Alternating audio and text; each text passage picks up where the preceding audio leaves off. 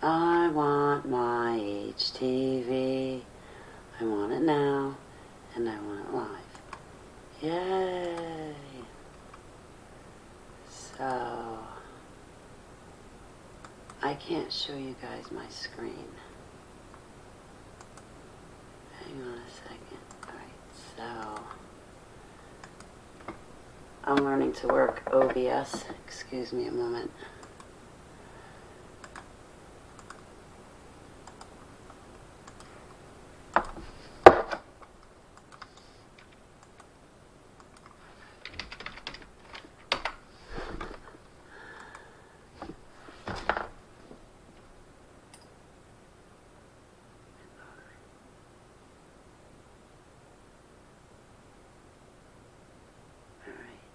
So, where was I?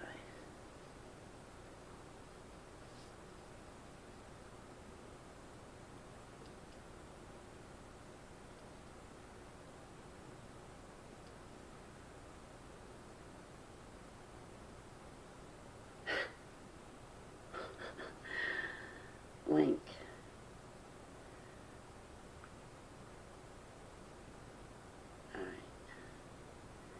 I hope this works. I don't know.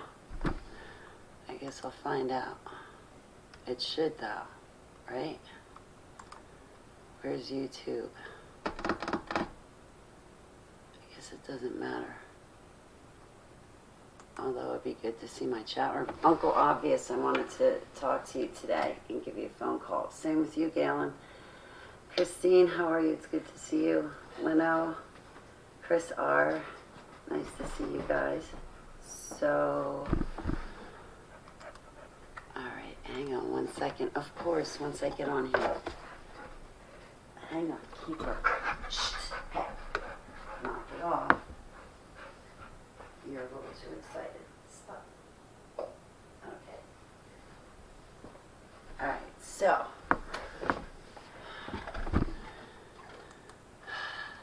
My chat room's not oh yeah, it is. Okay. So, oh wait, I don't want anybody to join me just yet. Trunk Monkeys, if you're out there, you gotta hold on a second. Don't come on yet, because there's a couple of things I want to say first. First, I'm really tired.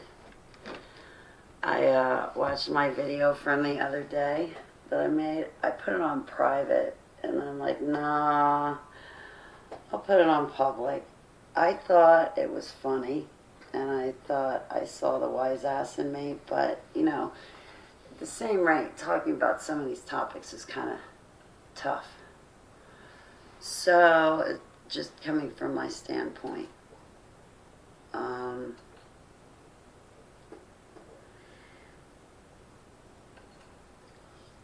so, I don't know what happened. There's a few things that happened to me. You want to hear about them? I think I probably already told you guys.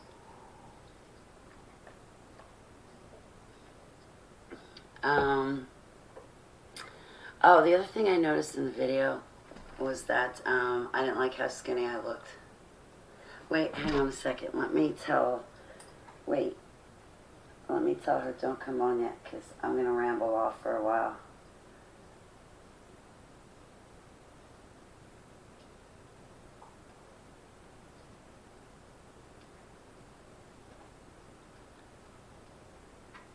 Okay, it's still me. Hang on.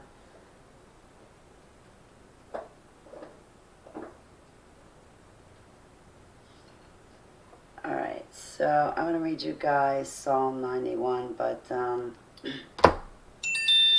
other day,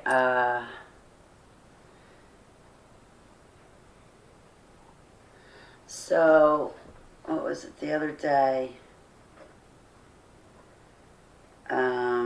I woke up in the morning. I should probably start from the beginning.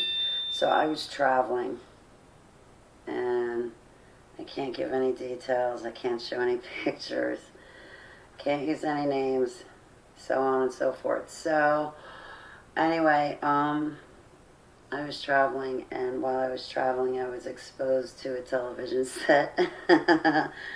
And think it was a Discovery Channel or National Geographic, I'm not sure which one.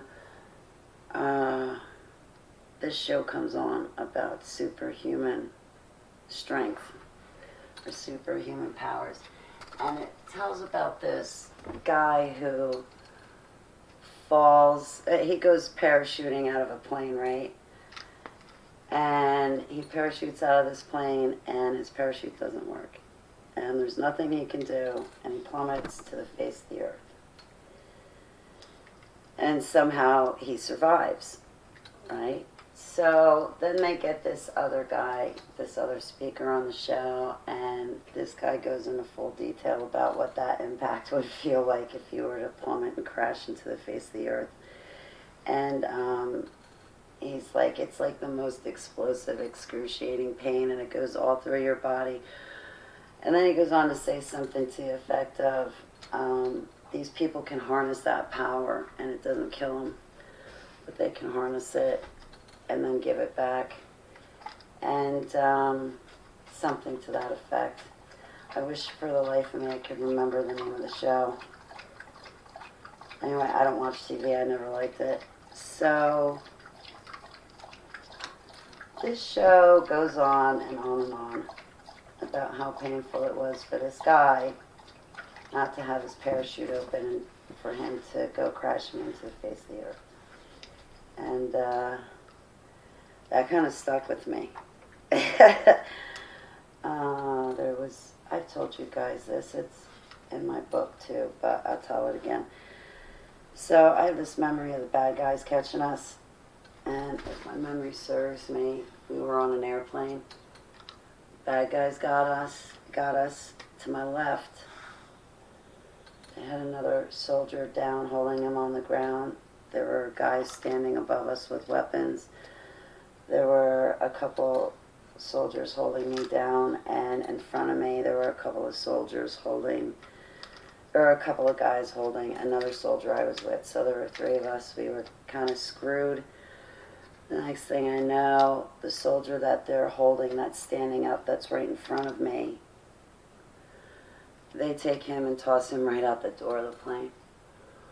I got so infuriated, I was going after him one way or another, and I knew they were just going to do the same to me. They had shot the guy to the left of me in the gut. So when I saw them toss my friend out the airplane, I charged at them, and I made sure I found my way out of the airplane as well.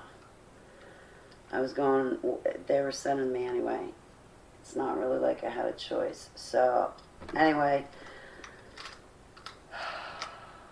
the other soldier and I plummeted to the face of the earth, and we hit ground.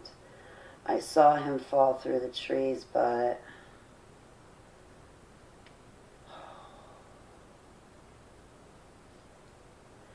anyway, we met Yeshua. We definitely met our Creator. It was excruciatingly painful. And so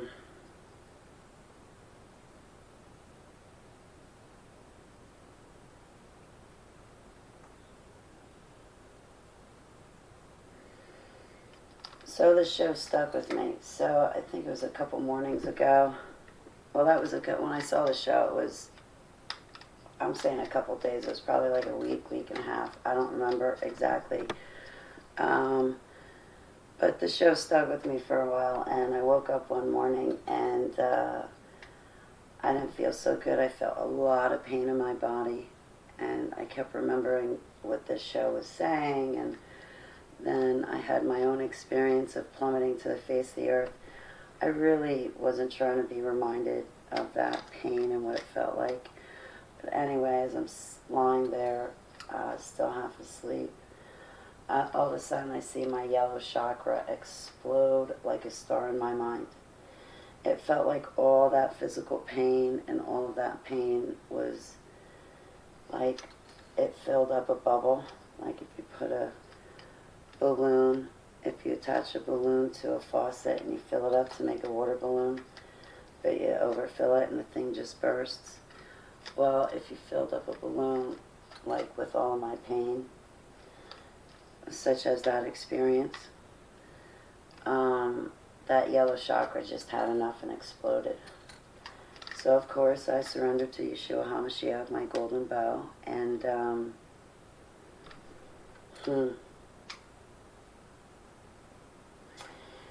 so I've been dropping into people's chats and, you know, just watching what people comment. I haven't felt much like socializing, but I've been, like, there. I just haven't let people know I am. I really don't feel like talking. I think the work I put into my book and my website, and there were some other things going on that I can't talk about, of course, but given all the efforts that I put into the book and my website and bearing my soul, yeah, I'd say that that's enough to, like, be a good enough reason to you know, feel a little stress and lose weight. So I'm not coming back on camera until I gain weight. That's it. But I'm really happy that finally I listened to my attorney, my father figure. The last email he sent me was write the book. Hang on, I know my cell phone's going off. I'll get to it. I'm running. Hang on. Don't come on yet. If that's you, Trump, just wait a minute. I want to talk for a little bit first.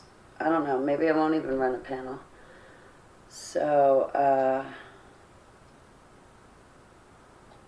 what has been on my mind? Oh, you know what, guys? I was flattered so much. Like, I can't begin to tell you how much I was flattered. They wanted to make a meme of me. Meme? Mimi. M-E-M-E. And I was like, wow, really? And then they showed me the part of my autobiography that they wanted to use, and I'm reading it, and I was like, no way. That's pretty good. Then I'm thinking, wow, I wrote that. That's really how it was.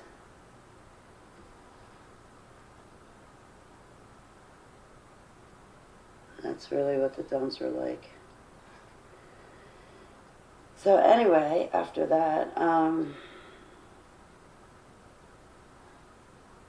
there's no good conferences coming up in 2020 that I've heard of so far that I can make it to. You're not going to catch me at a rally. You're not going to catch me street preaching. Nope. So those events are definitely not on the table for consideration.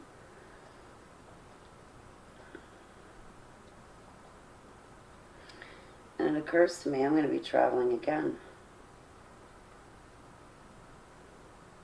And I can't talk about it. I can't talk about it, I tell you. I just can't talk about it. I don't have permission.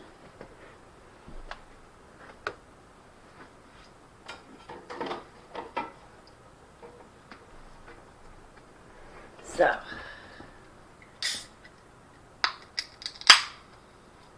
I wrote some interesting things on Facebook.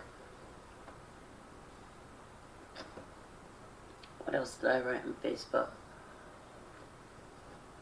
I wrote that I think it's direct energy weapons that were used in Australia. It's the same as California. Take a look at the pictures. Compare the collateral damage.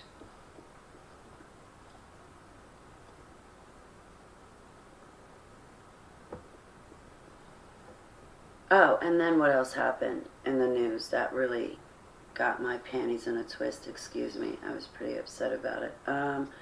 Oh yeah, this thing with Iran. Okay. I'm hearing that the Iranian people were forced to go to that Soleimani's funeral, that they were forced at gunpoint. Is that true, guys? You know what I also heard about this whole Iran thing? There's someone on Twitter, and I'd love to show you guys the thread, but I'm not sure if I can. I'm taking a risk, like showing you guys my screen. I don't know if it's a good idea.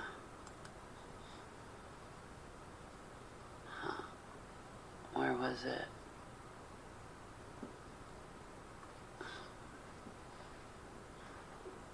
Huh.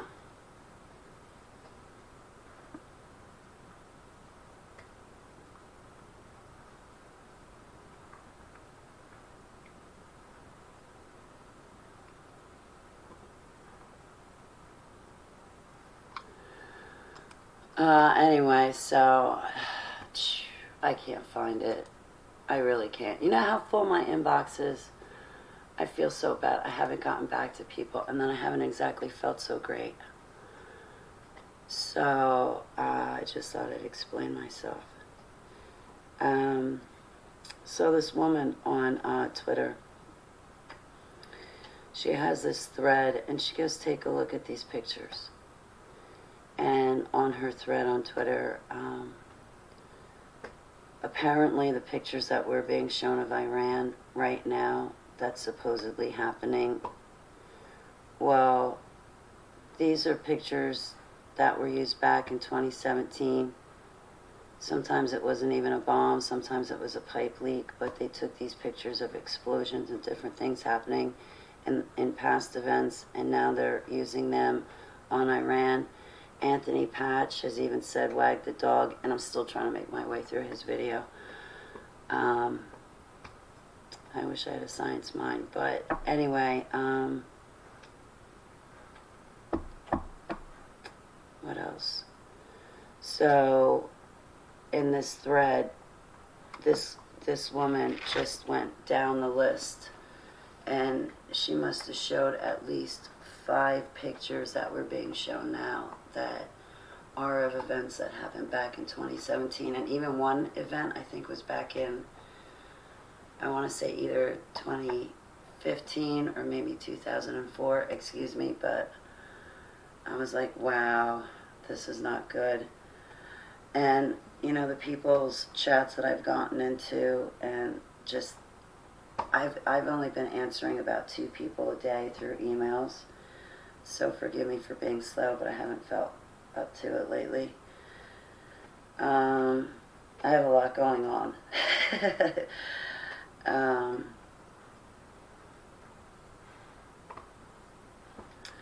Nobody wants this war.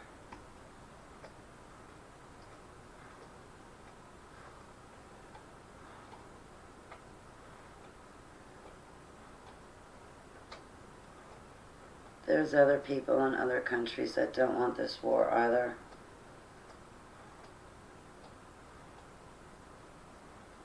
Man. Misdirected efforts.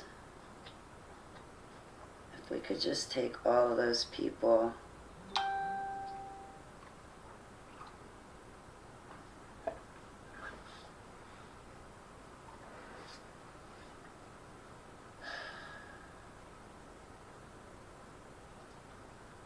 and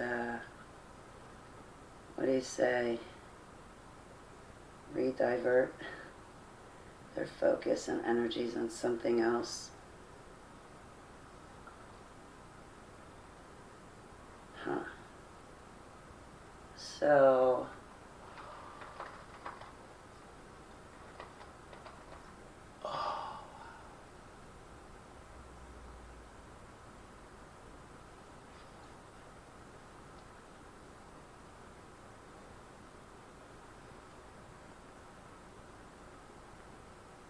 what else has been on my mind? What were the other articles I was reading lately I could tell you about that I don't much, that I either like or that I don't agree with?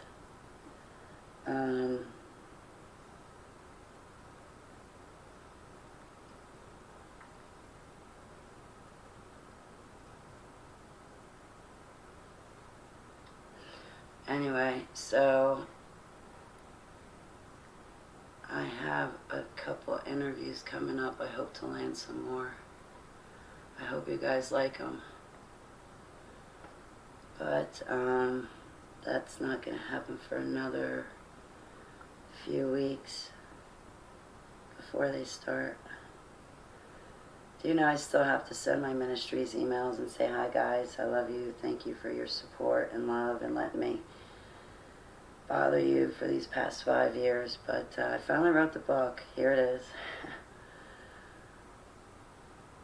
Thanks for being there for me.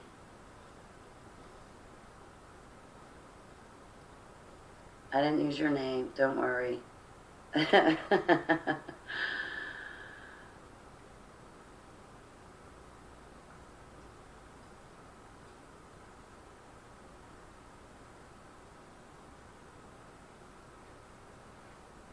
People that made fun of my Crayola crayons and my drawings are really going to make fun of me now.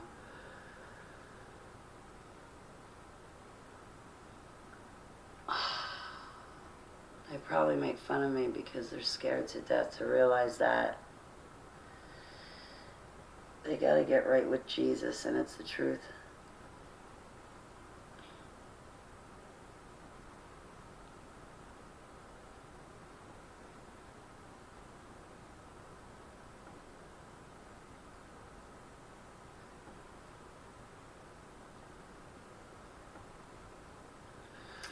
Psalm 91, he who dwells in the shelter of the Most High will rest in the shadow of the Almighty.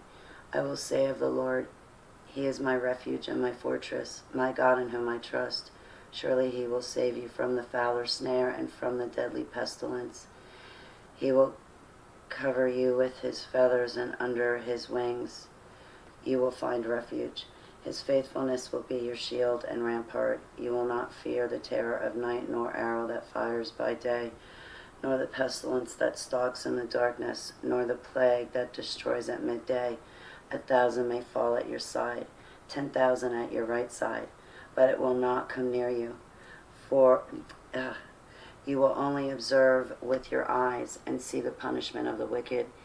If you make the Most High your dwelling, even the Lord, who is my refuge, then no harm will befall you, no disaster will come near your tent.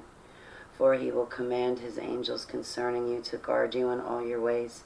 They will lift you up in their hands so that you will not strike your foot against a stone.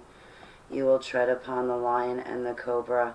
You will trample the great lion and the serpent. Because he loves me, says the Lord, I will rescue him. I will protect him, for he acknowledges my name. He will call upon me, and I will answer him. I will be with him in trouble. I will deliver him and honor him. With long life will I satisfy him and show him my salvation.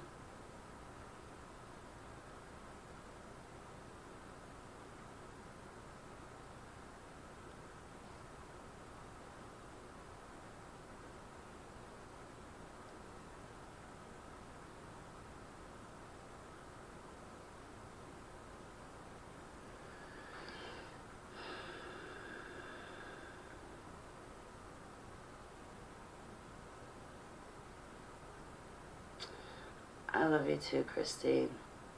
Sorry I haven't gotten back to you, Ozzy. I explained all that why, I think, at the beginning of this video, so I don't want to repeat myself. But,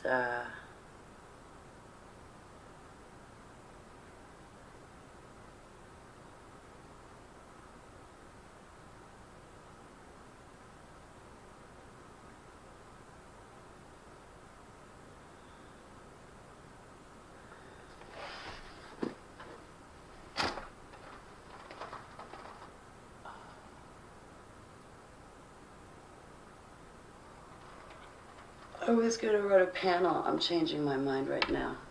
I hope Trunk Monkeys isn't upset with me, but I'm tired.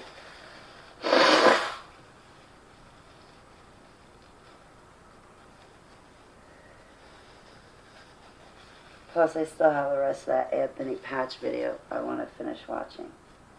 And then, have an appointment. So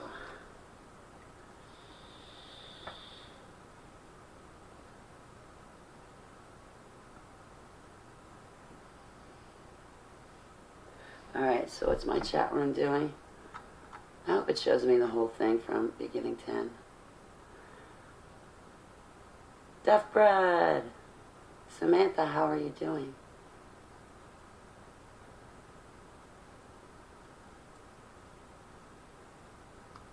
Wow. I hope your day is good, Christine. Hey, Galen.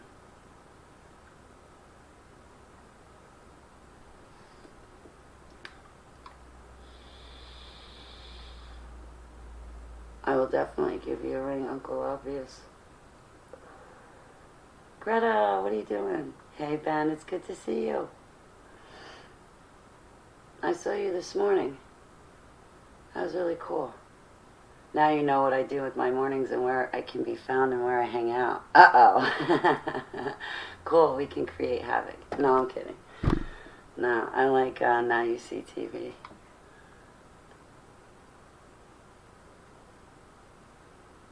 I even made it to Coach Dave's this morning, but I was so tired I didn't even say hi. Blessings to you, Crystal Miller. And, hey, Trunk. Oh, the meme? It's called meme? Okay, somebody wanted to make a meme out of me. Oh, here. You know what?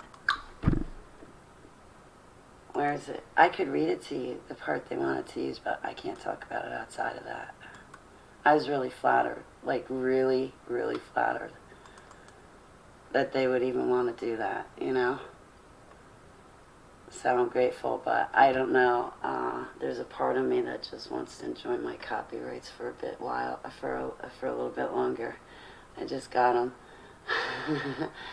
It's been a very big past couple of months, several months, big past several months.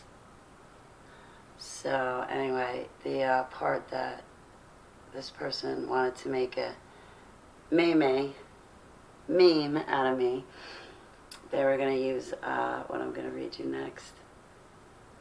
We were never supposed to remember what happened to us. In the dumps, they brutalized, tortured, and killed us. The ones left alive were then farmed out for different reasons. Some were sent to D.C. to be politicians. Some were sent into Hollywood or the music industry. And some were sold to wealthy elite families. Yet others were used as drug runners, journalists, prostitutes, and as soldiers in the military. I wrote that. Isn't that so cool? Wow. Wow. I don't know, I finally did something useful with my time. What can I say? I've had a complete turnaround.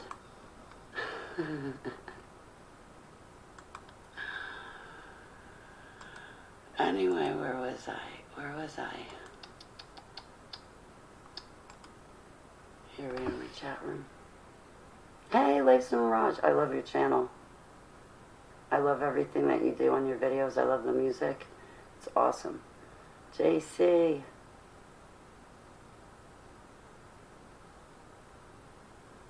It's horrible what's happening, JC, in Australia. It kills me hearing about the wildlife. And I think that them coming out with news saying that there's like 120 something people or whatever that got arrested for starting fires like that, I think it's BS. I think it's direct energy weapons. Oh, there was something I was going to say about 5G before. And Nanos. Oh, what was it? Boy, I was thinking about some things.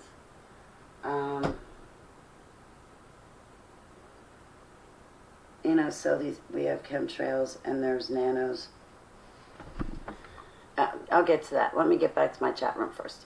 And I'll get to 5G and what I was going to say about all that stuff.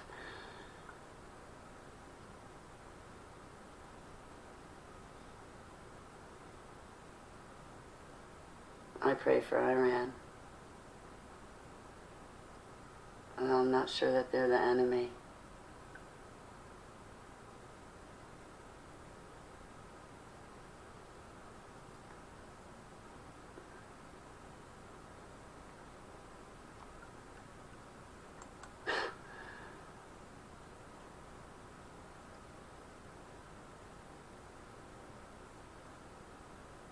I'm reading your comments. Forgive me.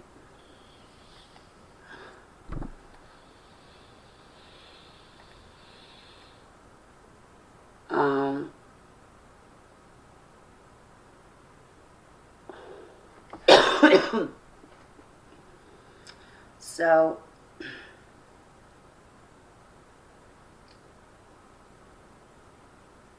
we've all heard of, like, I'm not even going to explain this well.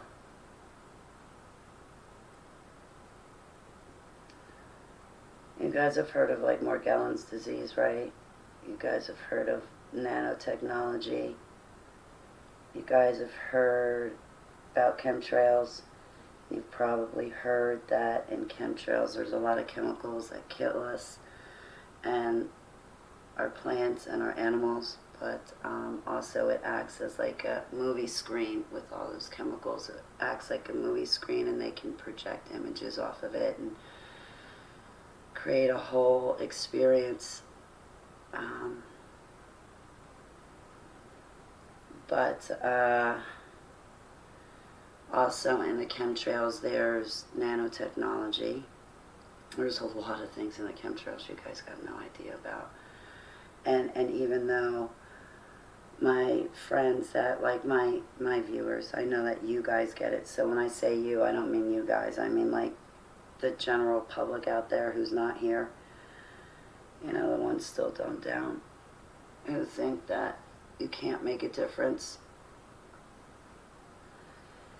Well, I beg to differ. And this is our world that was created for us by Yud-Hey-Vav-Hey. So I'm all for defending it.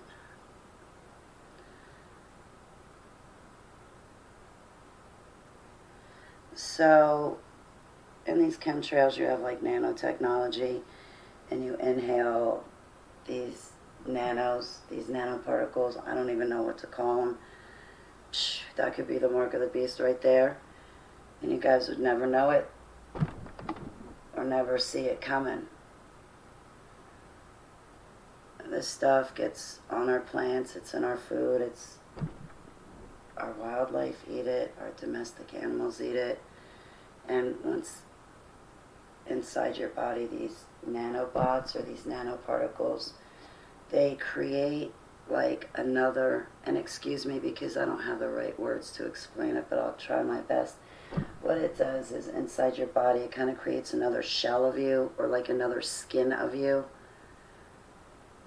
Does that make sense? So it creates a web from head to toe, down your fingers, all through your body.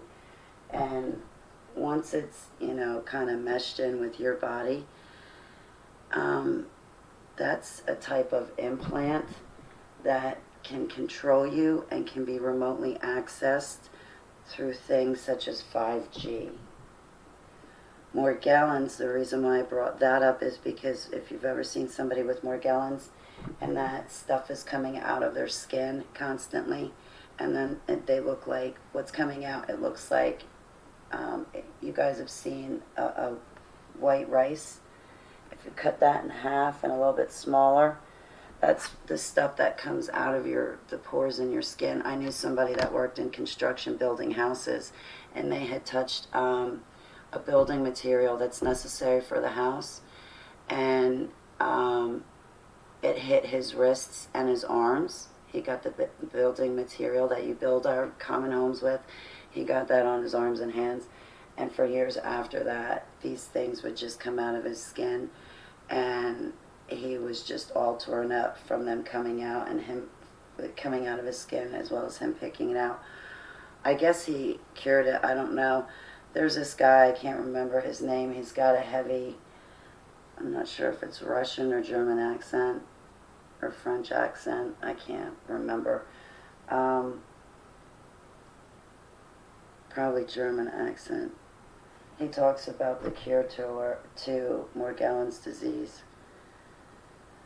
But anyway, like these nanobots create a whole nother image of you inside your body, and they can remote access that and control that.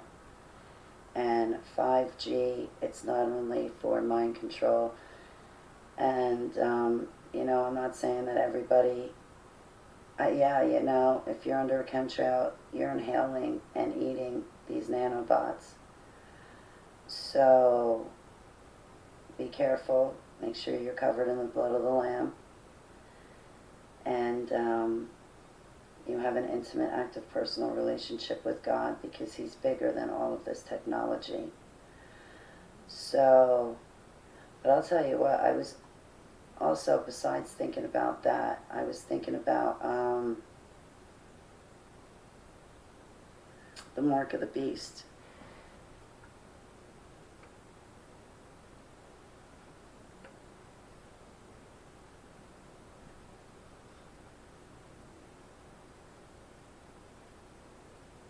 So whether you make the decision now or later to turn your life over to Yeshua HaMashiach, Jesus Christ of Nazareth, you should definitely do it right now, because we don't have time left. But the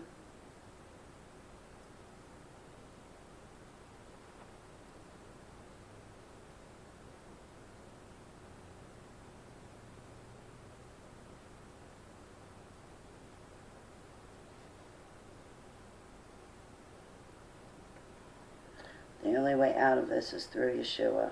The only way is through Yeshua. He is the truth and the life. After that, what's my chat room doing? Hey, Jay Bingham, I haven't seen you in a while. Happy New Year.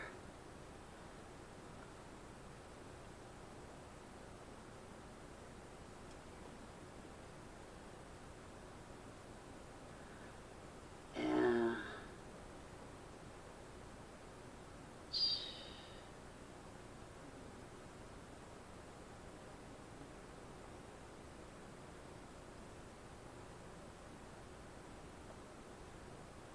So 5G towers are also a weapon, not only to send out frequencies and mind control people, but it's also a weapon.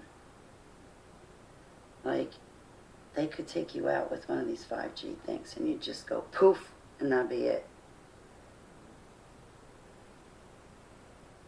It's a weapon. It's like taking a machine gun, putting it on every street corner you have, and just pressing autopilot.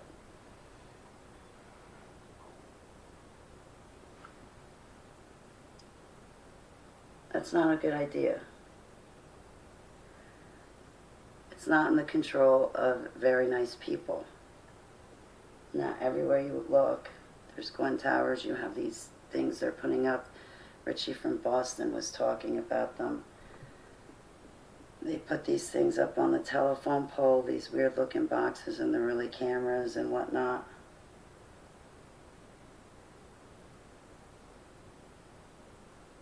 It's not good.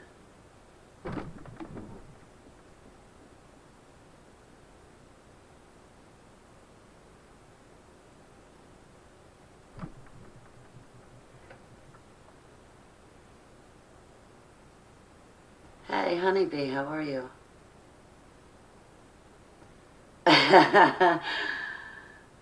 Go ahead, take me out. The faster we get to God.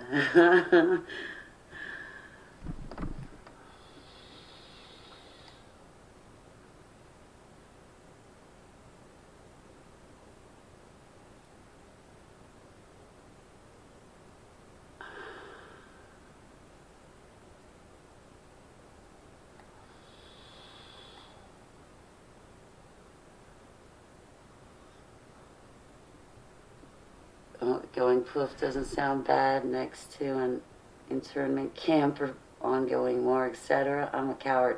Samantha, I'm with you. I'm totally with you. So am I.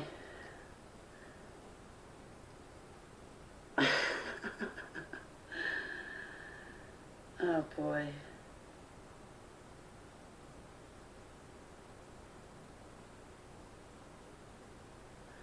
Anyway, so what are you guys up to?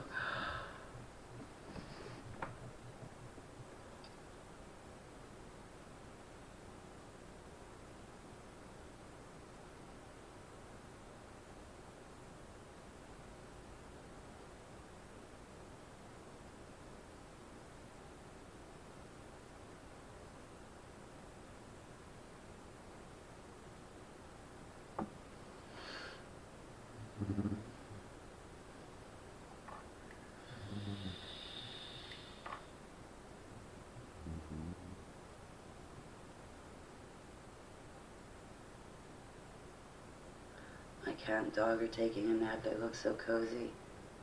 I think I should join them.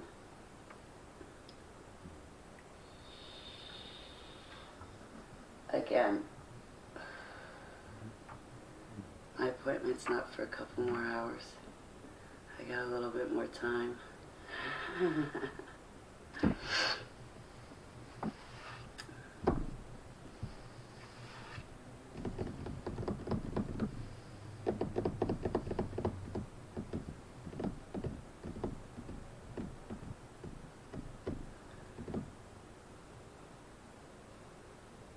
You're off work? Thank you. I can't wait to see the video. I still gotta catch up on your videos.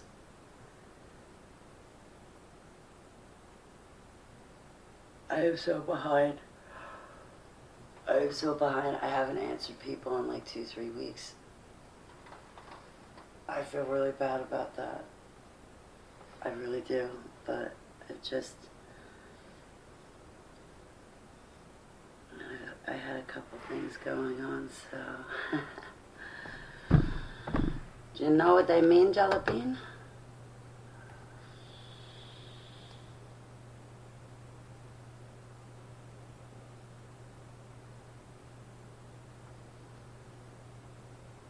Hey, Wendy, I still gotta get back to you, Wendy. Oh, forgive me. I love you too. Southwest around 5:30 if you want to see. I don't think that's going to work for me on the East Coast. I think that's only going to work for you on the West Coast. There's a lady called The Final Days on YouTube. She's a sister in Christ. She has a really cool channel. She shows Nibiru.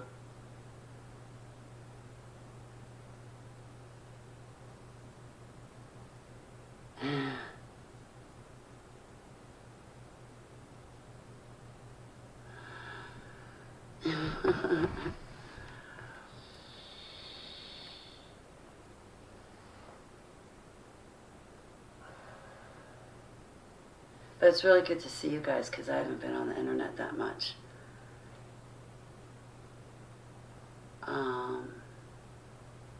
Although I have a few things I did want to talk about. I could run like a good show if I really wanted to.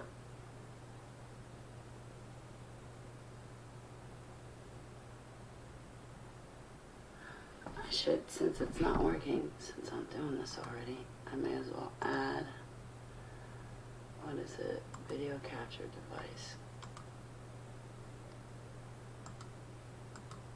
Okay.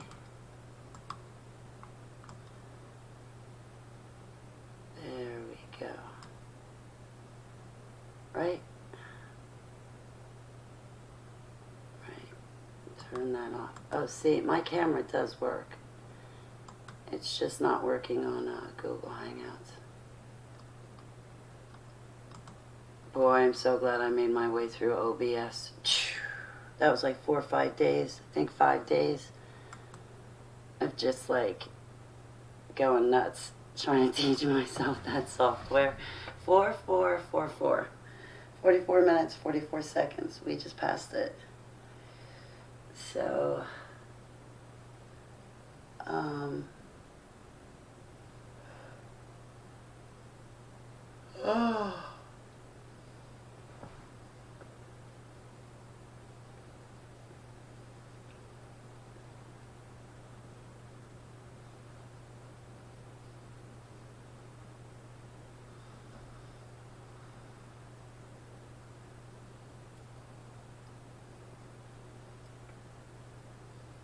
This coming summer, I'm going to travel, and I'm bringing my cat and dog with me.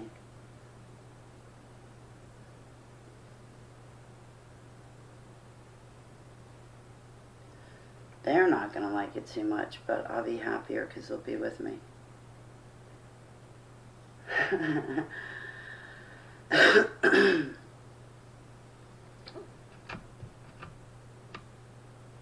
Hawaii sounds like a nice place to visit.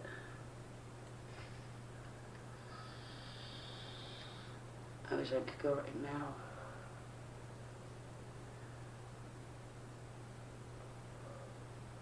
I really wish there, excuse me, I really wish there was a good conference that was coming around that I could attend.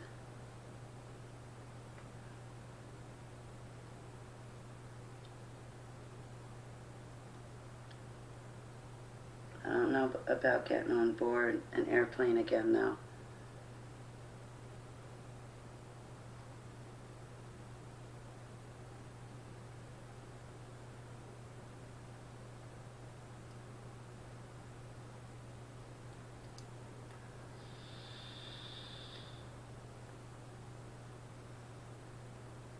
Are we going to be in the Word? No, I just read Psalms 91.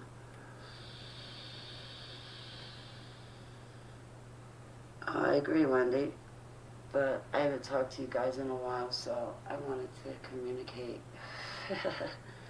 Say hi, let you know I was thinking of you. I've just kind of been putzing around catching up on news. But, other than that, make a Holly conference. Ooh, I would love to. I would love to. Oh, I know right off the bat the people I'd be asking. Justin and Westfall. I would ask Jonathan Kahn. Who else? Oh boy, I've seen some great ones like Casper McLeod, Russ Dizdar, Sherry. Who else would I get at that conference? Tom Dunn, Wilfred Wong, Gregory Reed, John Pounders, the Caricos. That's who I would ask to that conference if I could do a Holly conference. Who else? Doug Hagman, he's good. Did you guys ever hear about his book, Signed in Blood? Did you guys ever hear him tell you that story? Oh boy, I don't know if I'm going to get it right or accurate, so you better check my storytelling abilities. And I actually have this book too. Doug Hagman sent it to me. I used to be a mod for a long time in his chat room, and I loved it. I loved it. L.A. Marzulli's another good one. I'd have him talk there. But there's other speakers I would ask too, like people on YouTube that have like really cool channels, and it's like, I'd love to hear what you'd have to say at a conference. Oh, like Anthony Patch, definitely. Eric Karlstrom.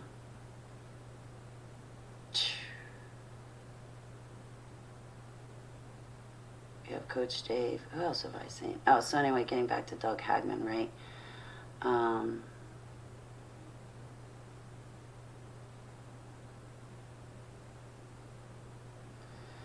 He has this book called Signed in Blood. And at this conference I went to this past year, he was talking about the book, and you know, I really enjoyed the International SRA conference in Ohio. It was great. It really was great. Um,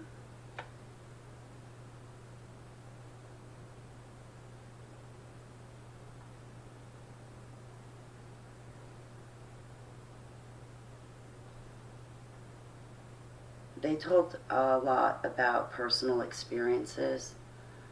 So, you know, it's not like I'm going to take notes on personal experiences, but Doug Hagman said, you know, he's been doing investigative research for a long time. And he told a story, you know, about what got him involved in being an investigator. And he told quite a few stories, but the one that comes to mind was the one when he began talking about his book, Signed in Blood. He made contact with a gentleman, and this gentleman said, you know, Doug Hagman, an MK Ultra survivor, basically, and I've got these stories of, you know, these, you know, black operations and all this other stuff. I've been a part of this, and I've been used by these things, and I'm in it. And so Doug Hagman was investigating this guy, and this guy had an incredible story. But anyway, without getting into that, Doug Hagman goes with him and his partner. I forget who he went with. Him and his partner go out to meet this MK Ultra survivor in the Dumbs, and this guy is living in the back of a bar, and it's not the nicest kind of bar, and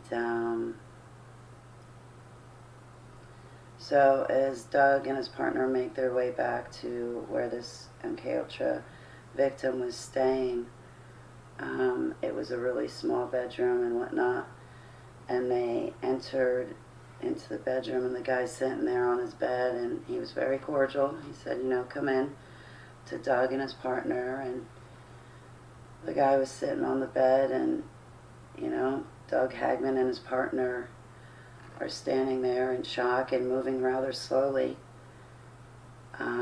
This guy had a shotgun in his hand, and he was going to blow his head off. I guess it was a shotgun or some other type of gun. Excuse me. You got to go listen to Doug Hagman to get more story, the better details of it. But anyway, this MK Ultra victim says, Doug, you're too late. You know, there's my diary. There's nothing you can do. And then the guy shot his head off. And Doug Hagman was able to read through this guy's diary of this guy's experiences in these deep underground military bases. And it was really profound. What Doug Hagman had found out through reading the diary. But, you know, the powers that be really don't want people talking about this subject, so the diary mysteriously, Doug Hagman's house was vandalized or burglarized or something, and they took the diary. It somehow got in the hands of the FBI, I believe. I forget how. But, you know, that story stuck with me that Doug told me. Or told the conference.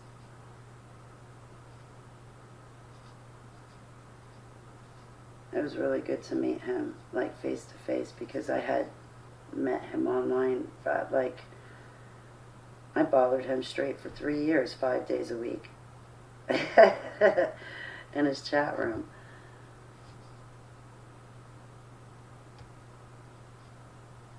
I miss his live chat room a lot.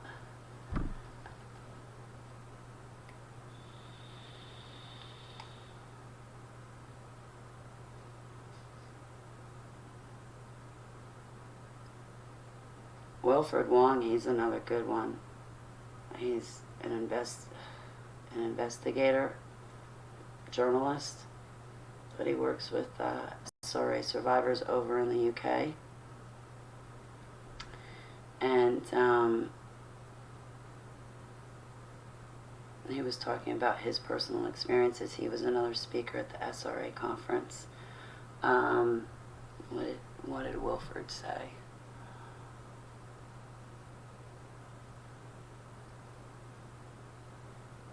You know, a lot of the judges and cops, they're Freemasons. And if one of these satanic crimes happens due to the Freemasons, or actually not even the Freemasons, but the Freemasons worship Nimrod. They don't worship Jesus. Okay? They're worshiping an Antichrist. I've heard it's the Antichrist they worship, and then I've heard it's Nimrod. It's the same evil, as far as I'm concerned. But, you know, these satanic crimes happen. People are murdered, people are raped, and these Satanists are also journalists themselves in the industry, and, you know, they work in police stations as well, and they're police officers. But when one of these crimes happens, Wilfred Wong was talking about how the victim, it's always turned around on the victim, and the victim did something wrong, and they try to get something incriminating on the victim to say, hey, look at what this person does, so they must be lying about this satanic crime that they saw. They try to discredit the victim and embarrass the victim. And he was talking about a case he had over in London, and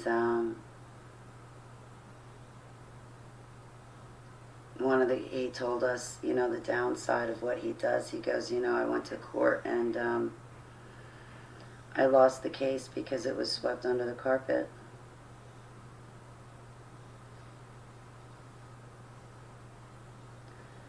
You know, it goes back to, remember that satanic panic? Is that what it is? Back in the 80s, the satanic panic?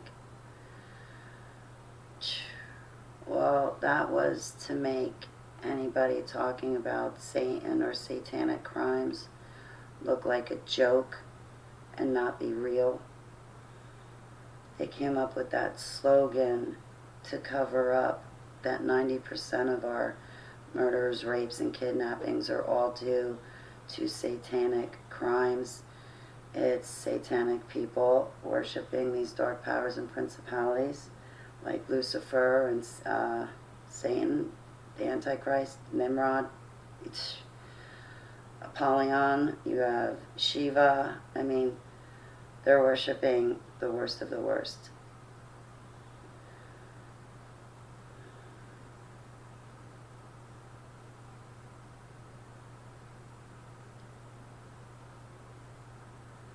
So, anyway, the reporters, court reporters, judges, cops, they just sweep it under the carpet too, because they're probably a part of the same cult or same religion or same club. And Wilfred Wong was saying how he would lose a case simply due to that fact. And, you know, I have to say I've seen the same thing happen to me in my own life, but I can't talk about that.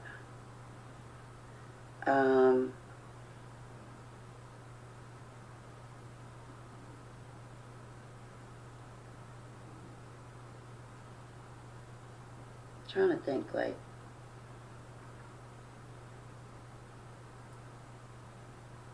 Gregory Reed was good. He was talking about,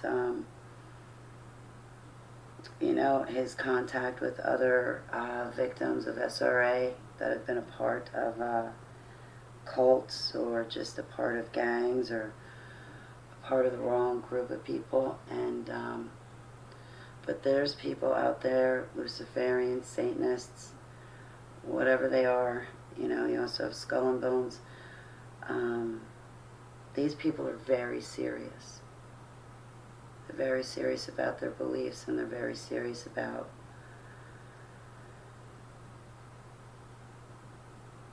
their right to exercise their religious values, and these people are into human sacrifice and all sorts of nasty, bitter things. And there's more of them out there in the world than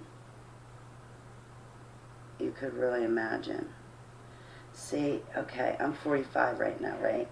If I think back to when I was 18 years old, so we'll go back 27 years, right? Wow, 27 years. So, if I go back 27 years,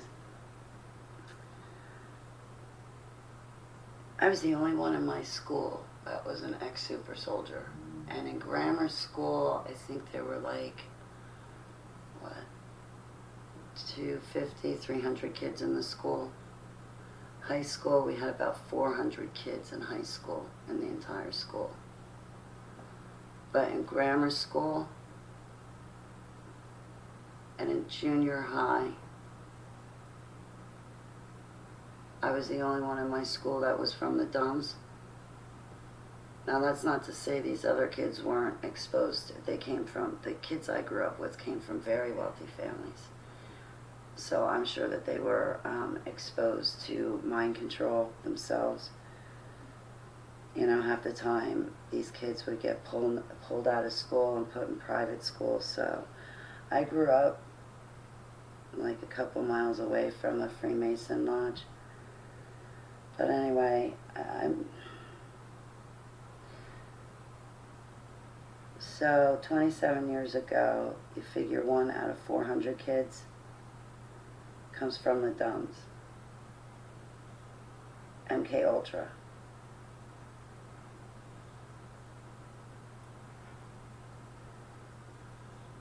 Now, I bet if you walk in a school, you're going to find a bunch of them. You're going to find a bunch of them. And they're not awake. So if a high school contained 400 kids, now at the age of 45, what I would imagine is probably like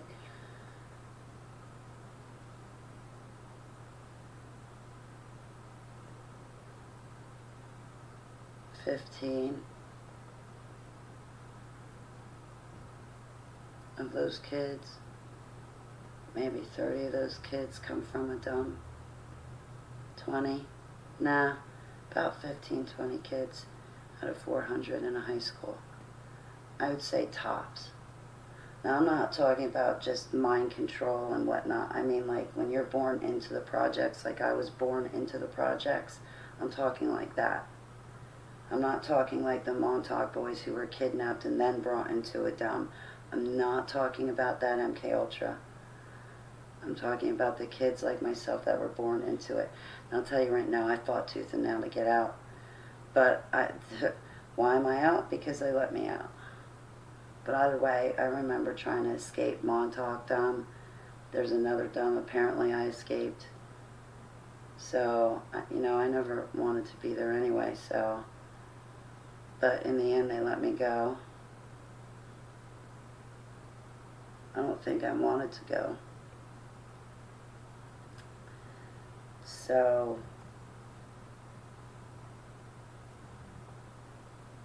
I don't know, that might be a lot. Maybe 10 of those kids out of 400 would be from the Dumbs. But then you get the ones that are mind controlled, that are just programmed, like intentionally by these wealthy families to these types of MK Ultra projects performed by the military. You get those kids. You're going to have them in there. And then you got to imagine the whole high school, you know, they're what, millennials, snowflakes, and they are.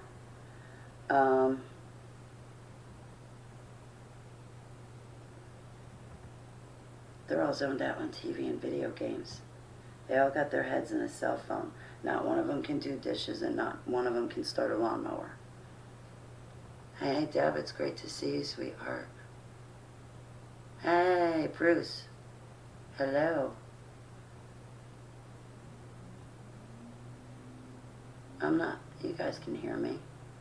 I'm getting tired, I'll tell you that much.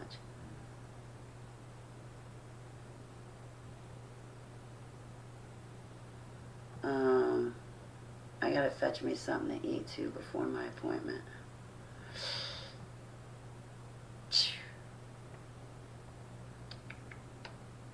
What is the chance of them? 200 people being caught lightning fires in Australia. What is the chance? I'd say they're mind controlled, Bruce. You know, honestly, Bruce, I think I brought this up before. I think that's a cover story for them using direct energy weapons. But yeah, if either the 200 people that they arrested are either fake, nonsense, they just don't exist, or if there is actually 200 people, they would definitely have to be mind controlled to be the patsy in that situation. I really think DEWs were used in Australia. The other night I was dreaming. Let me tell you, I dream a lot. Ooh, you know what? Maybe I will run down and grab food. And then, like, I can continue this on. I really don't want to take another nap. But, maybe I could, like, grab food and come back and finish the video. But, and, like, have you guys here and eat with you, because I haven't seen you guys in a while. I haven't really done a live stream in a long time, so I really wanted to touch base. This definitely makes me happy, so. Sweet dreams, Wendy. So what was I gonna say? I had a dream the other night.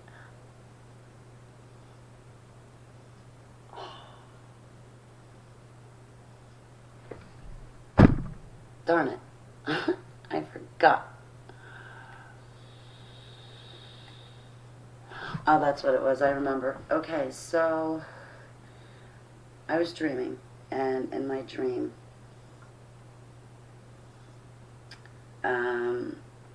I saw the planet Earth.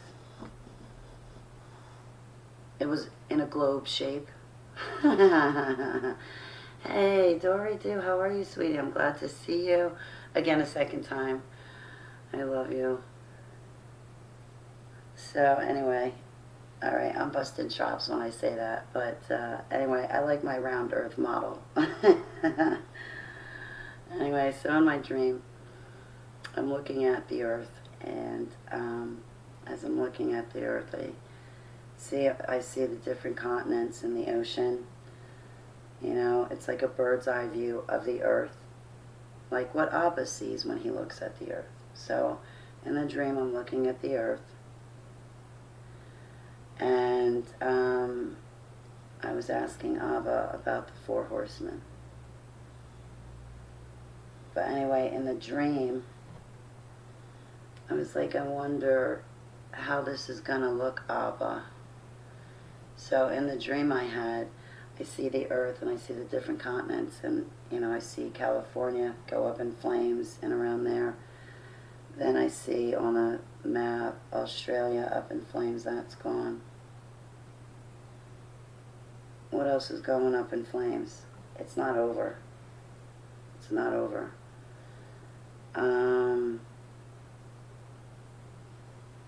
So what horse rides that burns up 1/3 of the Earth? Started thinking, because, you know, if you look at California and you look at Australia, that's obviously DEW. I know we're all not going to agree. There's some of you out there that think, and I respect it, because when I read the articles, I was like, wow, people started these fires. And then when I saw that they were Muslims, I'm like, wait a minute. So Muslims started these fires out in Australia? Somehow, I'm not believing that. Now, I'm against Islam, okay? I'm completely against it. I'm completely against Sharia law. I don't like it. But I was thinking, wait, maybe this article is not real and they're using this as a cover story. That way to try to fool people to say, hey, don't compare photographs from California to Australia. Because if you do compare photographs, you'll notice that buildings and cars and everything just went up so quick, but the trees around them are fine.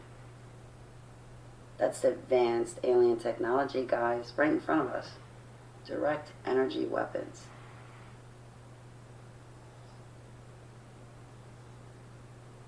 I think the Bilderberg families are having fun with us. This is what they talk about in those sessions, you know that, right?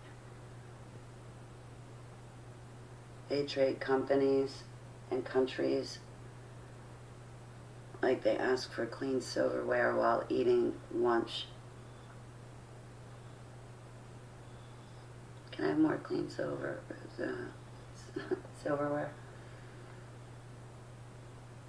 It was probably a bad example. I can imagine them at those conferences.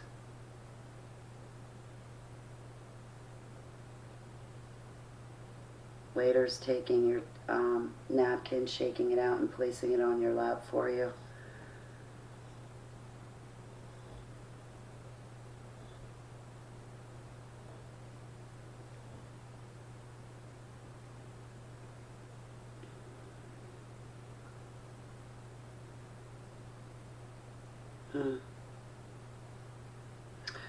Oh yeah, so I wonder what horse that could be. You guys know what horse that is? Oh, the continent looks like the whole place is flames. Right?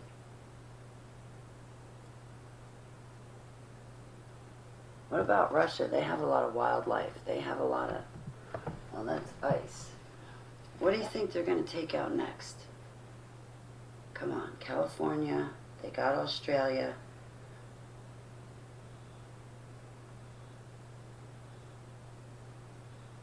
China.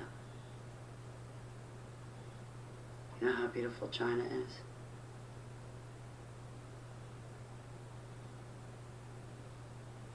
I don't know. I think this whole thing with Iran is made up, right? I'll tell you that right now. And nobody wants this war, guys. Nobody. All my friends in other countries that I know, my pen pals, my loved ones, absolutely, they do not want this war. Nobody wants it. Everybody's got a heavy heart that I talk to. It's on everybody's mind. It really is. So I think that we should all be praying for the other citizens, the Iranian citizens. We should be praying for ourselves, and we should be praying for Yud-Hey Vav-Hey's will to be done right now. And I really think these things are happening because they need to happen to for Yeshua to return. So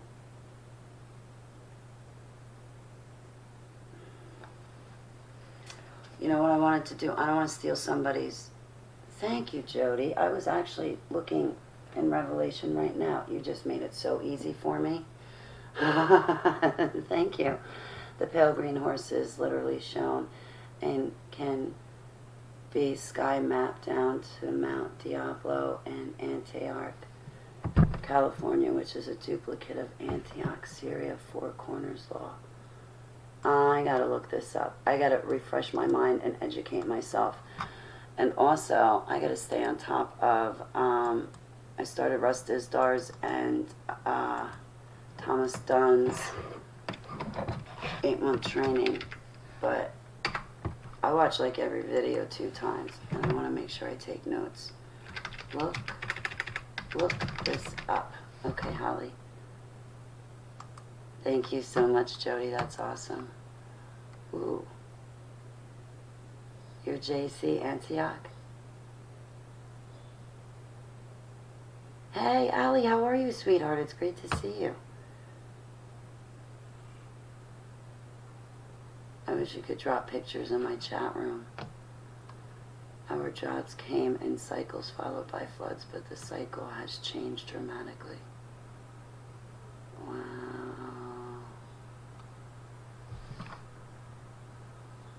I wish you luck on your appointment, Deb. Forgive me if I've missed your comments, guys.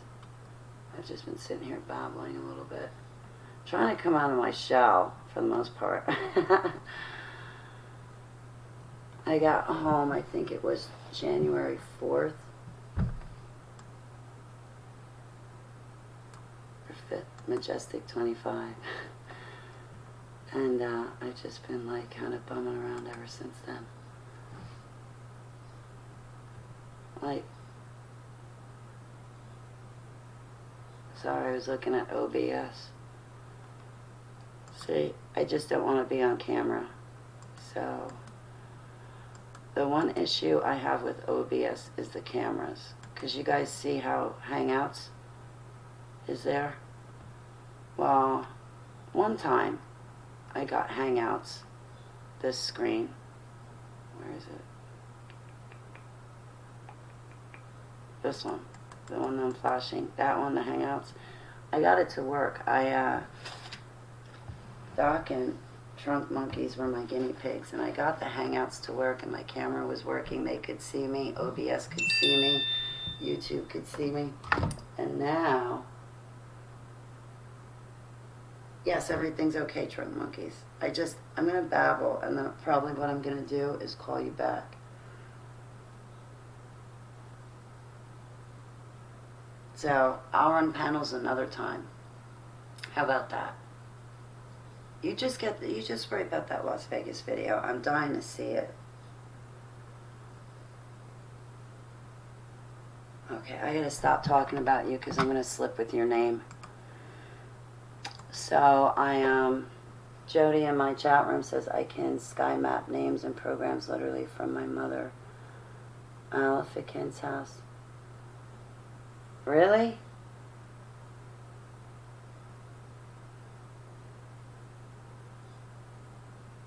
One. Wow. I don't know what any of that means. I like the double 11s though. Sorry. So you can sky map names and programs literally from my computer to them. Oh, that's pretty neat. You know what? I'm still learning things, Jody. I just taught myself IBS and it was grueling. I'm surprised I survived. I'm really surprised I survived through all that. So I'm not really technologically advantaged, but I'm getting there. So, but yeah, like OBS I can run. I taught myself how to run from Google Hangouts, how to run from Skype, how to run from Zoom. I got to figure out how to run from StreamYard, because I can use that, but they just put a cap on how long you can stream for and how many people you can have in your chat. That's why I have Google Hangouts, because I can have 9 other people on here with me on a panel.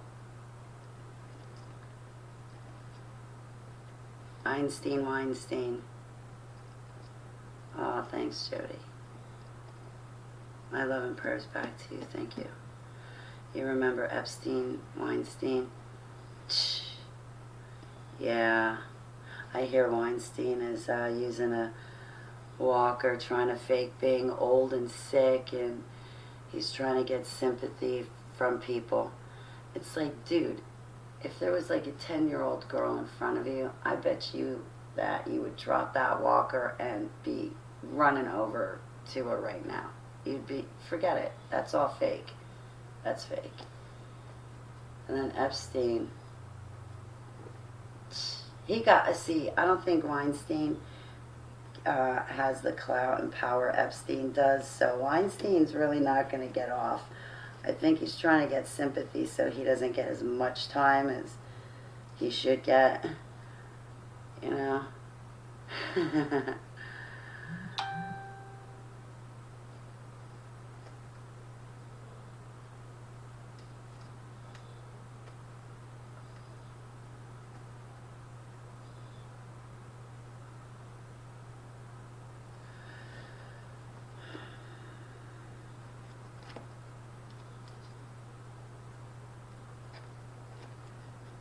Yeah, Luke Rutkowski from We Are Change had run a video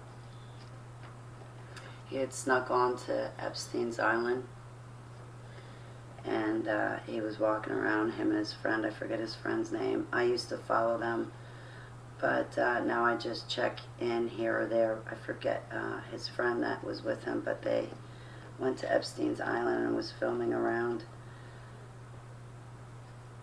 I think his name was Sigmund Neudel.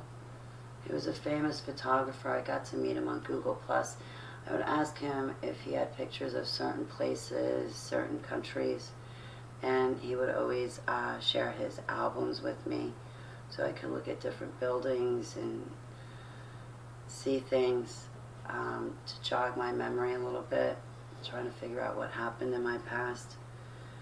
But, you know, I really like technology and the fact that we can look things up, but I'm really grateful to people that, you know, have taken a ton of pictures and videos, because for someone like me, I can sit here and jog my memory. Is that the same baby that I'm thinking about, Jody?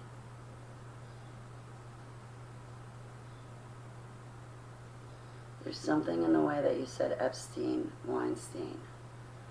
But, you know, I've had this on my mind recently. And,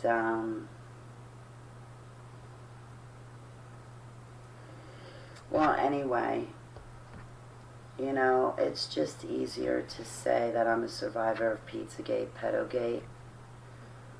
The reality is none of these people are going to be brought to justice. And I'm not about to start a war with them. I kind of like to live out the rest of my days in peace, have what I need, have my heart's desire, and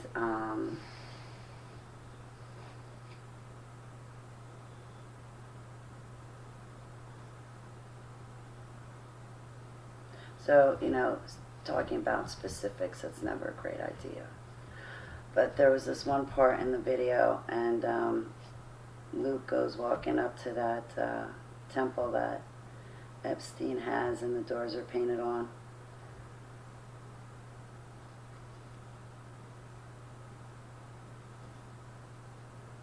The way inside is through the tunnels underneath. Don't think you want to go in there, though. I'm sure it's cleaned out by now, so there's nothing there. But, I don't know, boy. I don't know.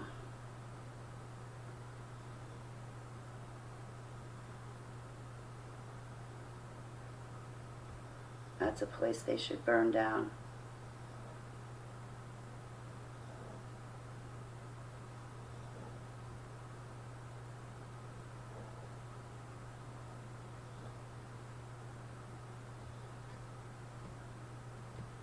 There's a lot of ugly people out in the world. Are only non-World Bank countries being attacked? I don't know, Samantha. You bring up a good point, and I'm not really good with political science, and I'm not the best person to explain things ever at any time. But,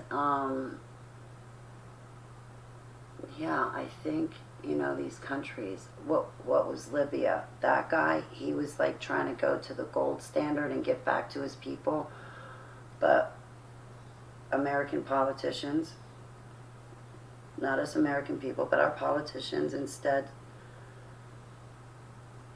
murdered him for doing that, because he was not participating in the banks and he was strengthening his country and making it richer. So they took him out. That was what? Benghazi. That's it, Benghazi. I can't believe I remembered that.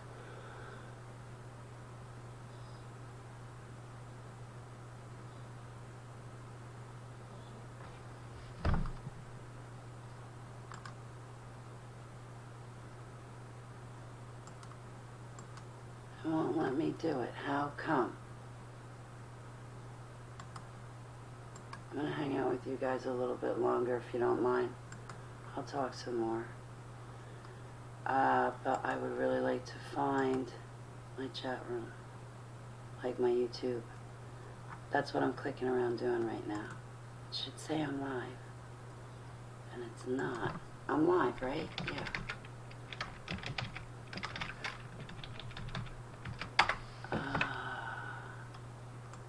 There I am. Error, try again later. That's alright. Here I am. Go to.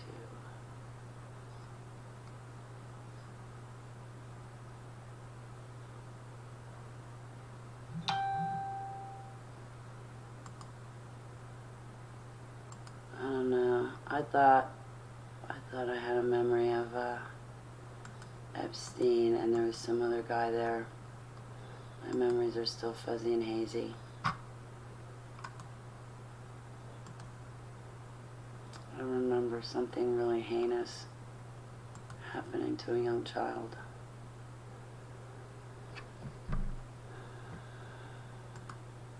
I don't really want to.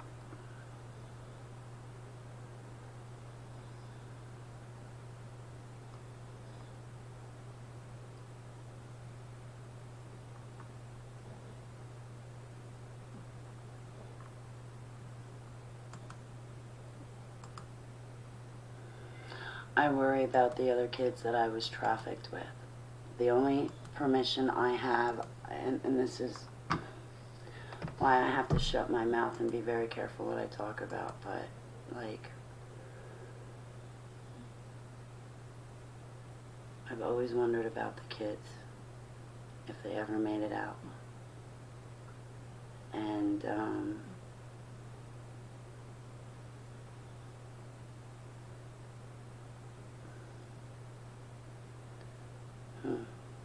I was going to talk about something else, and then I forgot what I was going to say.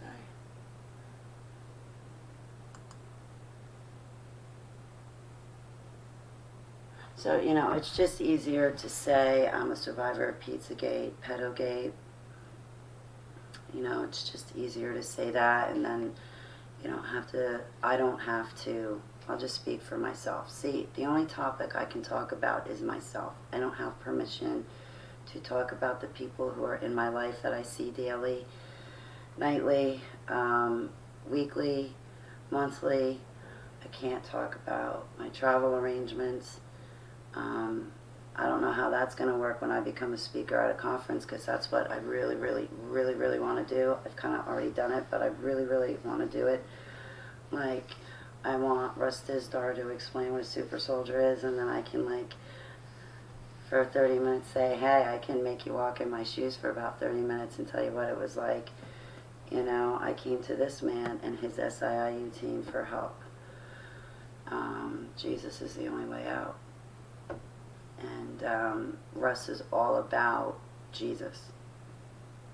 And that's perfect, because I needed Russ's help. But anyway, so, yeah, I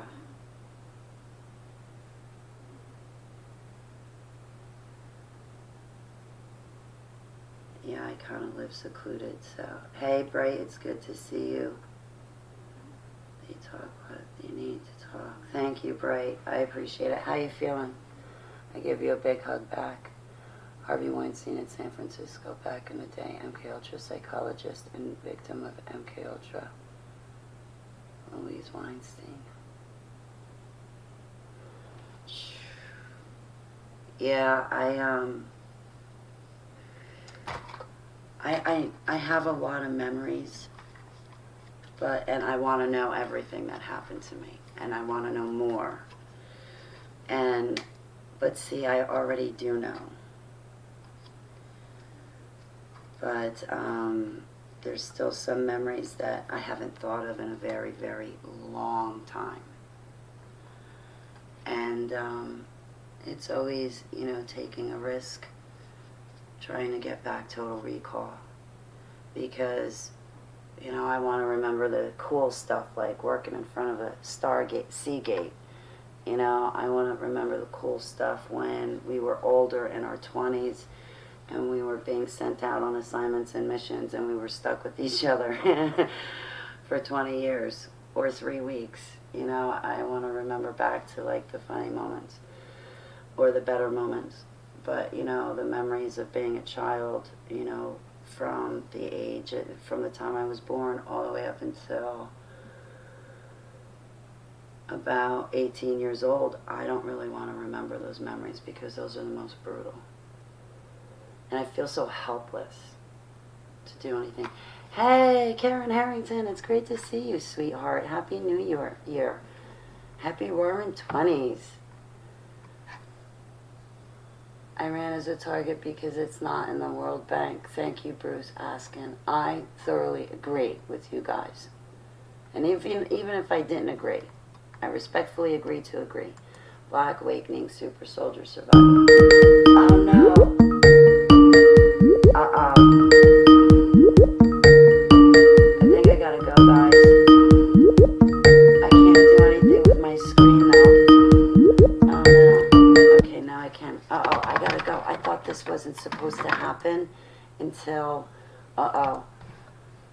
until like 5 or 6. I got 8 minutes before 5 o'clock, right? Uh-oh.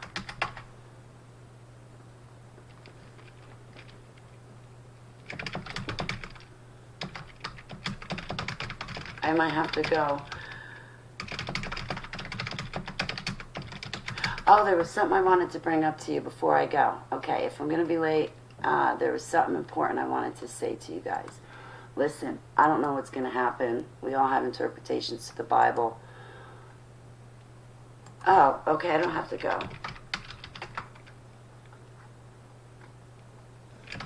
You are not interfering with my day. I've been waiting for you. I've been wanting to talk to you. Are you kidding me? Hang on, guys. I'm sorry.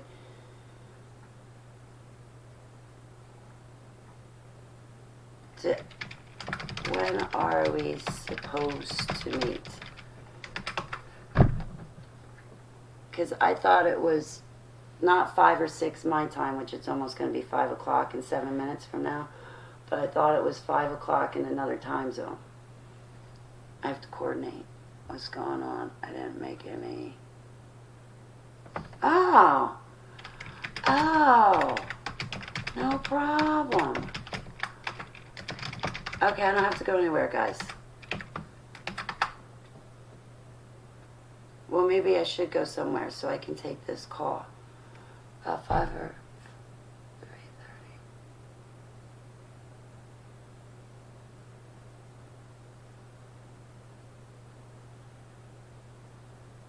About 5 my time. Okay. All right. Sweet.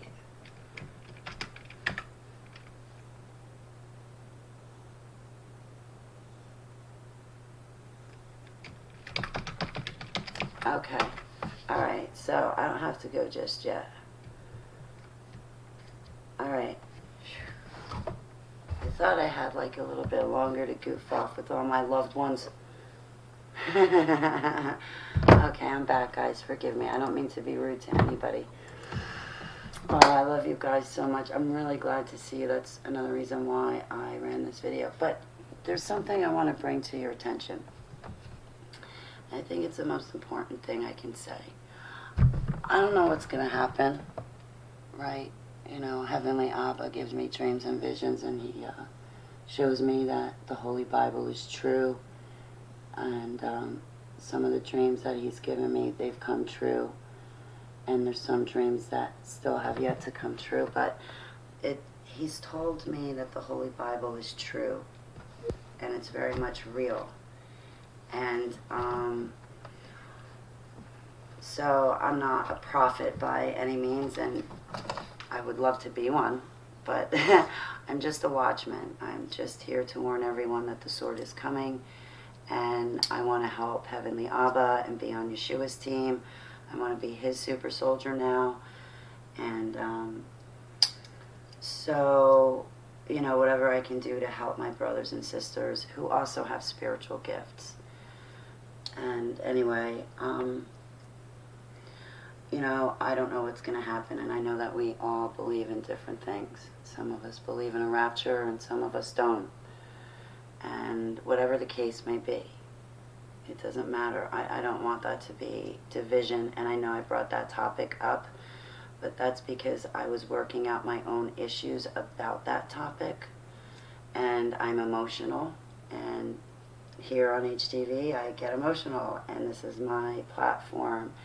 This is something that Heavenly Abba gave to me, and I get to do something that I wish was happening when I was waking up, and that was to have one of these other super soldiers like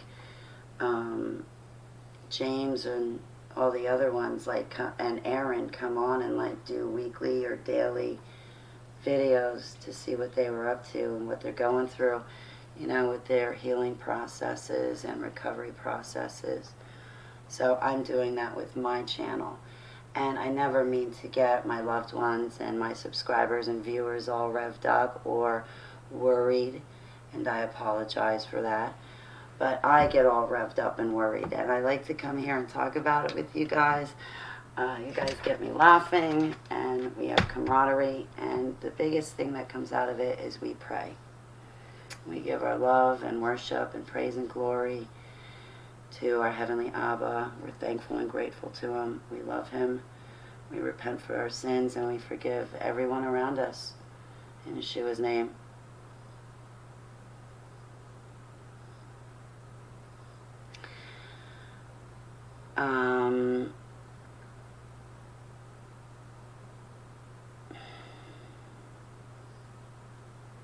So I don't know what's going to happen in the future. So I wanted to make sure that we all got our intercessory prayers in order. I think that we, regardless of what we believe, we should pray that whether you're pre-rapture, post-rapture, or no rapture at all, can we all come to agreement and pray that no matter what happens, we know that Heavenly Abba is going to protect us and shelter us. We know He is our refuge, first, foremost, and that's it. He is the Alpha, He is the Omega. So first and foremost, He protects us. You know, when I close my eyes and pray, I often see Him putting me inside a bubble.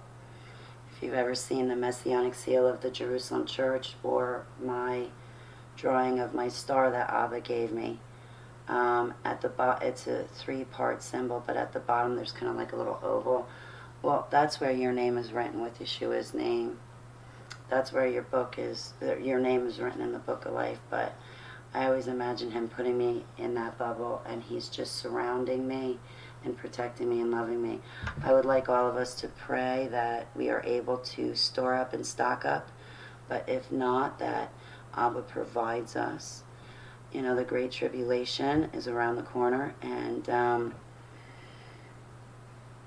I think we need to all start having some really serious conversations, and in those conversations we should be praying that whatever the time brings, we should remember and pray that we stay Abba's children and we stay serving Him, that He provides us food, clothing, medication, the means to protect ourselves, shelter, warmth, air conditioning.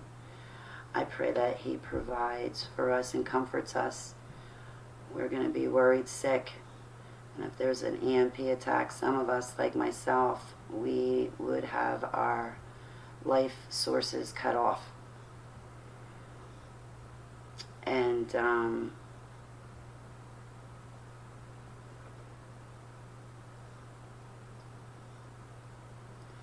I pray that Heavenly Abba provides for all of our needs as we face these troubled times.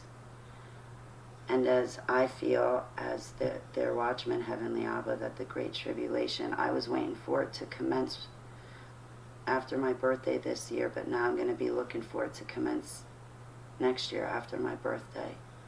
There's something You showed me, Abba, once, and I just want to make sure that between now and then, if all we have is a year left, that I do my best for You. Please help me to do my best for You so that I can shine glory and praise and love to You because of all You've done for me. And if You'll do all of this for someone like me, then maybe somebody out there who's had a rough life will say, hey, wait a second. Abba loves Holly, and she went through the same thing, and he loves her, and she has heard her shepherd's voice, and wow, maybe he'll do the same for me. And yes, he will. Yes, he will. So I pray that Heavenly Abba keeps his hand on all of you, and that he guides your feet, and that you are filled and overflowed with his Holy Spirit of love, strength, power, knowledge, authority, in Yeshua's name.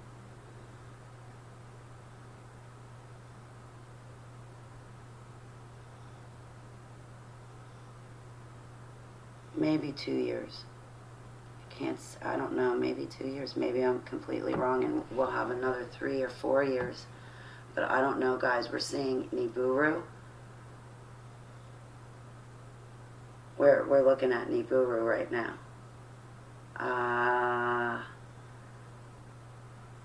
Yeah.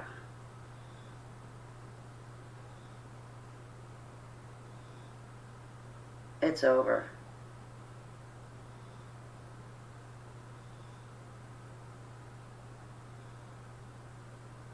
It's over.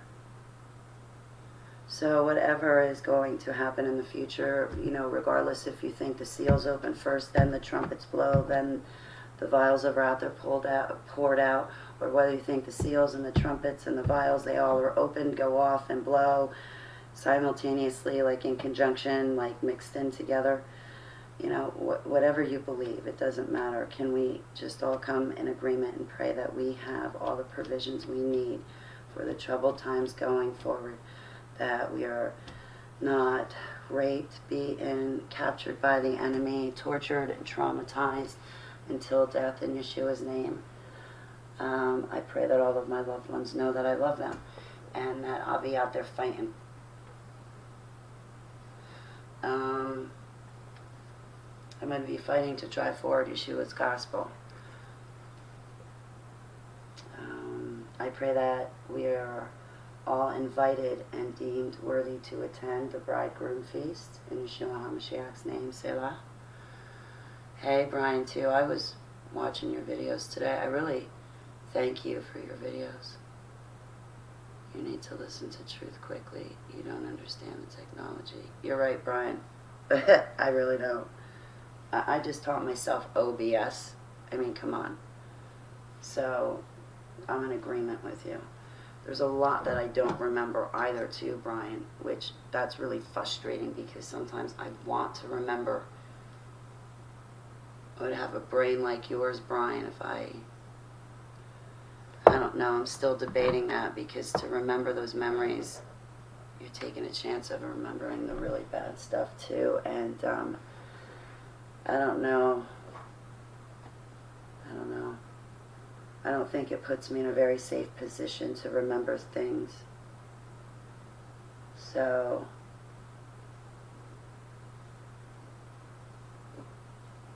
intercessing.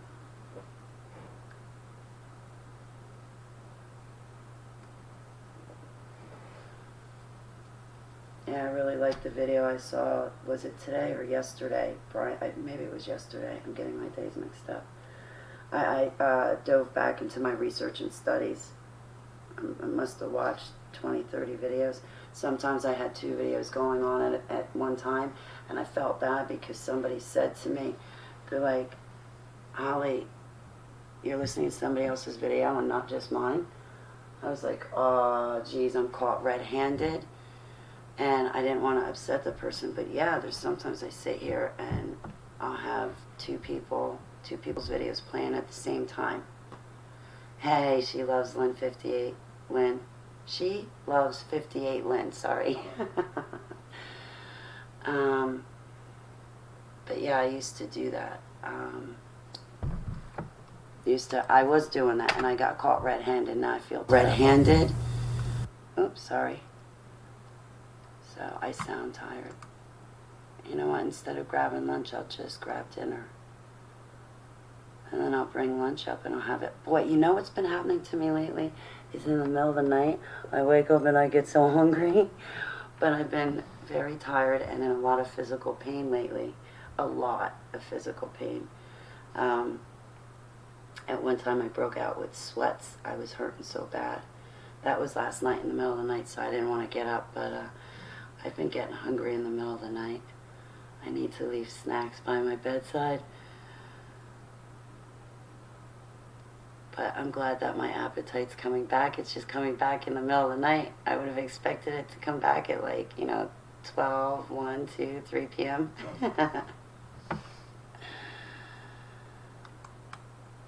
Anyway, the stress just gets me.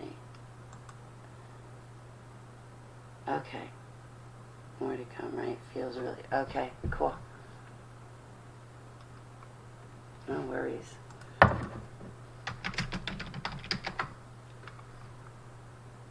Alright, was there anything else I was trying to say?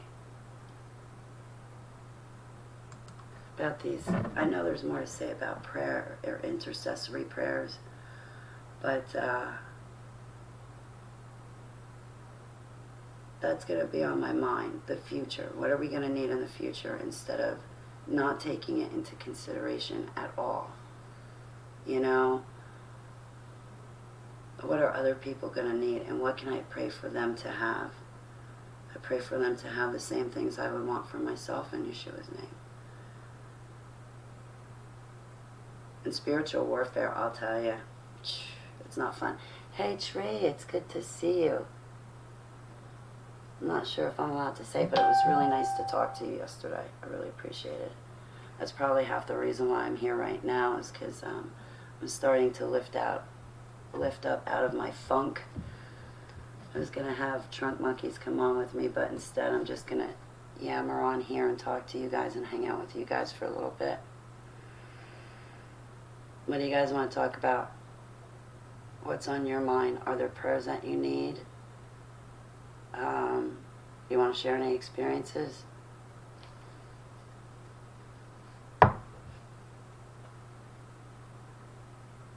The editing process of my Do Beg Holly. Why are you begging? Stop begging. For what? You have my attention. Def and M. EM. Oh boy.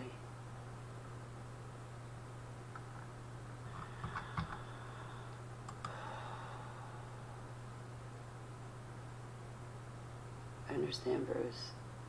I will look into it. But he does not have some good points. Sorry, I'm watching my chat room. What was I saying? I got distracted.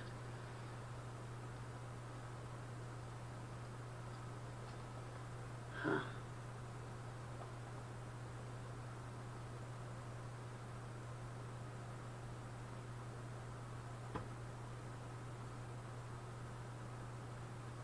We could talk about voice-to-skull technology.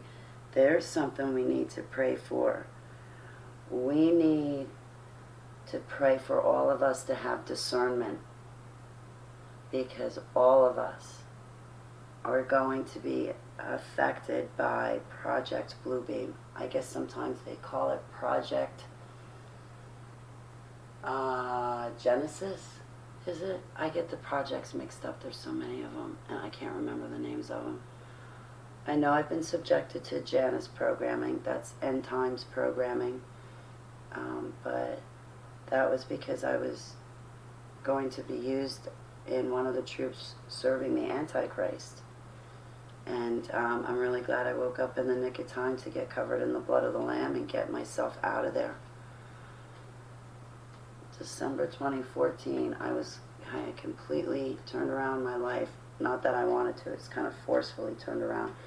But I turned around my life, and I got out of being an active super soldier. That is when I was officially inactive, was December 2014.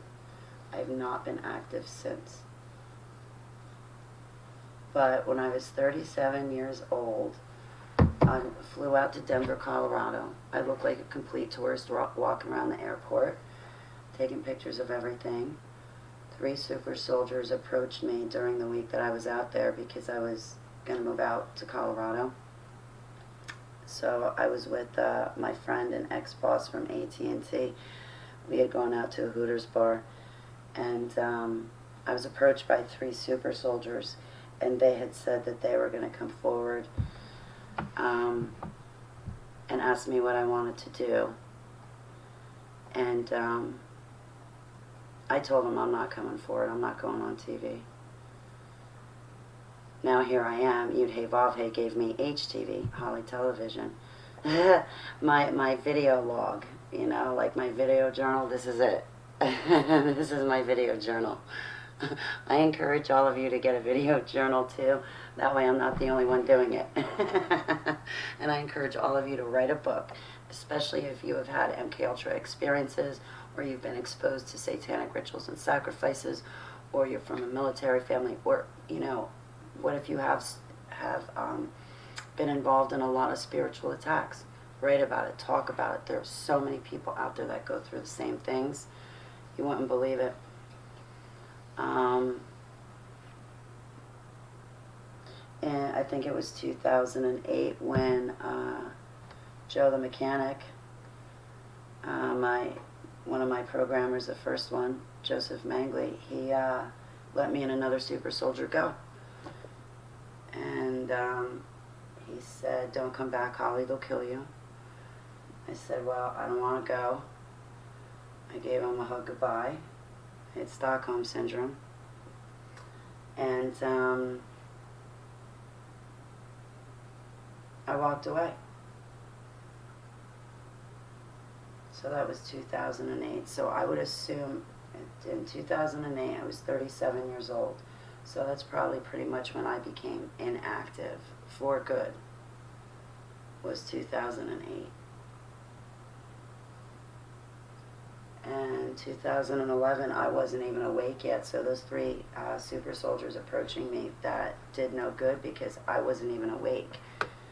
They had to waken up parts of my memory. They had to regress me. They're like, "Holly," the one man said, "Holly, don't you remember me? Don't you remember the kid in the cage?"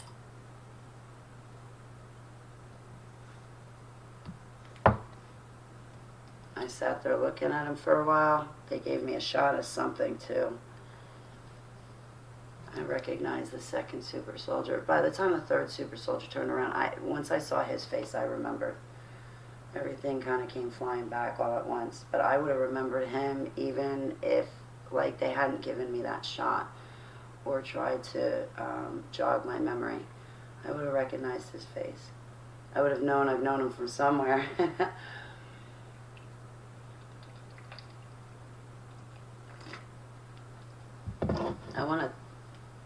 There's a bunch of people I want to thank. You know what I like is I like hanging out with other survivors, so I'm glad that you guys are always here hanging out. I should be paying attention to my chat room. Forgive me for babbling on.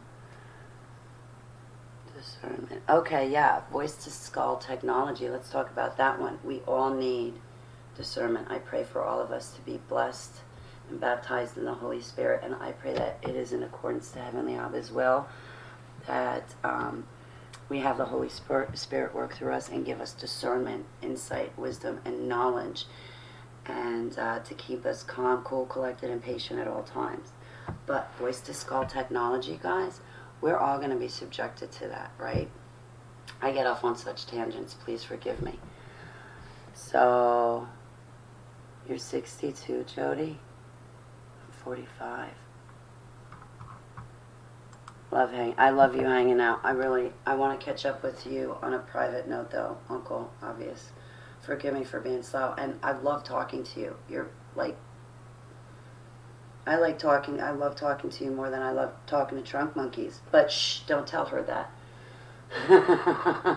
She's going to be like, "What? I heard you, Holly." And I'll be like, "I'm joking, trunk monkeys." No, but Uncle, I definitely want to catch up with you. I've been watching this thing on Dan Duval. I think you sent it to me on Stockoians. That's a really...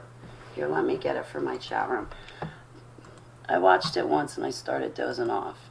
I tried to watch it a second time. I started dozing off. My energy level's running really low right now. It'll improve in a few days. But, and get this, the video is like only an hour long. And I'm terrible, guys. Certain people's accents get on my nerves, and it's hard for me to listen to them. Like, I like to listen to Sheila Zielinski. She's very knowledgeable, and I appreciate her and her testimony and channel. But there's something about the accent that it just bothers me. And so, but that's something wrong with me because I've had like harmonic programming. Anyway, so what was I saying?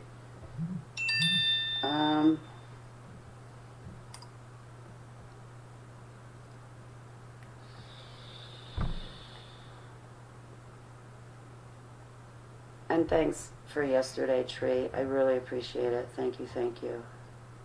Yeah, the stockio, yeah, I can't say it. There was something I was saying before. I always get off on tangents and then blah, blah, blah, blah, blah, blah, blah. The discernment, voice to skull technology. Here we go. Uh-oh. I don't know who that is. I don't think I should answer it. I want my HTV. Yeah. I'm not answering it.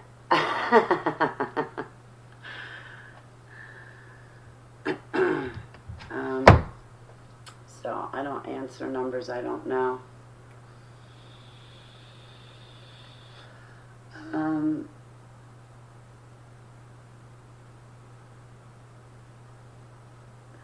Voice to skull technology. So the technology that was used in 9/11 was advanced alien technology.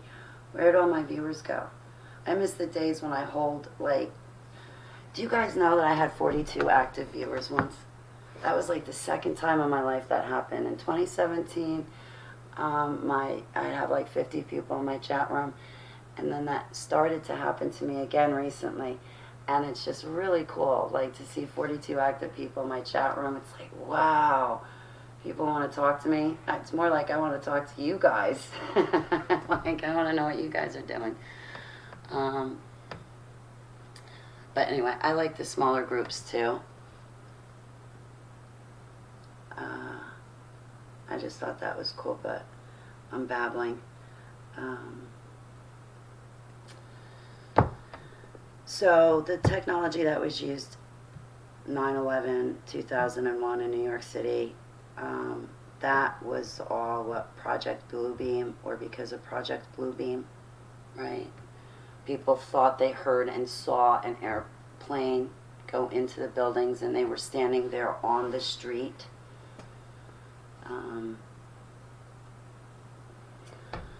So that technology that was used on 9/11, there were no planes. There were no planes. Hey, Lily Duke, sweetie pie, how are you? I'll read 91 again before I close down the chat. So that same technology is going to be used on us. And between the chemtrails acting like a movie screen, they can bounce images off of them, manipulate them, control the clouds, literally. Then you have that technology from 9/11. Then, where was I going? Because you have 5G towers all over the place. All over the place. So we can expect that they're going to use voice to skull technology on us. They already do. You saw Dire Straits live in Sydney? Oh, Bruce, that's awesome.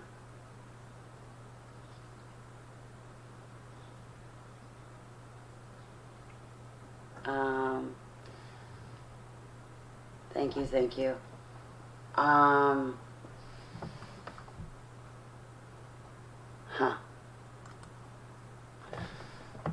So they're going to use this voice to skull technology on us. And when we hear this voice to skull technology, you could be, just imagine sitting in a restaurant, right?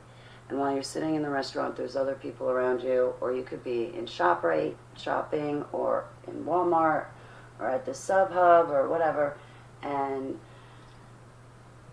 all of a sudden something will happen, and you're going to hear a voice in your head. Now, whether there's a major catastrophe, like they start showing alien wars in the sky, whether it's real or whether it's just them using technology and bouncing lasers off the chemtrails that act like a movie screen, or whether they're using the technology from Project Bluebeam, or maybe they won't create any catastrophe at all. I mean, think about it. With this technology, they can fake new creation. I love you. You did a prayer, and I've been wanting to listen to. I listened to it a couple times, but I wanted to make sure there was no grievances in my heart. But you have a beautiful prayer. This goes back a couple of months ago. I think you made it, and I just want to say thank you, sweetheart. So where was I? They might not even create a catastrophe, but one day, all of a sudden, out of the blue, you're going to hear a voice in your head.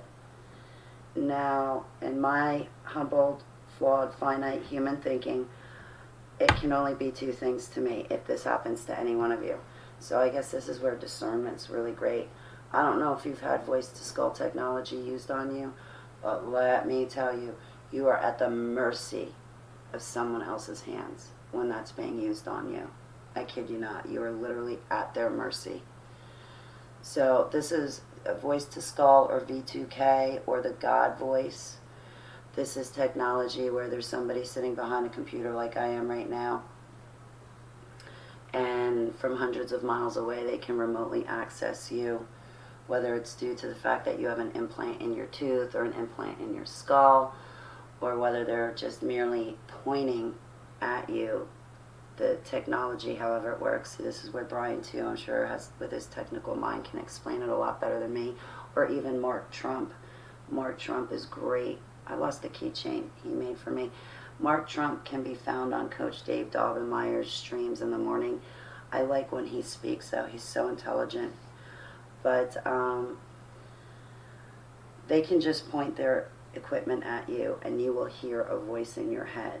They have that. I mean, the Navy has sonar. We have this technology already. The Navy's already used it. We've used it for a long time. But when it comes to people themselves, so you could be in a restaurant or in ShopRite, and all of a sudden hear a voice in your head, and you might notice that people around you hear a voice in their head. But this voice is going to be like, "Hello, Bruce. This is the captain speaking," And then Lily would hear a voice, and the voice would be like, "Hello, Lily. This is your creator speaking to you." And you're going to hear this voice inside your head, and it'll only be audible to you. It won't be audible to the person next to you. But at the same time you're hearing a voice in your head, the person next to you can be hearing a voice too. It could say the same thing, or most likely it's not. It's going to be customized. It's going to know your name. It's going to say your name. And if it's either, when you hear a voice in your head, it's either demonic possession, or you're demonically oppressed, you're being attacked by dark powers and principalities, so you're being tortured by demonic entities, or it's voice-to-skull technology. It's one or the other. And that's where having a good, solid, personal, intimate, active relationship with Yud-Hey-Vav-Hey comes in so important, because you know how you are with him, and you know how he is with you. You have a basis for comparison. You know how you feel with him, you know you're your true self with him, and you know your creator, you know your shepherd, you know your savior. I've been fortunate. I've heard his voice before. I'll know it if I should hear it again. And I'm always asking to hear it again. I want to make sure I'm right with him now, so I can spend eternity with him for later. So, for me, what happened, the good thing that had happened was I had just turned to Jesus Christ of Nazareth, so I knew it was possible. A demonic possession was possible, and people, hear voices. even if they're tormented and not necessarily possessed, but there's a demonic spirit in their house. I mean, I have researched that, but also back December 2014, it was about the time right before Commander Casbolt was locked up. I had woken up, and all of a sudden there's a voice talking to me in my head, and I had, thank heavens, I had seen a video by Kieran Lee Perrin a few months back, and Kieran Lee Perrin was so gracious and kind to risk his life to talk about voice-to-skull technology. And Kieran did this hour-long video, and oh,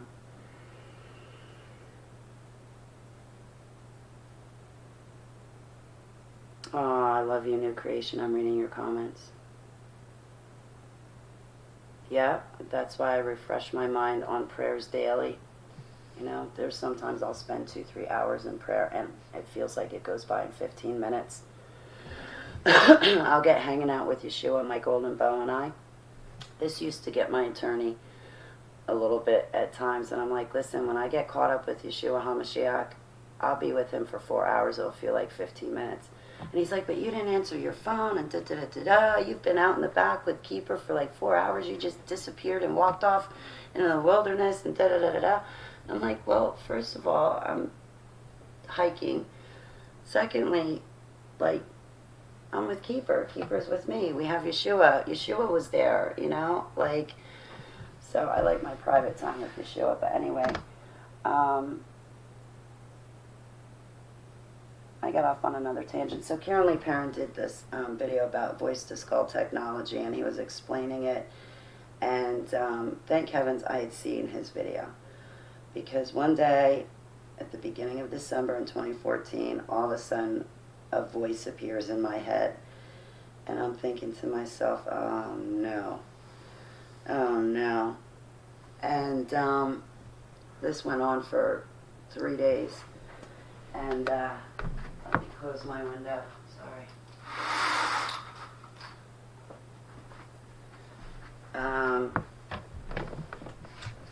The voice sounded like Thoth.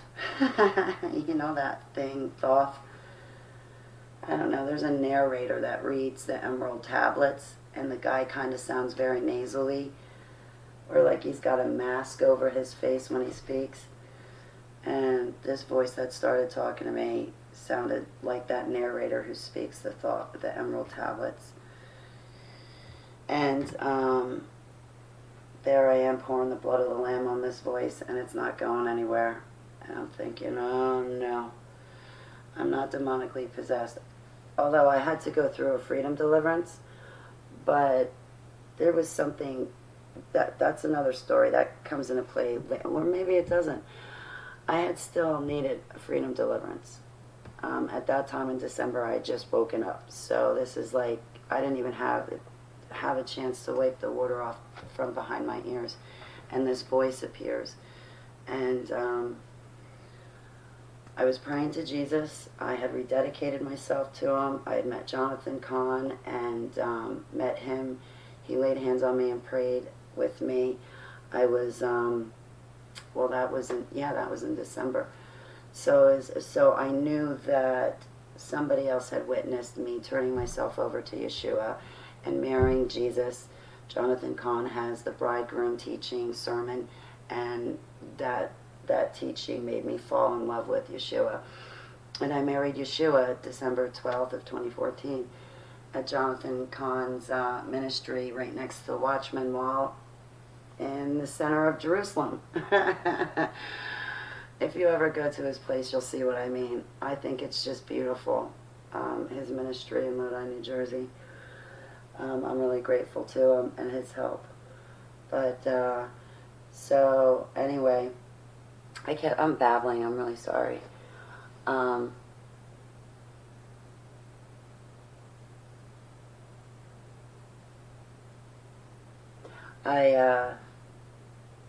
Okay, where was I? Forgive me, I checked my chat room. But, so this voice appears in my head, and I'm thinking, oh boy, I'm pouring the blood of the Lamb on myself. I'm not sure what to do. And I thought to myself, okay, I'm not demonically possessed. Well, let me reword that. I thought to myself, okay, this is not the voice of a demon that I'm hearing. This is not the voice of a demon. And then I thought to myself, okay, the medical industry has this word called schizophrenia.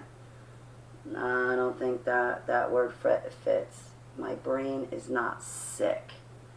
And even if my brain were sick, well, my brain's not sick.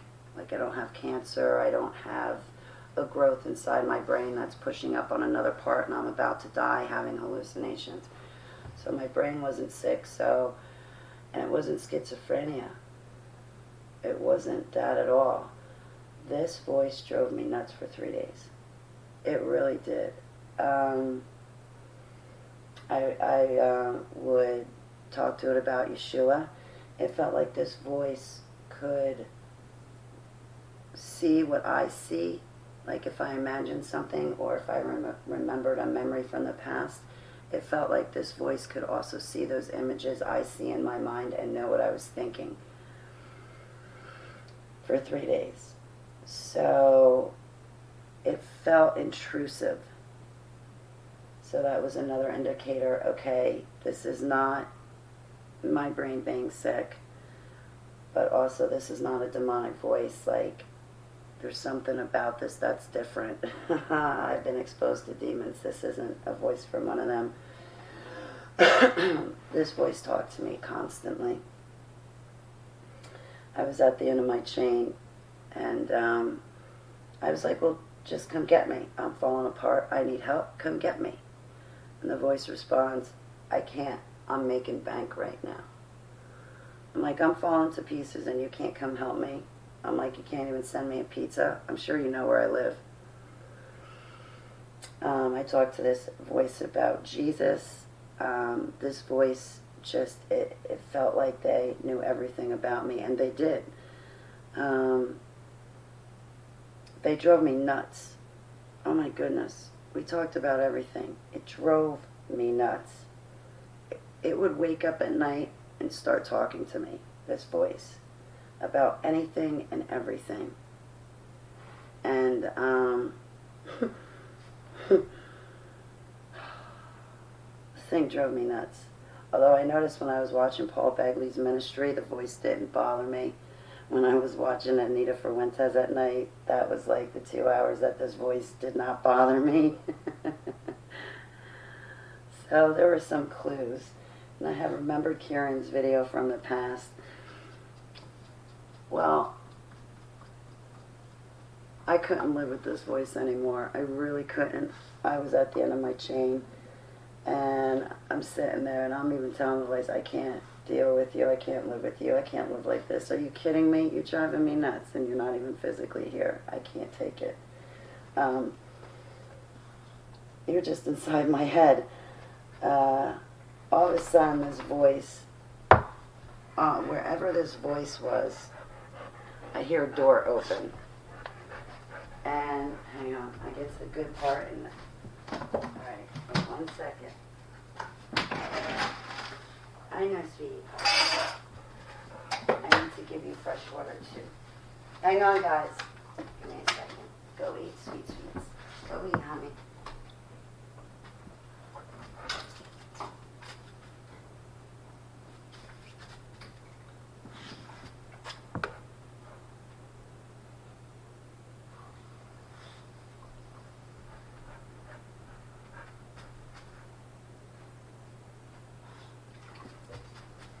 My fur babies need to be taken care of.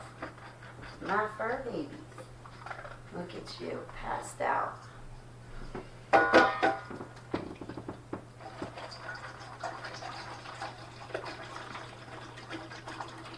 Tis good. Tis good. Bon appetit.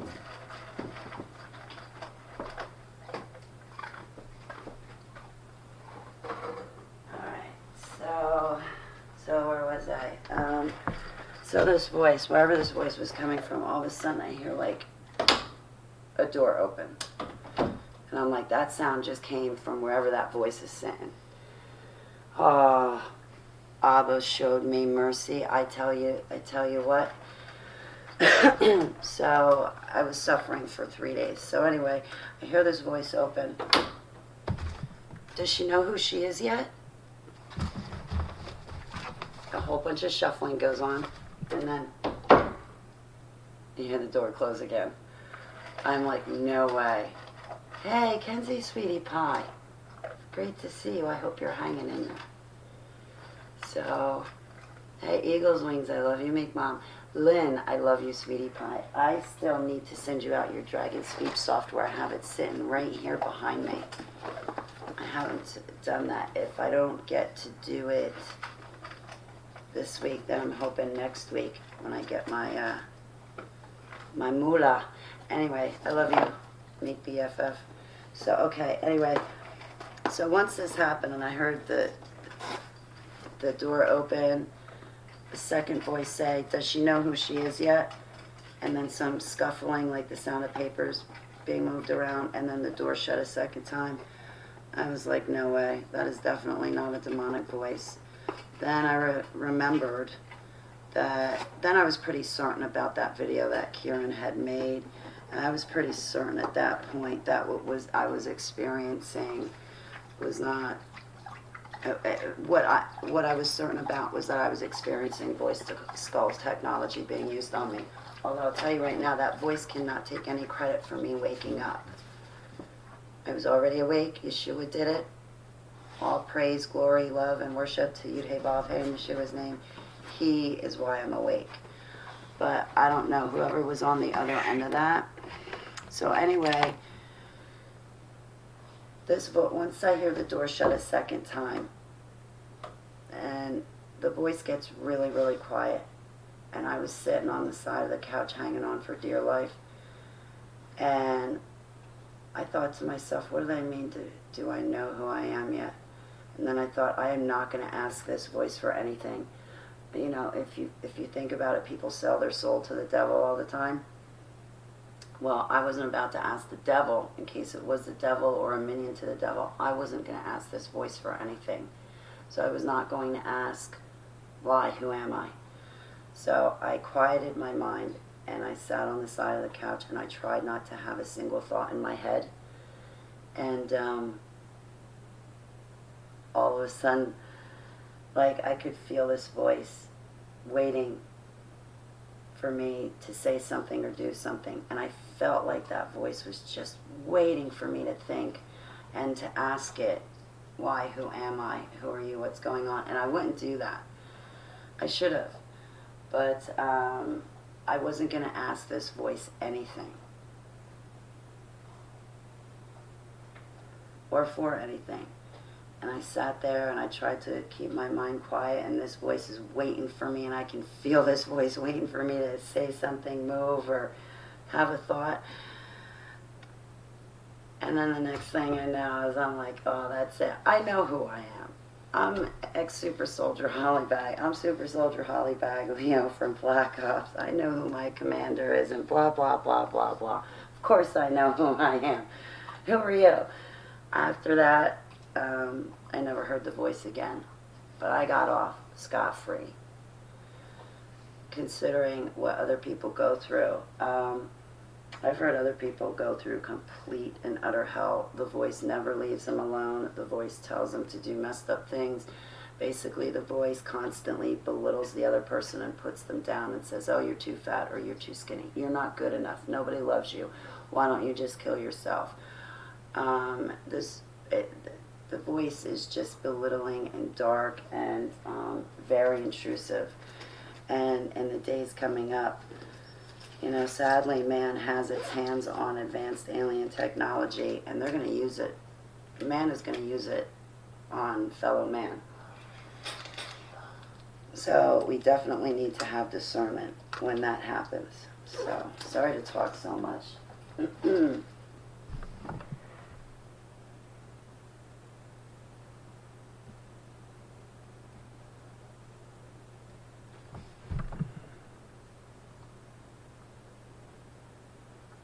Okay, can you guys give me like literally 2 minutes?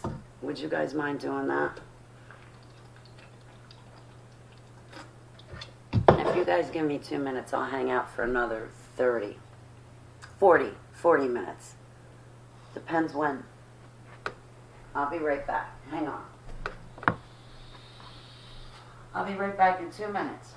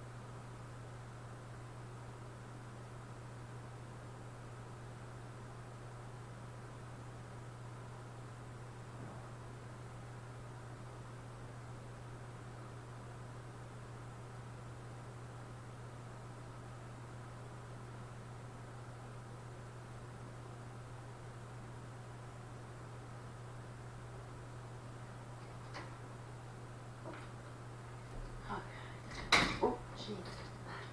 Slip down my hand, sorry. Oops. I know. Okay, I'm back, guys. Sorry about that. I'm back.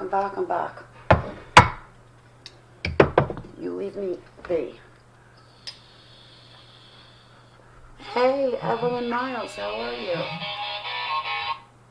I can't answer my phone, I'm sorry. I'm on a live stream. It's great to see you, Evelyn. Yeah, sorry about that. I ran to grab food. It's like a late lunch and then dinner. Yeah, dinner was really good last night. We had, oh boy, homemade chicken tenders. Oh, it was really good. I loved the sauce too. Oh, killer sauce.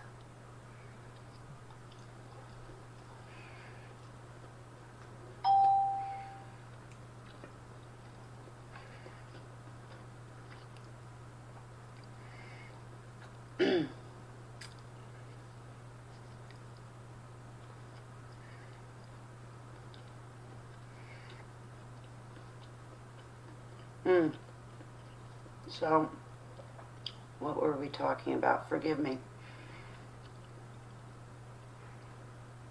for eating and talking. There you go, David. You want some? Yeah, I know. I know you want want some? Okay. All right.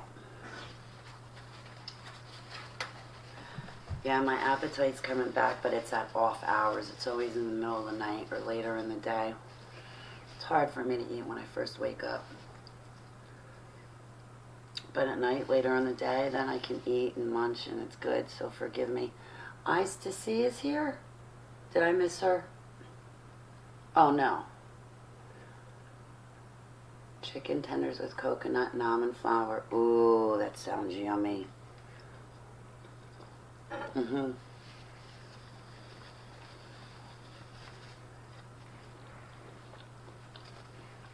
Mm.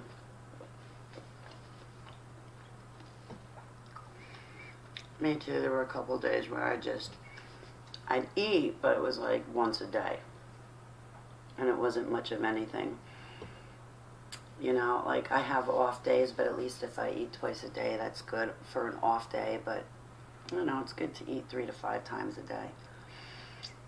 But it just, I've had so much going on. I got tied up a few times and I just forgot to eat. Like I had a couple projects I was working on and I just forgot to eat. I was just so wound up and focused on the project itself. I just forgot.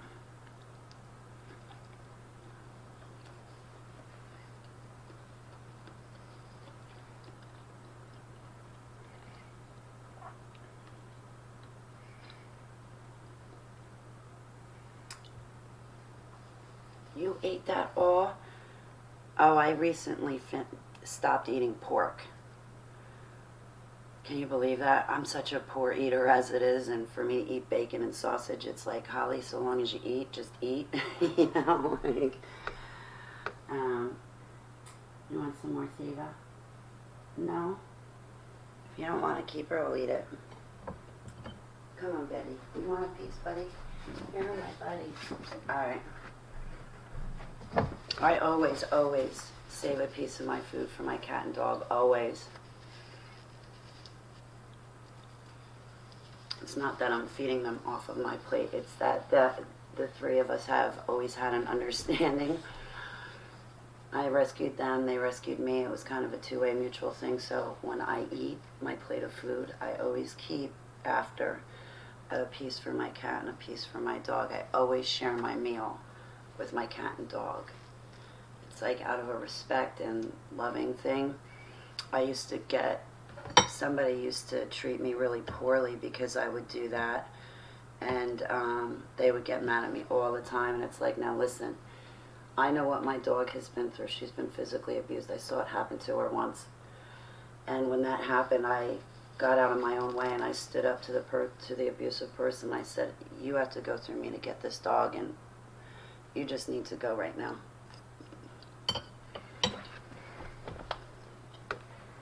So, and my cat, she's been through enough. I've had her since she was a kitten. My dog I got when she was about a year and a half old. But anyway, enough about my animals. You only eat once a day, then snack the rest of the day. You snack chips and candy, right?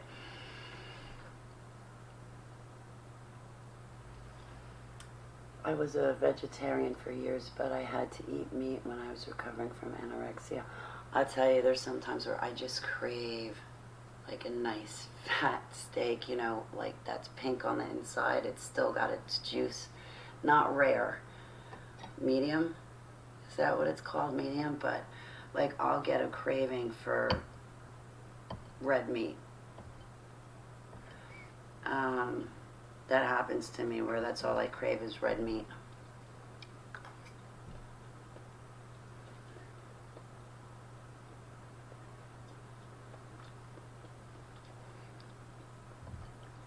So I quit eating pork because I wanted to be right with Yeshua, do better for him, and also not eat something that's half human, half animal.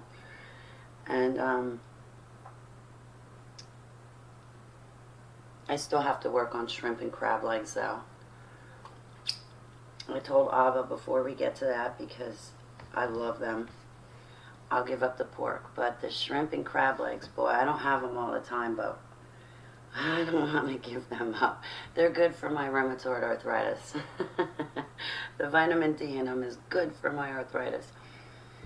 But, hey, it's never too late. It's never too late. Shalom. Welcome.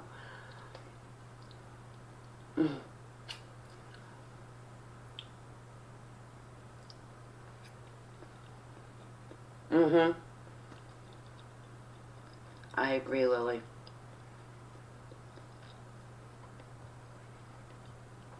I agree. Yeah, lately my body's kind of been craving. I have a pasta dish I like to make. One day I'll make it. It's a big production, but boy, it comes out good.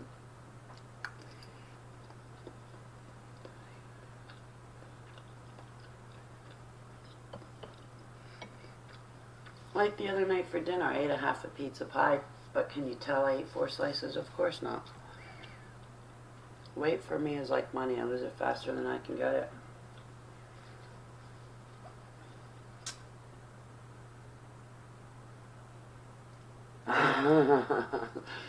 You'll give me your digestive system. I'll take it. You have my book on audio?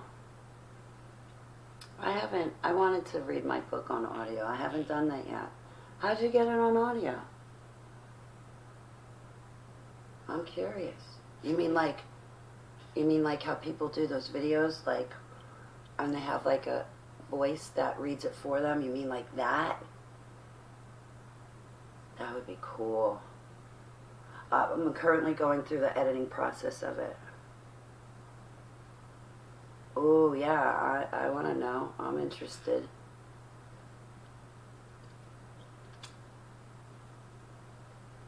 Oh, you need all the calories you can get right now. Yeah, you're telling me.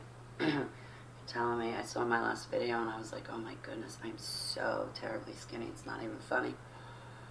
Where'd all my weight go? I haven't done anything. I use software. Do you have an email? Yes, I do. I just don't know how to get it to you.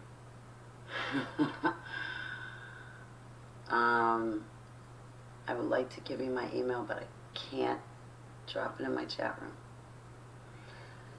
I want to get you my email. How can I get you my email? You know, I get trolled and stalked a lot online. I don't know if maybe we have a mutual friend we can go through, if you have like Facebook or Instagram or Twitter or LinkedIn or one of those platforms where we can private message each other. But I can't give it out because, oh boy, I'll have problems if I do. Well, if you do that thing, like say, you know, if you go to a comment on YouTube, it's never too late, it's never too late, I will do that. But if you go to YouTube under a comment of mine and you type in the comment and then you press delete, I still get it in my inbox as long as the message isn't too long. Even though you've made a comment on YouTube, when you go back in a few minutes later saying, no, I don't want to leave her a comment after all, and you delete it, even though you've deleted it, I still get it in my inbox. That way you could still protect, that way you could get me your email, but still protect your email from those who troll me. When you get them, okay. Let me go to my inbox now. I don't think that's you. No, that's not you. I got it. Okay, I'm here. As soon as I see it, I'll grab it. The Emperor's children are being beckoned. The Emperor's children.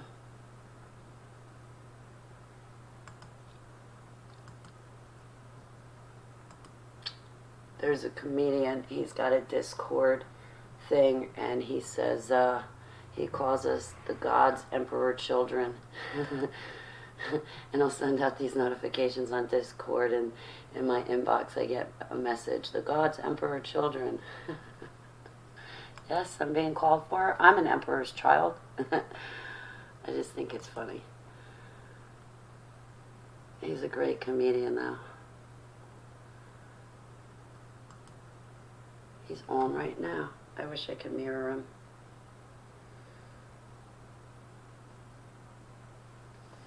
So, alright, where was I? I was in my inbox. Once you send them to me, too, I can also delete them as well. But I don't know how long it takes for me to get a notification.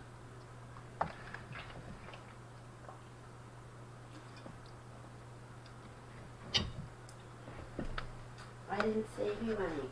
No. That was really good, though. That was really good.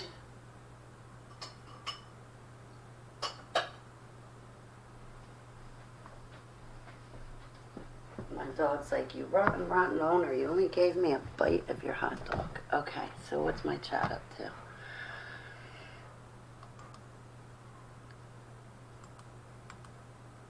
Where am I? Not there. Here. There you guys are. Now I'm back. Oh, no. Take your time. It's never too late. It's never too late. I'm here. I'm not going anywhere.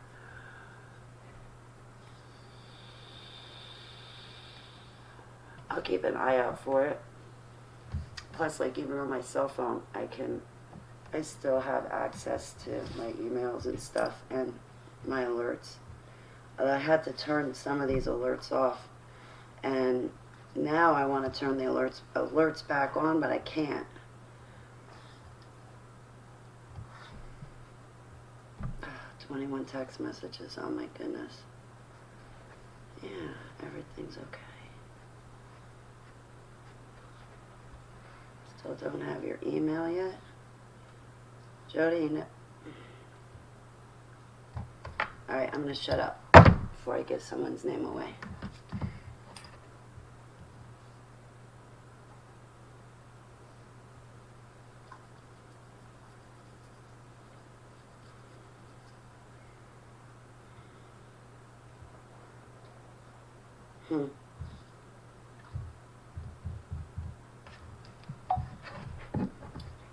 So, what are you guys doing for the evening? I lift you up in prayer too.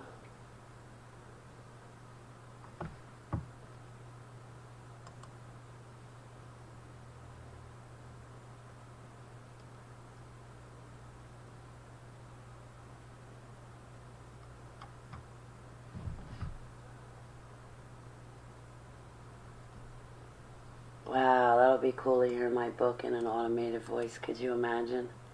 That's pretty cool. Wow. Thank you really for doing that for me. I'm floored. I'm really floored. Thank you, thank you, thank you, thank you. You know what I want to do is I want to read my autobiography in my own voice. I need to talk to my attorney though about that. Ah, speaking of my attorney, darn it. My attorney called and I didn't get back. And it's like 2 days. Oh, wow. I'll just have more questions when I do call back. Okay, now that we're done talking about that, I have this other thing I need to talk about. My copyright. I want to make sure that... Thank you. I want to read my book out loud, too. I plan on doing that. What I want to do is... read my book, like, you know, I have a brother in Christ who wants to help me do it professionally, and he said, you know, that he could bring me out, I could go in his studio, and he'd help me with the whole process, and, like, really do a professional job like that, but I'm not quite sure that I have the money for that. But I'm really humbled that he would offer. But if that doesn't come through and that doesn't happen, then my other backup plan is just to run a YouTube video and read it. So I can sit here and just read it to you. But if I do that, I need to make sure that nobody on YouTube can take my video and say, oh, this is fair use, Holly, we can use your video. No, you can't. It's copyrighted material. I own the copyrights. I say you can't use it on your channel. You can't use it. Go write your own book. Use your own book on your channel.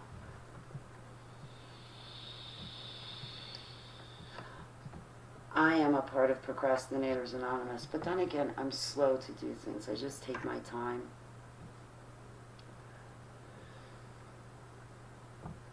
I remember the bad days when there were other adults relying on me to take care of them.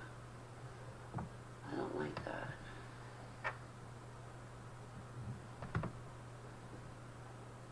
You know, when you're fully capable people, but none of them do anything, so you have to do it for them. And by the time you're doing all of their stuff for them, you've had no time to do your own stuff. So rather than complaining, it's just easier to say, yeah, I'm a procrastinator. I'm kidding. But, oh, have a good night, Kenzie.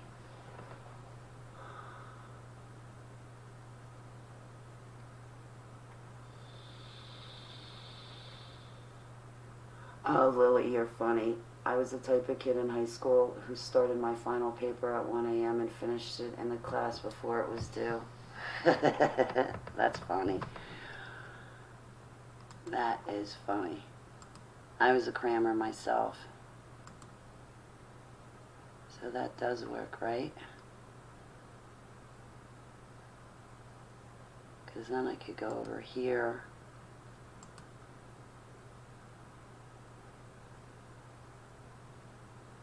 Oh, good. I'll just leave it on this one, I guess.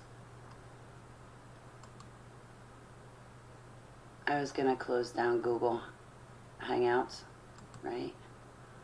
And then just have that other screen. I could do that and switch it off and just make you stare at a blank wall. That kind of sounds like fun. I'm going to make you guys stare at a blank wall. Pop out chat.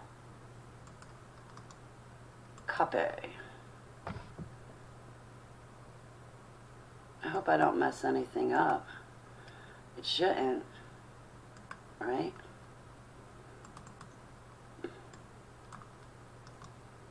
Paste. Ta-da! And then I can go here, right?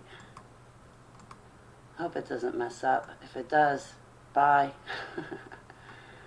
Okay. Can you guys still hear me?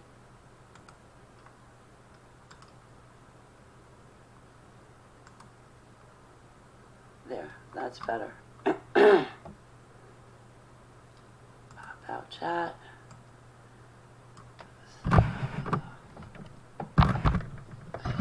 Maybe put it on a picture so you can look at that. I just don't want to be on camera right now.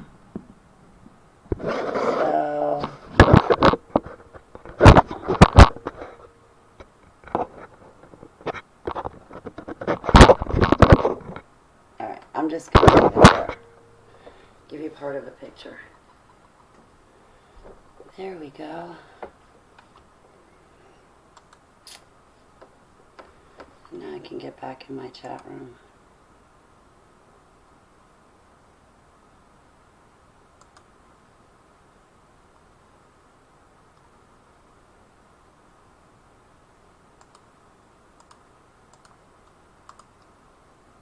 So what are you guys doing tonight? Anything exciting? I've got a hot date starting in like an hour or so, so I have to go for that.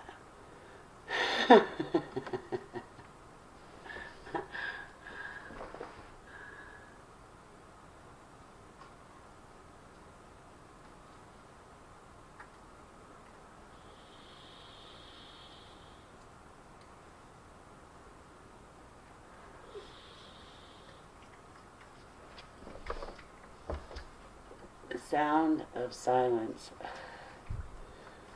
So, anyway, what else are you guys doing?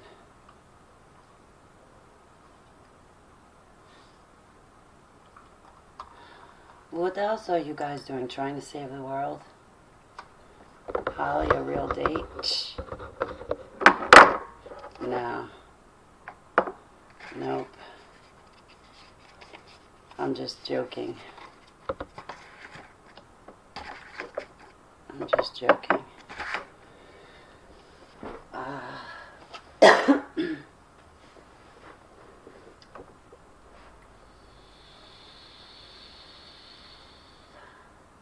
Hey, Jesper, how are you? It's good to see you. Everybody likes when you're on my panel, Jesper. Trying not to lose your mind is on your agenda. I can understand that. I'm trying to hang on to mine too. I want to keep it. Stop a second. Can you give me a few minutes? Seriously, give me a few minutes.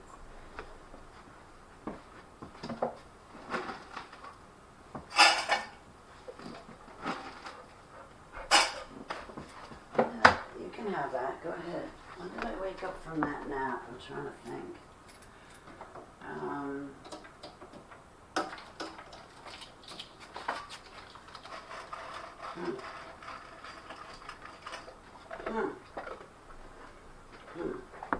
I think. You guys, you want to hang out with me while I pack my kratom pills?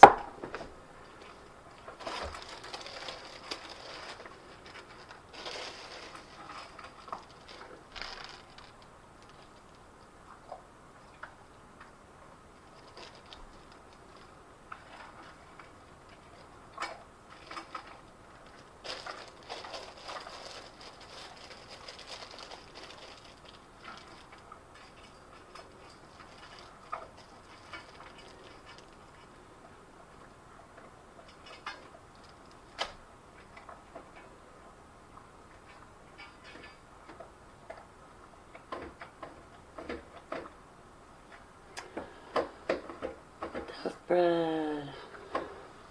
Sorry guys, I got quiet for a moment. I've had my mind on so many things, like stressful things, overthinking things. Like I feel like I'm in spiritual attack and it's got control over my thoughts and it's really driving me nuts. I get very frustrated. I hate waking up and just like dozing off, falling asleep, and then waking up, and like immediately I feel pain and I'm uncomfortable, and it's like, why does my mind have to think about such things? Oh. Okay, so I probably got about 15 minutes until I gotta take my dog out. She's gonna start barking again.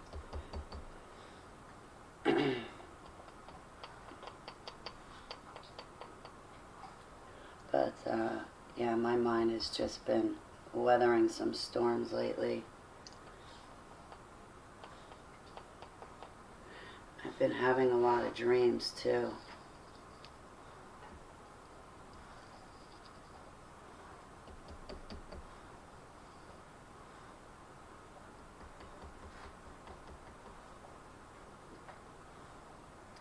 There's a lot of things I wish I could say, but I can't.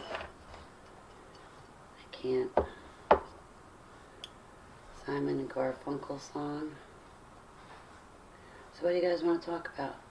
Hopefully I'll be sleeping. It's already gone 11 p.m. in the UK. Oh, I hope you have sweet dreams, sweetheart. She loves Lynn.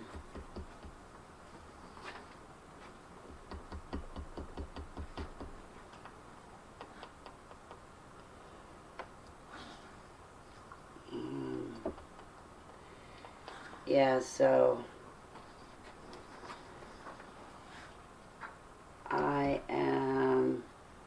the only thing I have to do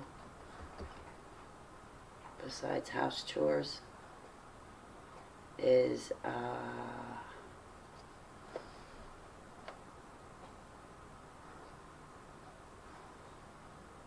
still gotta let some people know about my book.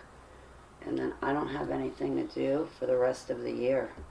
Like, I'm off scot-free. I have no responsibility for the rest of the year once I finish letting people know that my book's out. Well, that's not totally true, because I'm taking that 8-month training course, so. But, I mean, outside of that, I mean, I can take that training course wherever I am.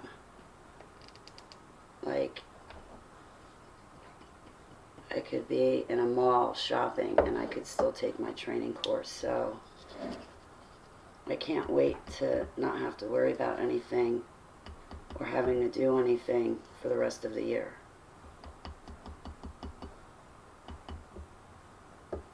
I really like not having to worry about anything, you know, except for your daily things, like feed the dog, feed the cat, take a shower, you know, the daily things like that. That's fine. But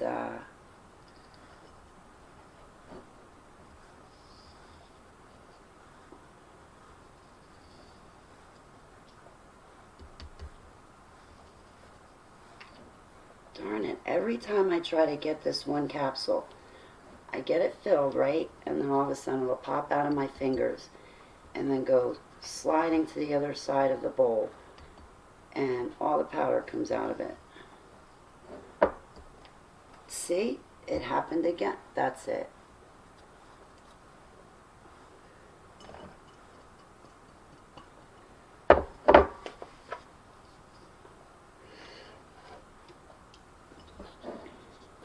Kratom's been helping me with some fine physical discomfort. Forgive me, I'm looking down. I'm not even paying attention to my chat room. I apologize. Galen, hey, it's River. Stated from the Neon God's Name Made. I love that song, Bright. I love that song. It's a good song. Your typing's fine, Lily. Don't worry about it. I think Florida is good for Holly. Are you in Florida? Oh, South Beach, Florida. I went there. That was a lot of fun. My friends from Jersey went to AC. They won a few $1,000s. And they called me up and they're like, Holly, we're on the next plane to South Beach, Florida with you. We'll see you in about 10 hours.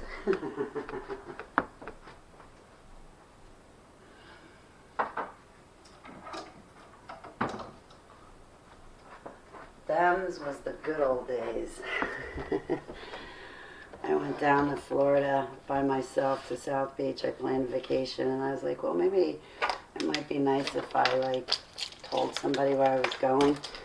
So I called up my father's friends. Hang on.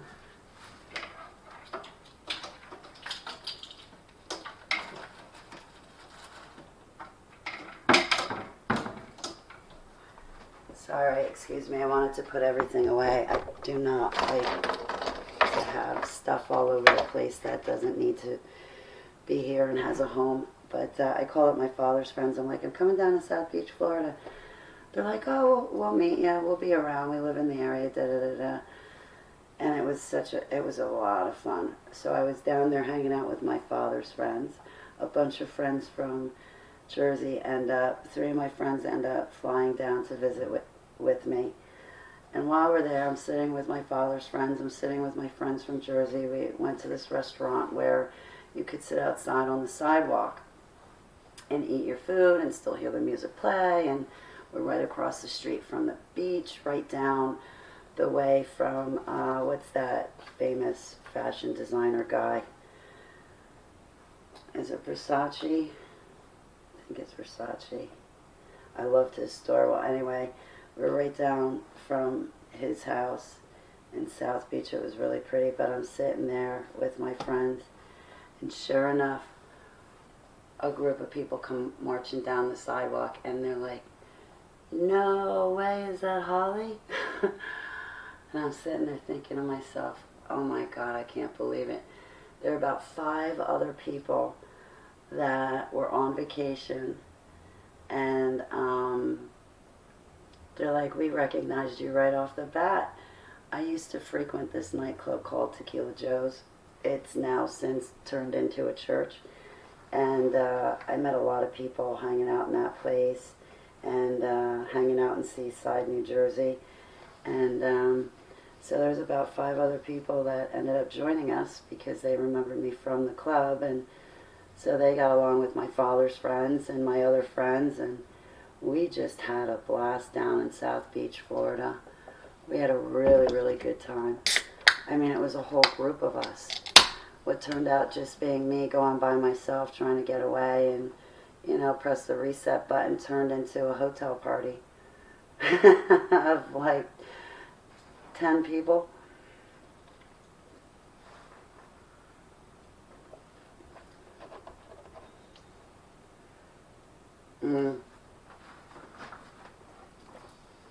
The good old days of being young. You know, when the worst thing you had to worry about was curfew. But then again, I had to pay for my own car insurance, maintenance on it, so I always had a job. I was always working. I wanted to be a cheerleader in high school, but I had to work. And then once I got to know some of the cheerleaders, I was like, oh, no way. I can't, I wouldn't be able to handle that. Like the upperclassmen, when I was a freshman, those cheerleaders, they were cool. But once I was a junior, and the cheerleaders, the younger ones, the freshmen, sophomores, yeah, I was like, oh, no, thank you. No, no, no, no, no. Yahweh uses animal as learning tools. Yes, he does. Yes, he does.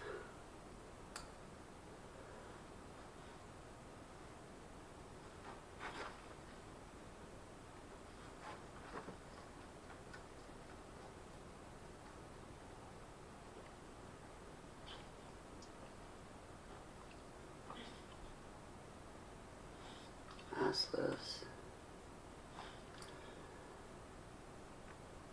So I pretty much don't have too many interesting things to say further henceforth.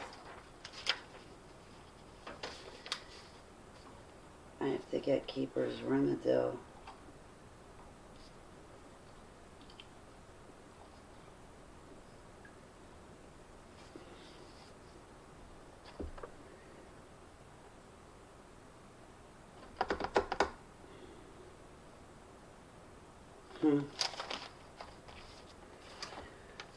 So other than that, oh, you know what I need? If you guys want,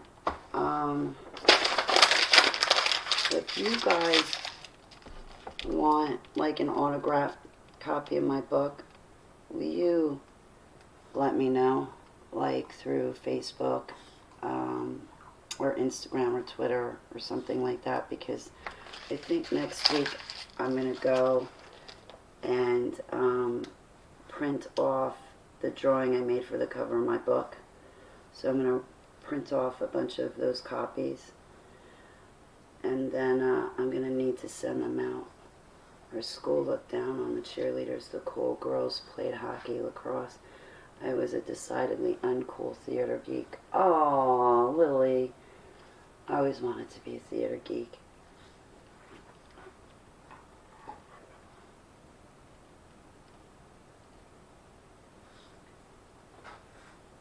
The video of me showing the beach. Oh, Eagle's Wings did that. I was going to say, I haven't been to the beach in a while.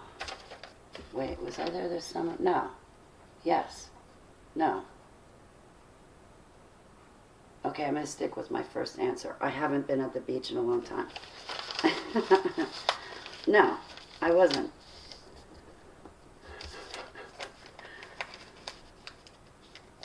This summer, yes, I will be.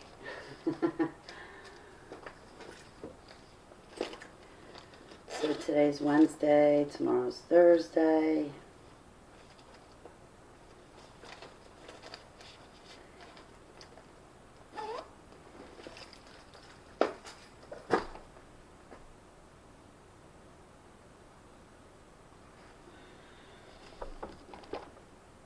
Okay, Lily. I just gotta get your address from you from a private platform. well, you know, like a private message, because I don't know if you have my email or not, or if we have a mutual friend.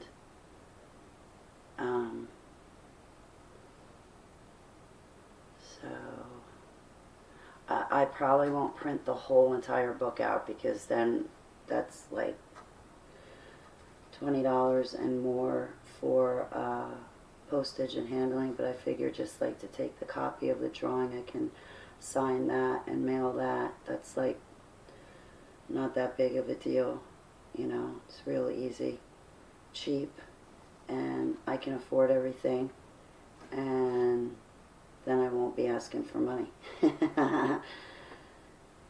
Because if I run off like 20 copies of the cover, that's probably going to be like, what,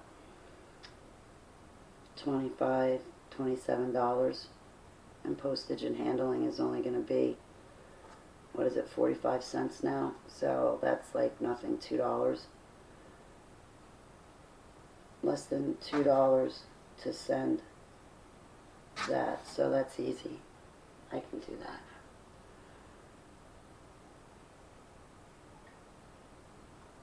I want to help all with one through Florida. I'm an heirloom.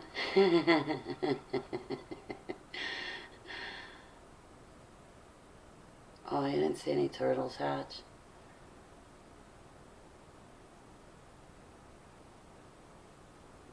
Their eggs this year, can't wait. Okay, sounds good, Lily. I'll keep an eye out for it. My inbox is full. Oh my goodness. I came here to hang out with you guys and try to start getting back in touch with everybody. It's been a couple weeks. So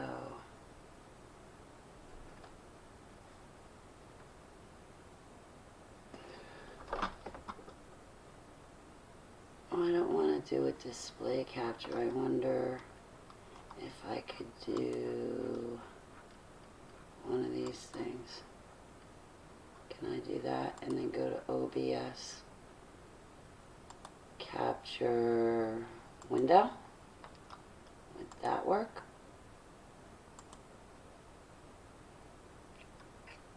What are you doing, Sabo? Hey, look at that. It works.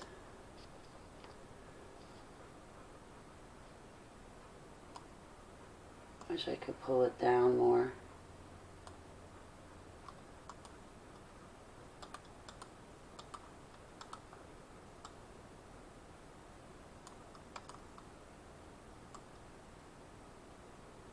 Well, I want to just like,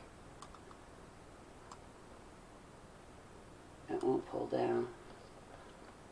Alright, so I'm messing around my computer. Did you guys see my website? I'm so glad all this is done.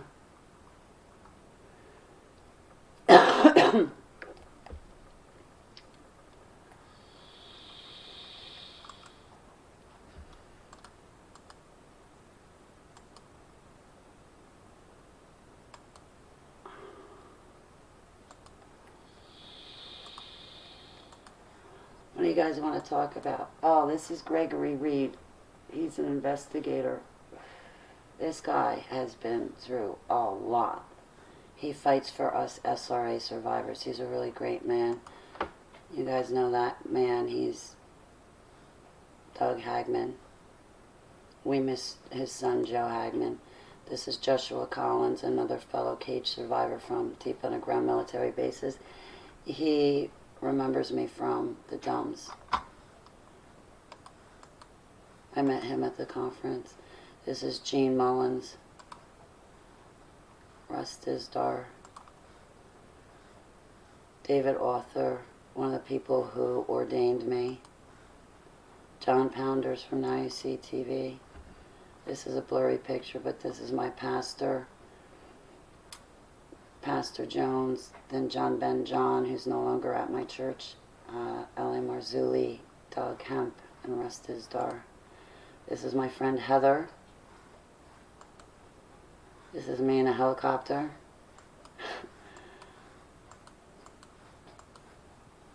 Casper McLeod.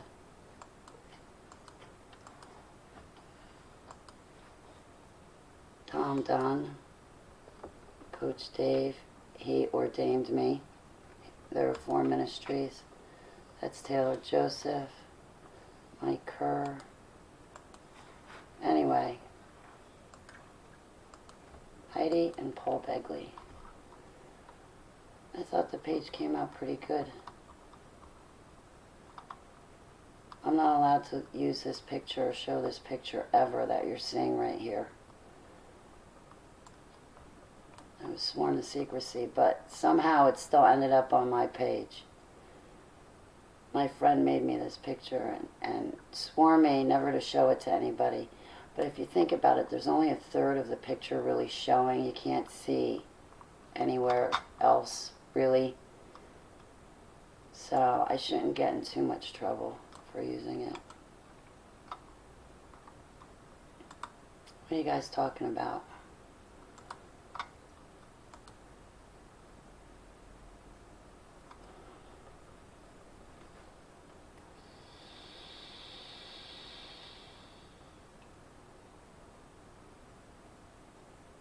I hope you feel better, tree barking. I'm praying for you.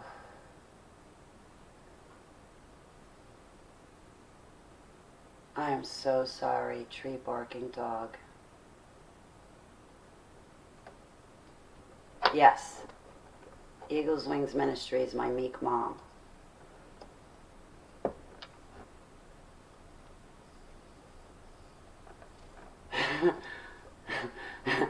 I appreciate you too, Deaf Bread. Deaf Bread.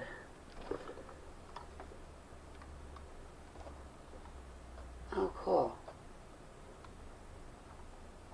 That's pretty cool. Sorry, I finally got my screen set up straight.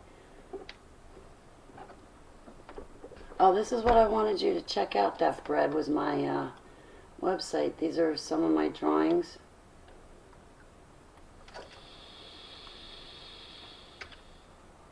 That's the New Jerusalem. Above it, this one is the day that Jesus returns.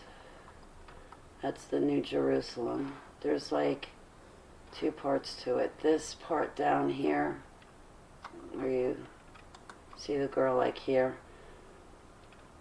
Okay, this is like a 2-part dream. So right here is me. I'm looking out the window. And when I look out the window, this is everything that I see. Right? So this is like I'm in a bedroom here, you know, the bedroom door, canopy bed, window with the curtains. There's a story about behind the temple doors, but this is me standing at the window and I'm looking out over the New Jerusalem. Abba gave me a dream of the New Jerusalem. Hey, it's never too late, it's never too late.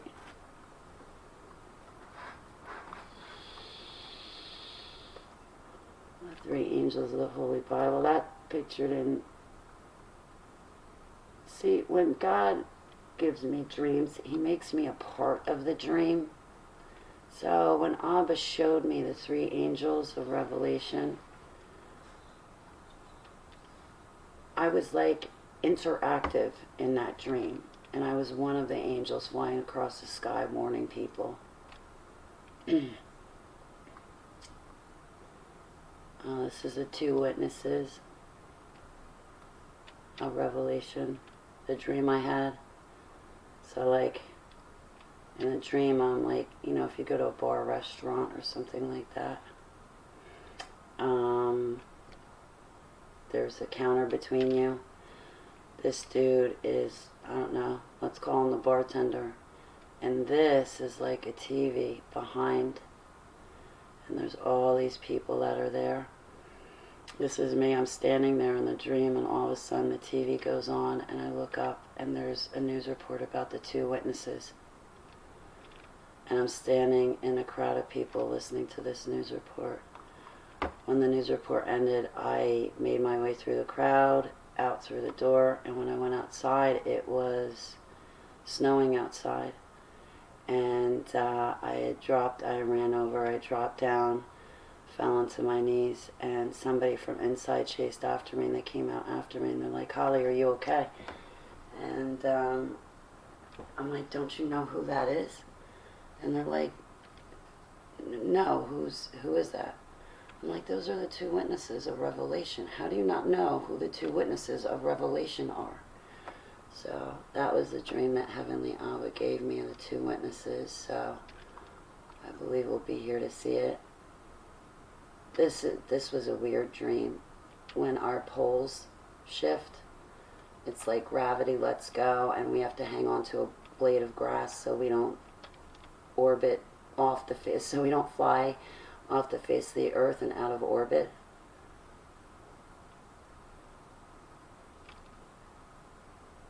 So in the dream there were weird markings around the edge of the earth. It was very weird. In the dream I was walking with my friend, and him and I crossed over a bridge. That water was flowing under it, and there were rocks all around. Beautiful place. We were out in the wilderness, and all of a sudden the poles shifted. We saw other people just start, gravity lifted, like people just lifted up in the air and seemed to float off. I know it's weird, but that was the dream. And this is Nibiru. So this, where's my arrow? This red planet is Saturn. Mars below it, off to the left I think, is Mercury. Above Saturn is a galaxy that Abba had shown me when I was 13 years old in a dream. That's the sun, I believe. These are asteroids that are flying towards us. This purple planet is Nibiru, and below that is us, Earth.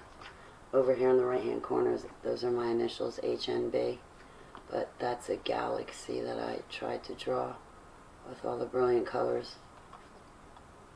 But this is Nibiru, and like, I think the dark spots are kind of the Anunnaki and their technology. The white spots are installations.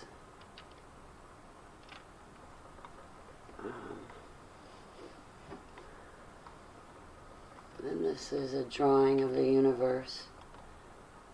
That's the Holy Spirit. I always want to stay focused on the Holy Spirit.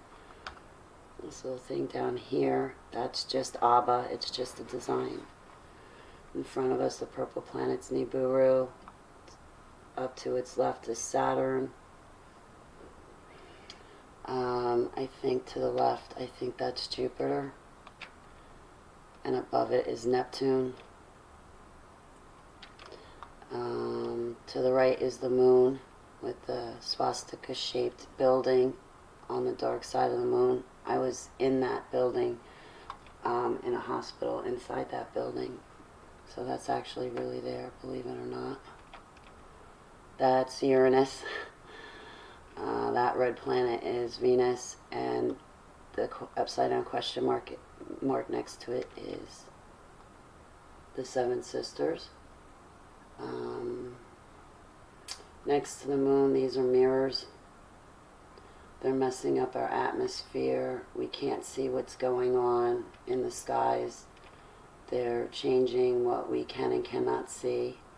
So whether that's chemtrails or satellites or whatever, in my dream, this is what it looked like there were mirrors blocking out what's really going on in our skies so we can't see them. This right here that my cursor's on is the lining. It's our fabric lining of the universe, what holds us together. Here's Mars. This yellow planet is where I was in the time before I was born here on Earth.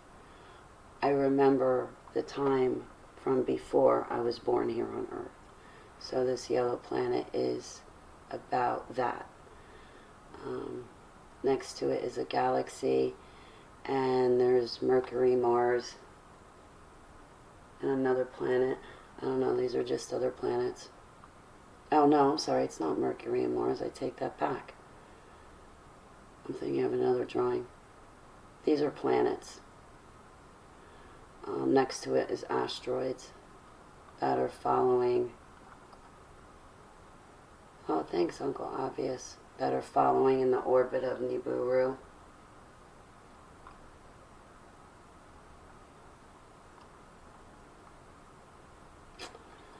This drawing is about the two resurrections. I want to explain it. First of all, I drew a box around the drawing because, not to sound like a superstitious little kid, but I didn't want to draw the bad stuff. And more than that, I didn't want the bad stuff to come alive and off the page. Like, I wanted it just to be a drawing and for it to stay where it is. But in my dream, Abba used he used my death experience to explain this dream to me. But in the dream, I come back alive, and I'm standing there, and it's like just like a gray field, so to speak, so to speak. And I see a bunch of people resurrect. And it's like scattered through the mist. Like if you look at a field and there's mist, like in the morning, there's like a couple of feet of mist or fog. It's kind of what it looked like. And I see these people resurrect and come alive. And then after that, there's a second resurrection, and people and things come alive. And so that's the two resurrections. The first resurrection will happen on the seventh trumpet. The second resurrection will happen at the end of Jesus' 1,000 years of reign. But in the dream, the good people, these are good people, and bad people, they were like scattered among each other. But in my drawing, I separated them because I found that it would be easier to draw the good people and the good spiritual beings and angels because they have color, they have Yeshua shining through them. I figured it would be easier to group them all together in my drawing to show that these people and beings are inside Heavenly Abba's love. But the people that are drawn in dark and black and purple, they don't have Jesus inside of them. They're bad people. These are dark, bad spiritual beings and entities. They're not. This is the bad. And just for the purposes of drawing it, I figured it would be easier to just group the good things together and group the bad things together. The first world age. Ooh, I gotta read that. I'm gonna write that down. Seva, why do you have to be on top of everything? Ooh, I'm sorry. Let me write that down. The first world age. World age is 2 Peter 3, 6, 13. Okay, cool. And then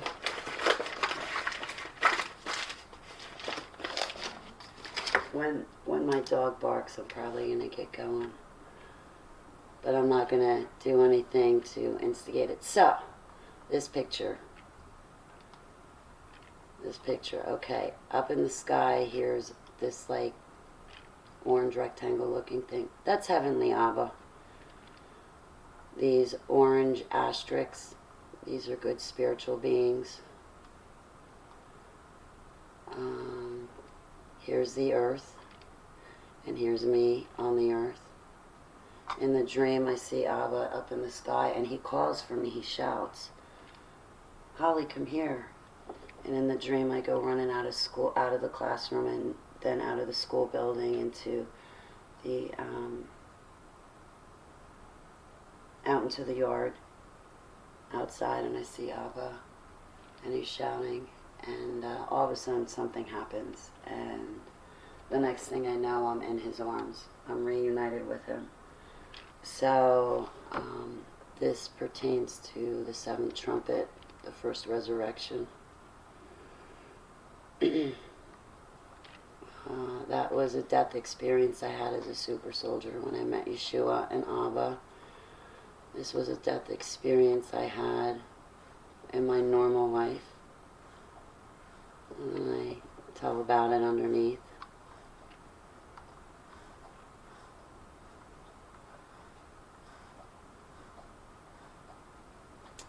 This is like spiritual warfare, when what it looks like, you know. This is all the bad stuff that's attacking you, the demonic spirits, fallen entities. These are doors open. And in Jesus' name, when you pray spiritual warfare, the Holy Spirit and all the good angels come swooping in. They close those demon doors and they scare away all the bad stuff. It is no match for Yeshua's name. On this picture, I was trying to draw what I see in the spirit world with my spirit eyes. Sorry. Like, these are good spiritual beings, good angels. These are what, like, good humans look like, you know, that are saved to Yeshua, and they have His light shining through them. These are like orbs of good angels. When I see people that don't have Jesus, to me they look like dark souls. Their soul is dark. They don't have any light in it. That's what a non-believer looks like. That's what someone who's living a backslid life looks like. This thing I saw, like, in demon possession.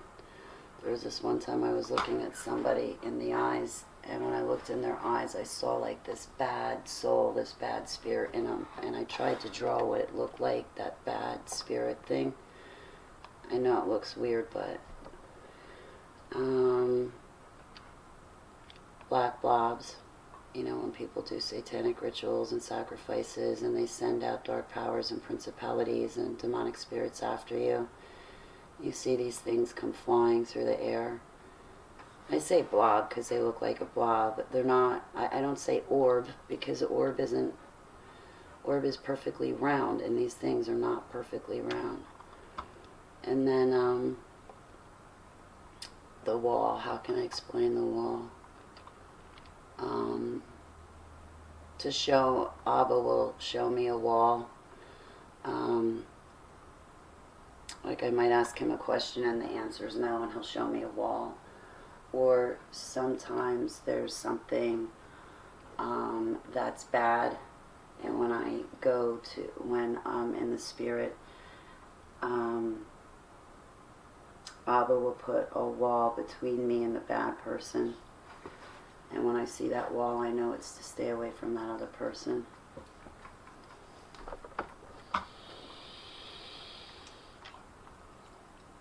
A portal opened up in my room when I was a very young teenager, and that's what the portal looked like, that demonic spirits and entities were going in and out of. It looked like that, like barbed wire. My dog's stirring. So I see colors, like, and colors are someone's soul. And my brother in Christ said, Holly, well, can you draw me what you're talking about when you say you see my colors? So I went before Abba and said, can I draw my brother's colors? And Abba said, yes. So I drew what I saw in the spirit every time I looked at my brother in Christ. So I came back with this drawing that you see on the left. And he goes, you know, Holly, that looks, simmer down. He goes, stop. He goes, that looks a lot like my coat of arms. And when he showed me his coat of arms, I was like, wow. But that's, I don't know. So when I look at a person, I can see colors. It's not always their coat of arms, but I put that up because it just, yeah. Like my brother Galen, when I look at him in the spirit, I see his colors coming off of him, but I also see the helmet of salvation. Oh, and these two pictures go back to my personal, intimate, active relationship with Yeshua. He's my golden bow. I'm his white hot silver arrow. There was one day I had my Bible open, and Abba showed me a golden bow just hovering above my open Bible. And I thought to myself, wow, I want that. I want that golden bow. And Yeshua said to me, well, that's Yeshua HaMashiach. And,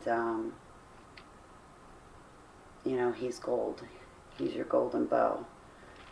He came first to die for our sins, resurrect, and ascend to heaven. There was another vision I had. My Holy Bible was open, and I see an arrow hovering above it. And on this other occasion, I said to Heavenly Abba, I want that arrow.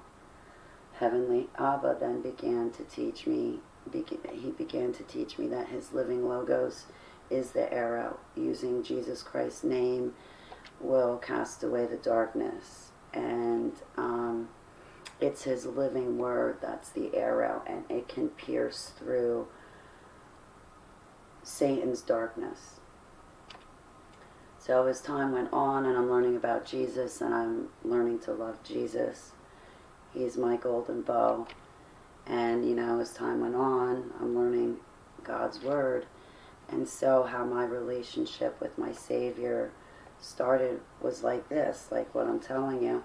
So over time, Yeshua just became my golden bow, and I became his white hot silver arrow, because I willed to pierce through the heart of Satan.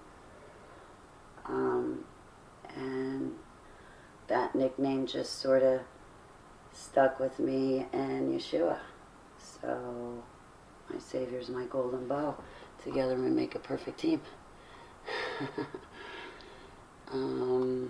My yellow-orange planet again, from the time before I was born here on Earth. And here's me dancing on it. And that's the end of the first page. I have 3 more pages.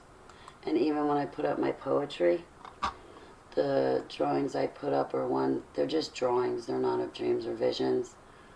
I was just making designs for Heavenly Abba. But these are more of just my drawings.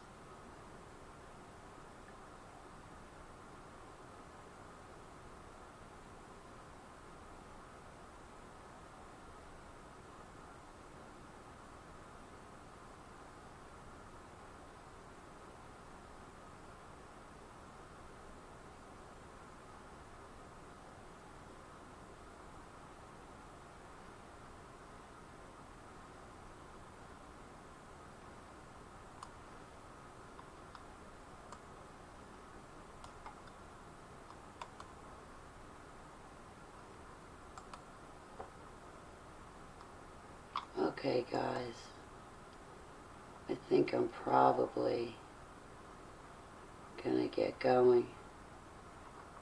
But if you guys want to go back through, my drawings are up on my website. I even have like little descriptions below each picture. Some of the pictures you'll see I had to take out names.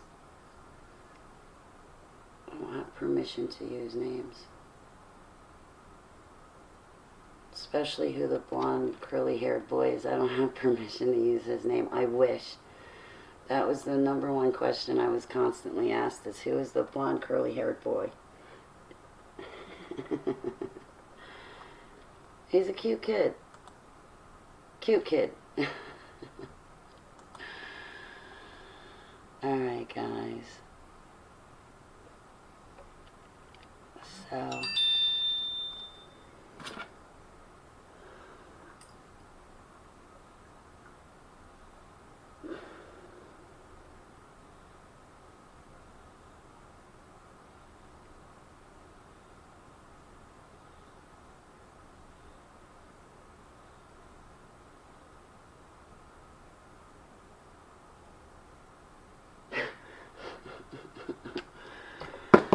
Alright.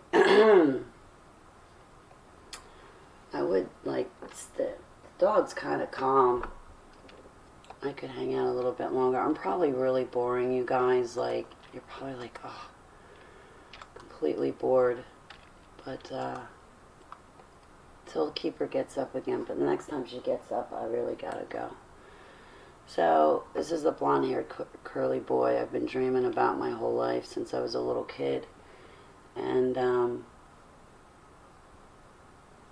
this in the drawing is his covenant with Abba. So, like, I don't know if my cursor's showing up. Okay, on the corners, at the extreme corners of the page, you see, like, the color black. To the left side, you see, like, 4 stars. I draw stick figures, so I'm not good at drawing stars. That's, like, outside. Okay, and then on the inside, you see the boy, and you see, like, the moon and 3 more stars. That's, like, inside his covenant with Abba. So Abba had given me dreams of this blonde-haired curly boy. And it turned out that when I got older, in my 40s, I reached out to this person for help. And I used their videos. I had a lot of trouble talking, so all I could do is type. But I watched this person's videos, and this person helped me to rebuild my mind, basically, when I woke up from MK Ultra programming, because I broke down so much I lost the ability to talk. I mean, I had a real tough time with it. So when I had truth shock, I stopped talking for 9 months. It took another super soldier reaching out to me before I was able to really relax and try to start to talk again. So anyway, this ministry really helped me. But this guy saved an angel. He opened up a safe, and there was an angel that was being locked in there. And the Prince of Persia trapped this angel in that safe. And when this blonde, curly-haired boy opened the safe, the angel was no longer deterred, and it was a ministering angel that I needed to minister to me while waking up from MK Ultra programming. So there's more to tell about him, but I'm just keeping this short. These are okay, Abba gave me a dream, and in the dream, the roads and the bridges on my way to someone's ministry, the roads and bridges in my dream that I tried to draw here matched the actual roads I had to drive down to get to this person's ministry,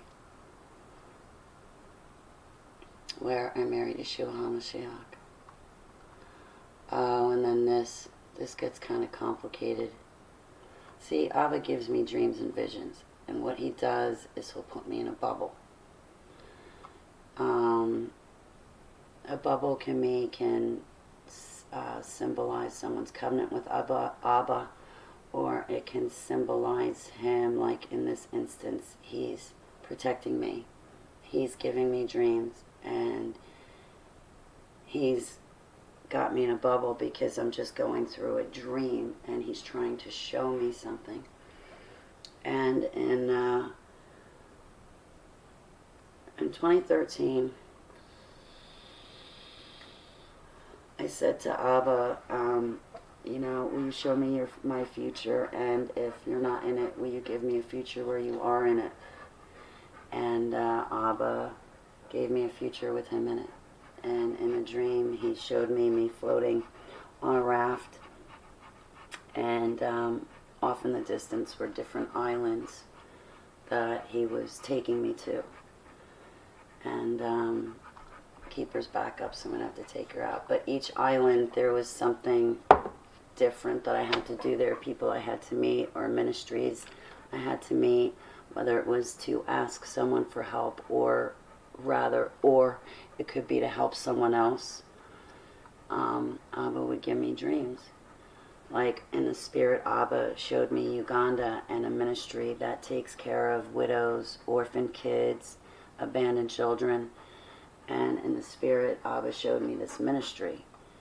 In real life, I met this ministry, and still to this day keep in touch with them, and that's going on 5 years now. So this ministry has been really helpful to me. I'm really grateful. But this is another place that Abba took me to, where I had to meet people, where I had to face off with some not so nice people from Basking Ridge, New Jersey. Again, I go into more detail about each dream that Abba's given to me. I'm going to have to get going. My dog is up and about. This dream has yet to happen that you're looking at right now. This is to come. Somebody's going to get a head wound, and they're going to survive after the head wound, but things aren't going to be the same.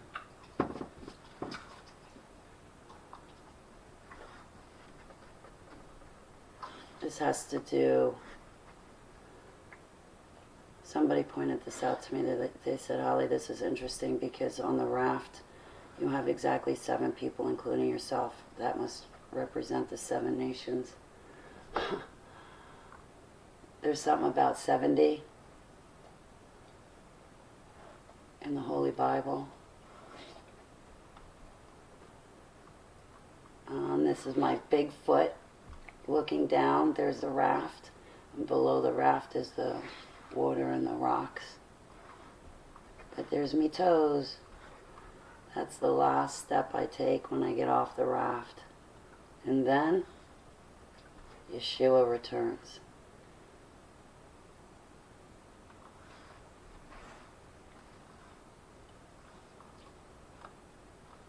Let's see. Oh, sure. Now my dog sits down again.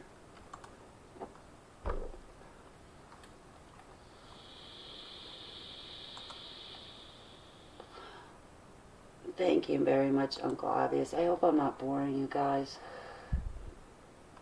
These pictures, sorry to run through it real quick, but I thought that Keeper was going to bug me to go out, but she just wanted attention, which I'm happy to give them. But also Seva is literally laying across my desk in front of me right now, so the only thing I can do is move my mouse. She's on top of the keyboard and my Bible. Yes, that's why I can't read it. You're on top of it. So, there was one night that in the spirit, in my dreams, Abba showed me in the spirit like his bird's eye view of the earth, and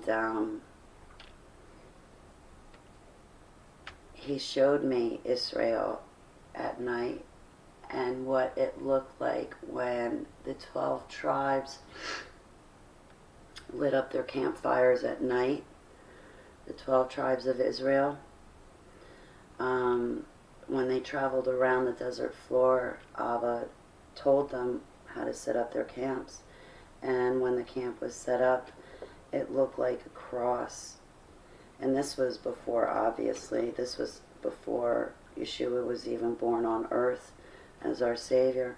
But Abba showed me what it looked like from his perspective to be looking down on Israel at the 12 tribes with their campfires lit up and their tents pitched in the middle of the night, looking at the earth and seeing the camp in the shape of a cross and all lit up.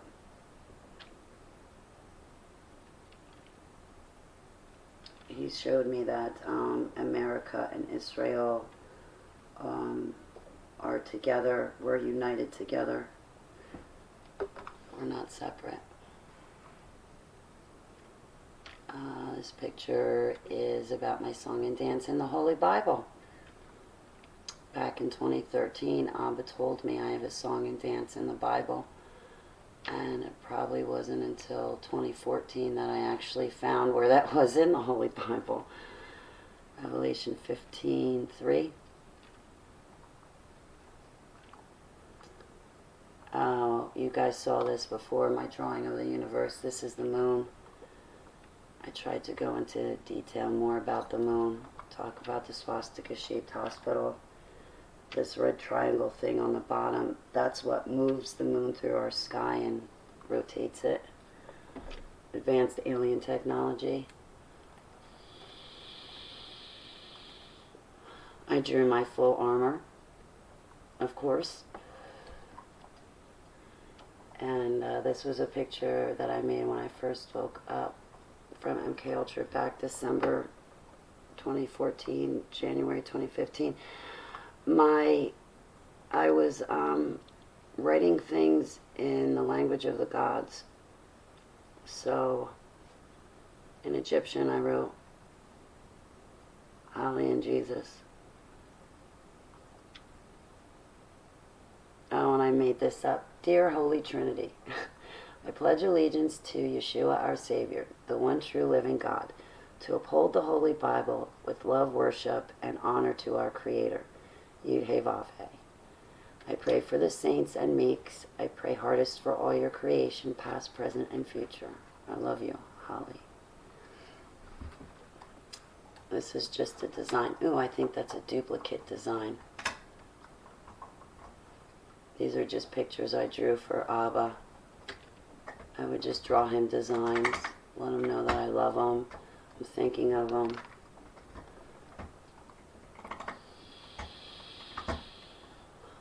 Bo hum Beata, and all the slaves cried, come home, Yahweh, Bo hum Beata. I was asking for Yahweh to come home. This drawing is of my feet. I dedicated my feet to Yeshua. I dedicated my right hand to Yeshua. I dedicated my left hand to Yeshua, and everything in between. Oh, this next drawing is a memory of the electrocutions in the cage that we endured. This was another memory when there were a bunch of us kids. At the bottom of the picture you see two squares. Those were me and the other kids locked in these cages, and they had us tied up to the cage itself. And there's a lab coat. It was a guy, a white lab coat. He kept electrocuting us over and over. We were outside next to a building. I kept telling the kids to make sure they had a full breath of air in their lungs. Keep your fingers and toes separated so they don't melt together. It'll hurt worse. Just keep them separated.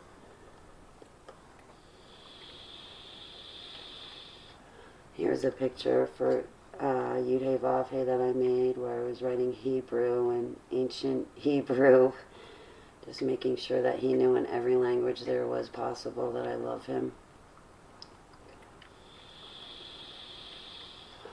Oh, this next drawing, the black and white drawing, is of a recalled memory from the dumps where there was a white lab coat electrocuting me. That's the electrocution machine, and the wires going to my body. Puts me on the table.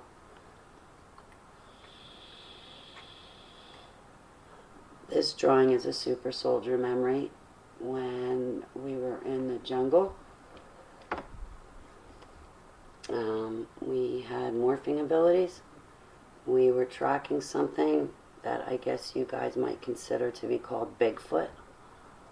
I think we called it Gruff or Graph.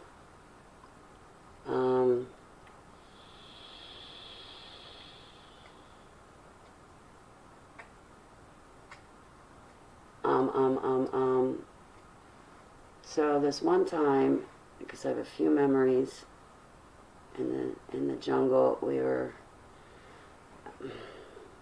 in South America. We were in the jungle. I'm not sure where. Because I've been to the Mayan pyramids. There was a sacrifice done on top of the Mayan pyramids during one of these missions. But in this memory, I was in a convoy, and the three of us stopped to take a drink out of the thermos, and as we sat in the Hummer of the convoy, we heard a strange noise out in the jungle, and all of a sudden our spidey senses kicked in, so to speak. Me and the other super soldier I was in the driver's seat, the other soldier was in the passenger seat. He flew out the door. The next thing I know, because I heard the noise of this thing we were after, this interdimensional being that looked like Bigfoot. The one super soldier goes flying out the door. The next thing I know is I'm out the driver's side door, diving over the car to get to the other side. The other soldier runs up the tree, and he gets to the top of the tree, and he has morphing abilities, and he morphs into this big, strong, super duper man. And then I end up climbing up the tree as fast as I can with what seemed like superhuman abilities. And I morphed. And I could deflect incoming fire from the enemy's weapons. So when this interdimensional being shot back at us, my ability was I could deflect that weapon. So that way me and the other soldier were safe.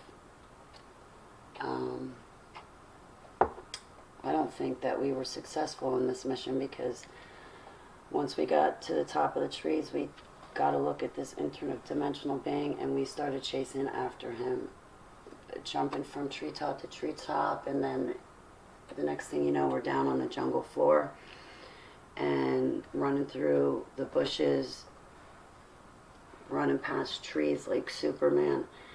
And this interdimensional being, this Bigfoot looking thing, turns around and fires at us. So me and the other soldier jumped out of the way.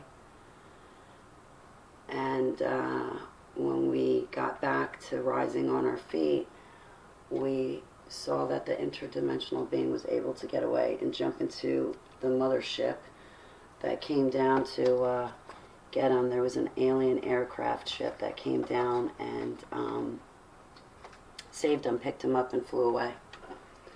And just as he takes off, there was a bunch of black helicopters that ended up flying over our head, chasing after this aircraft.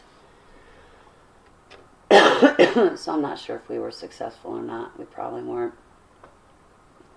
This is another super soldier memory.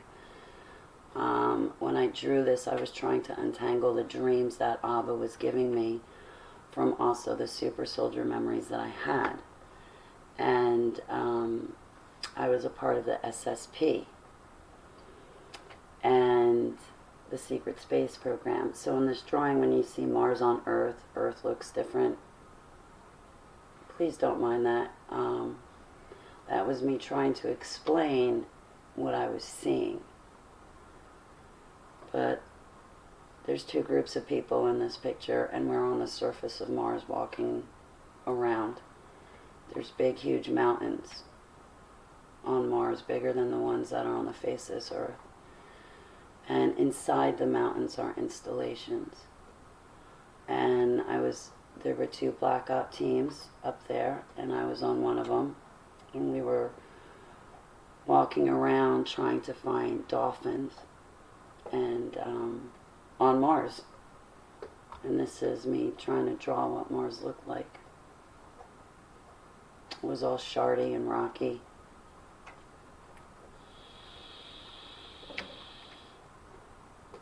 This is Peru. This is a super soldier memory. I got one of the Hummers stuck up on a tree. I told the other soldier, don't worry about it, leave it there for them, they can clean it up.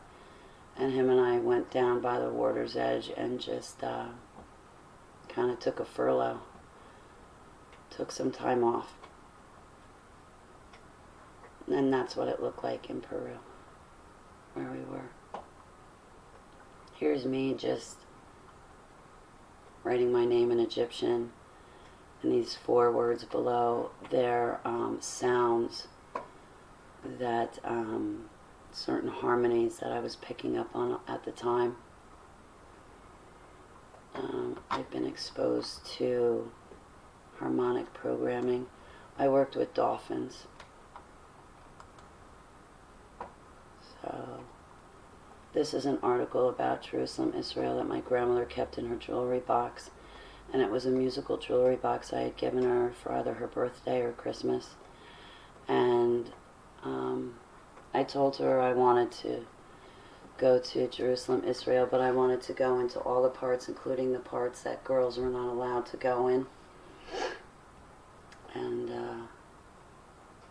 when she passed away, I found this article inside her jewelry box. And when I turned 18, I found Jesus, and I got saved. And she couldn't have been more happy for me about that. She was really happy. I really liked going to church at that time, but the church was asleep. Oh, this goes back to the Messianic seal of the Jerusalem church.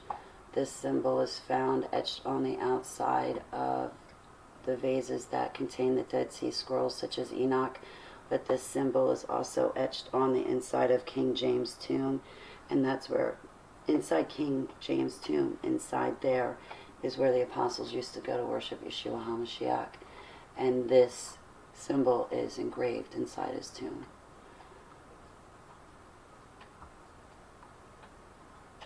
Oh, the bottom part of this symbol down here, that little oval part, that's where your name is written with Yeshua's name.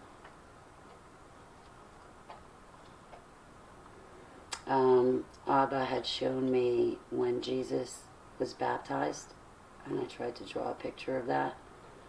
There's John the Baptist and Yeshua in the River Jordan. The sun was out that day. People came to the side of the River Jordan to see Yeshua be baptized. And that's them in the river. Baptist John and Yeshua our Savior.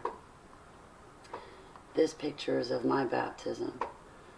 I was at a conference, and Russ Tisdar drove me, and the SII team drove in 2 other cars, but we drove to a hotel right next to Dorney Park where Russ performed the baptisms on all of us.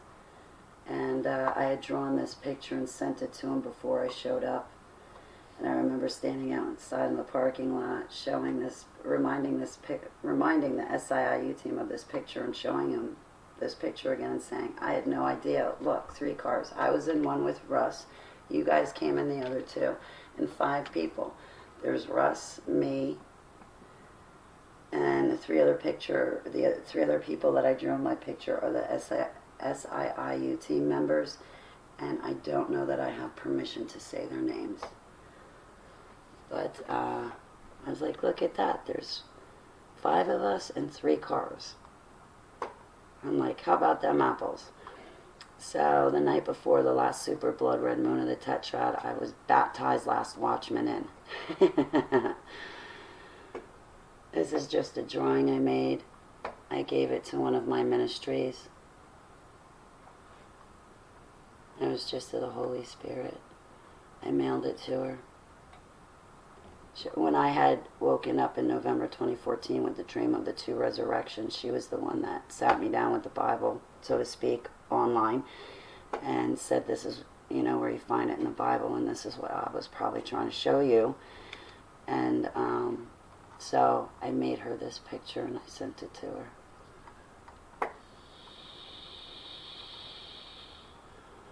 This drawing, I haven't even checked on my chat room. I'm sorry, guys. I don't mean to be rude. Oh, thanks, Uncle Obvious. Post a song.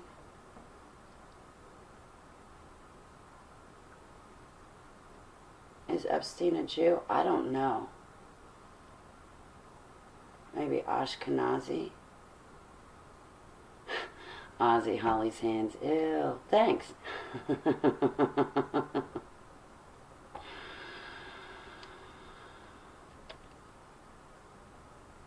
Did I show them the ship in the sky? No.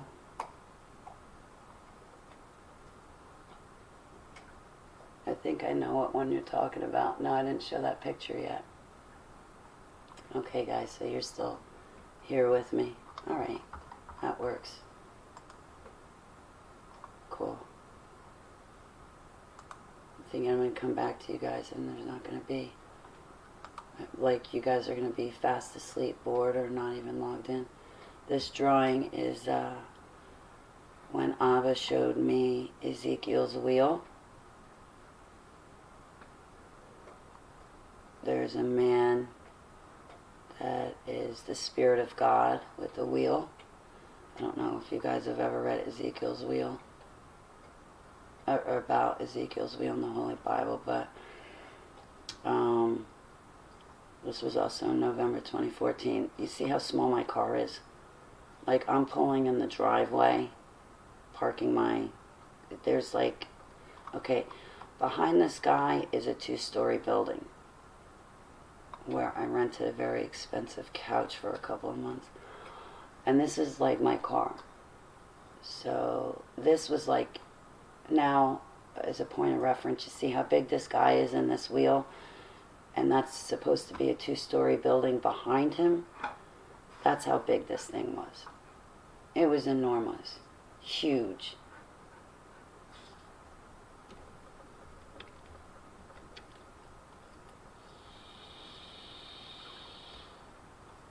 My roommate at the time didn't even see it. When we pulled in the driveway, I'm like, "Do you see that thing?" He goes, "What? Is that a bear? Do you see a bear?" I'm like, "You don't see that thing? Right in front of us?" He's like, "What are you talking about?" And I was like, "You know what? Never mind. Never mind. How do you not see this huge tall man and a wheel standing right in front of the house that we're facing, that I had to park my car next to?" So he said that he's a Christian, but if he's a Christian, how come he didn't see Ezekiel's wheel? Anyway, this might be what you're talking about, Ozzy. This is when the fabric of our universe rips open. You see, that's a black flash of lightning, so to speak, that black thing going through the drawing. That's supposed to be the fabric of our universe ripping open. And this big colorful bird in front of it is symbolic of the Holy Spirit, because I don't want to focus on the bad stuff that is tearing our universe asunder. I want to keep my eyes focused on Jesus Christ of Nazareth, and I want to stay in Heavenly Abba's refuge and have Him protect me. So that's what I always want to think about first and foremost.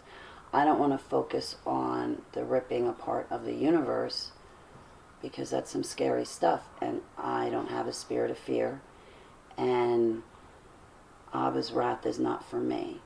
But when this happens, when our universe is ripped open, over in the bottom right hand corner, that's me standing with my friend, and all those colored circles above our heads, those are people like off in the distance. So all of us are going to see our universe rip open. To the left hand side is like a city, and there's just I guess maybe chemtrails or auroras, aurora borealises or whatever, over the cities. So whether it's chemtrails or auroras, that's what I was trying to draw over the city.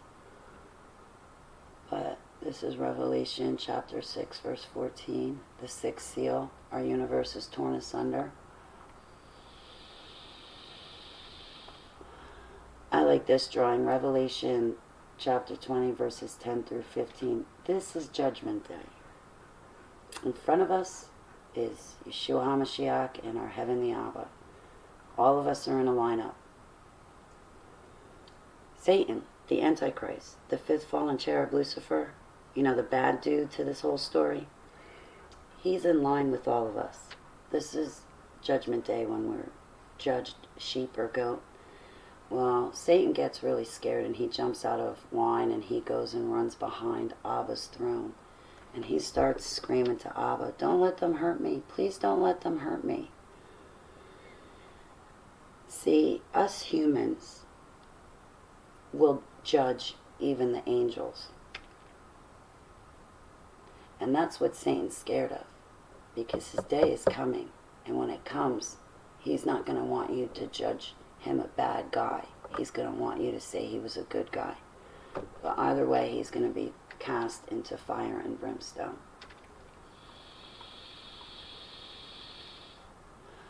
This was an actual event where at the beginning of 2015, I got rid of false idols and stuff in my life that I had put before Heavenly Abba. Like my poetry, my friends, stuff like that. So I took all the things out of my house, like false idols, philosophy books. I took all of my poems that I put in front of Abba, and I walked them. This is me. I walked out in the winter to the backyard where we have a fire pit, and I burned everything. And as I got rid of all of that stuff that I had put before Abba, I could just see the dark powers, the demonic spirit just release and fly off.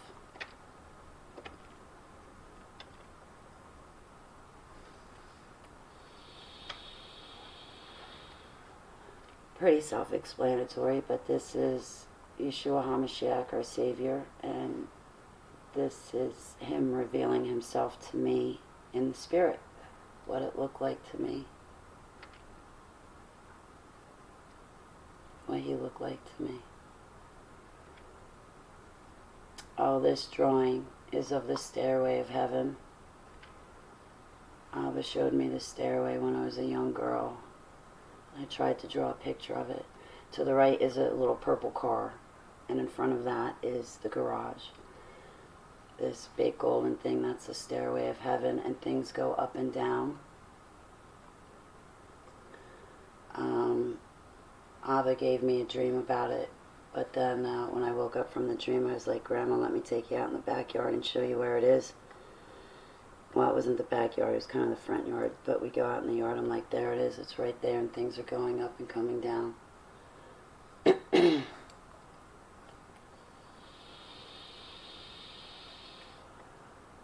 This is the time that Heavenly Abba took me to heaven.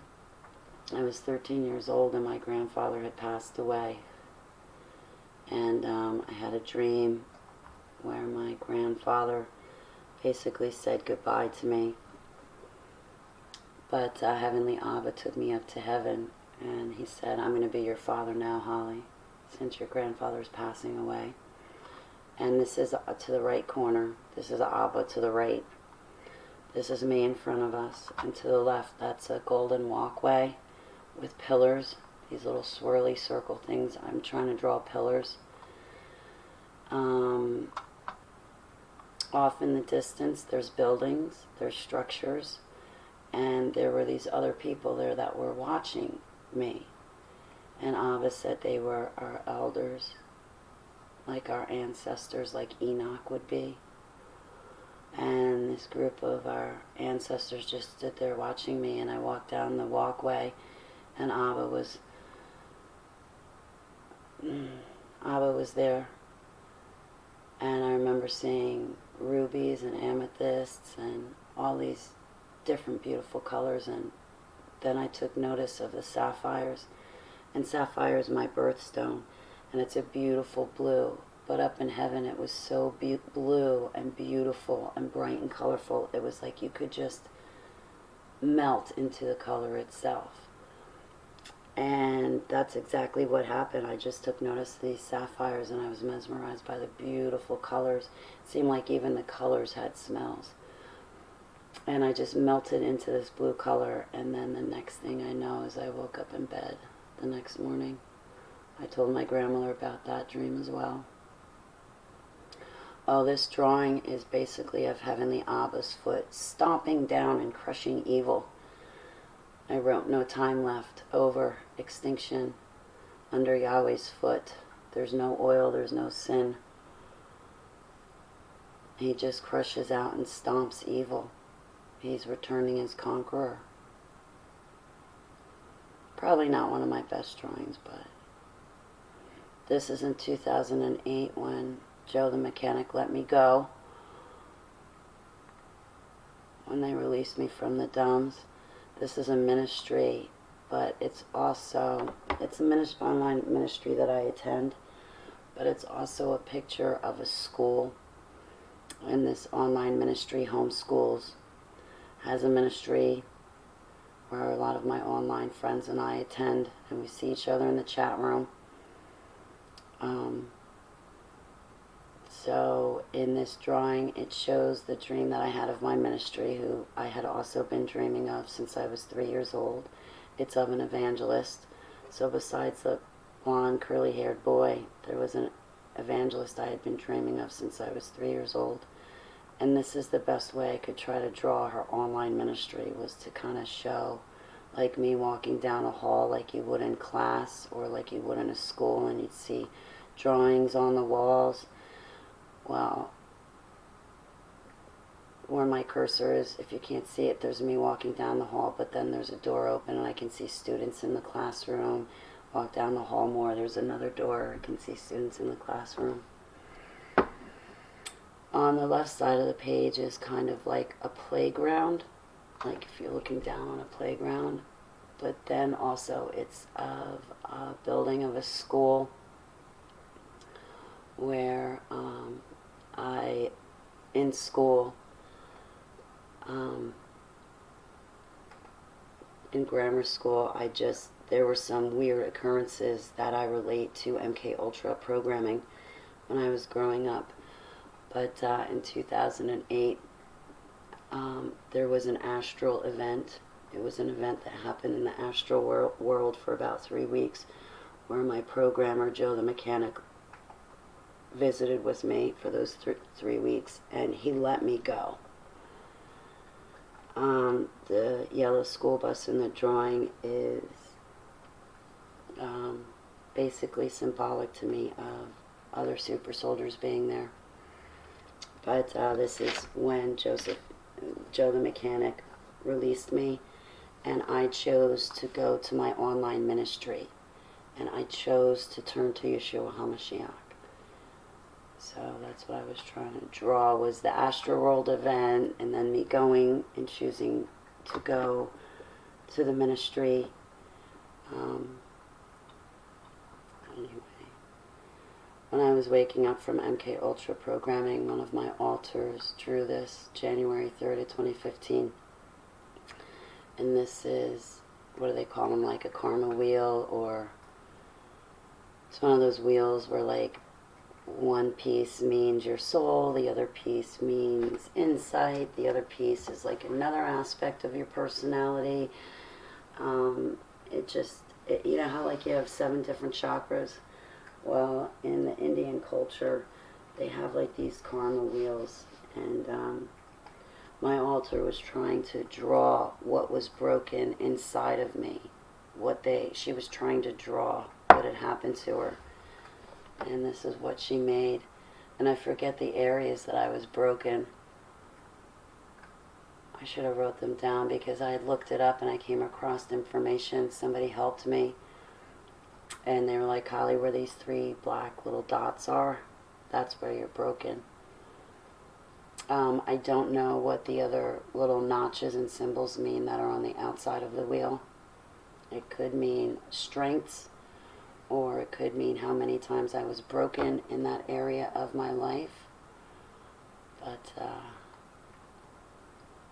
and here's the cover for my book. There's me and David Marrow hanging outside of a cage. There's an X over over my eye and his eye, because we were half dead, and I was trying to draw that. This was a memory of when Joe the Mechanic was electrocuting us over and over and over and over again. He'd stop electrocuting no sooner than just to flip it back on before we had a chance to get a breath of oxygen. Matthew 13:30. This was a dream that Heavenly Abba gave me. I was in this dream a few times because I think this is Hear the Watchman conference. I'm trying to draw like the inside of an auditorium with balconies, and in the middle is a stage. I give a description below. Hear the Watchman. Yeah, so Abba gave me a dream of Hear the Watchman, right? He gave me a dream of an auditorium. We're all gathered. We're waiting for Jesus to come out on stage. And in the dream, I kid you not, Matthew 13:30, Abba just gave me that. And I had gone here a couple of times. Well, the first time I went to Hear the Watchman was lifting the veil, August 11th. I got to take Keeper out, so I got to end this in a few moments. And Casper McLeod, Pastor Casper McLeod, did his presentation on Matthew 13:30, the wheats and the tares. This picture is of L.A. Marzulli talking, I believe. The second time I was there, I should have taken a picture of it, but I didn't. Well, I did, but not of the conference itself. But the second time I was there was May 31st to June 2nd of 2019. So just like the dream that Abba gave me, where you see me in this auditorium picture, I've drawn myself like 3 times. You see me, Holly, a little pink splotch 3 times. Well, so far 2 times. I've been to Long Island, first for lifting the veil, where I was ordained August 11th, and the second time was May 31st to June 2nd, 2019, where I went for a Hear the Watchman spiritual warfare workshop. Like Abba gave me a dream of a cave. Since my dog is going to need to go out, I'll let you guys look at this later because I do give a description. But Abba gave me a dream of a cave, and there was a group of us, and we came upon the cave, but 3 of the people in the group came with me on the inside of the cave. Abba was showing me back in 2013 and the beginning of 2014 that basically I was going to attend a conference, and these 3 people in my dream were Russ Dizdar, Ellen Marzulli, and Doug Hemp. And the cave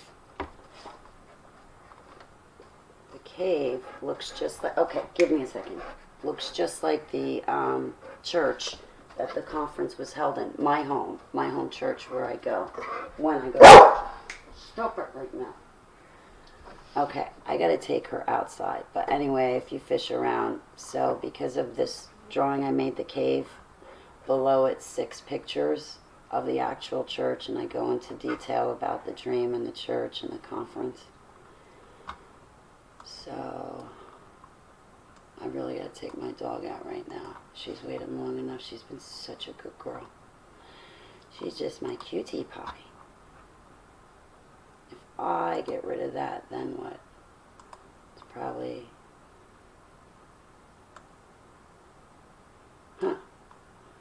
Window capture, is that it? Okay, I'm going to delete you. Remove. Okay, guys. Alright, I've bored you enough for one day.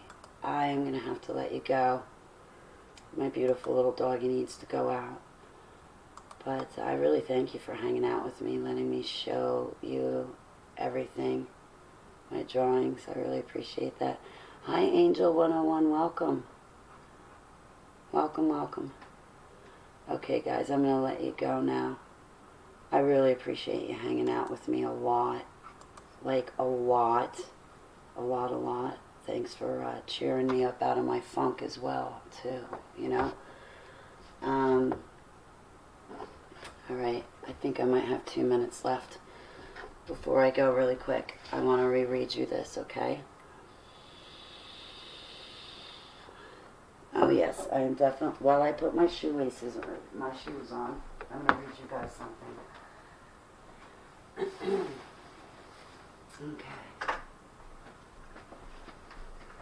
Okay. He who dwells in the shelter of the Most High will rest in the shadows of the Almighty. I will say of the Lord, He is my refuge and my fortress, my God in whom I trust. Surely He will save you from the fowler's snare and from the deadly pestilence. He will cover you with his feathers, and under his wings you will find refuge. His faithfulness will be your shield and rampart.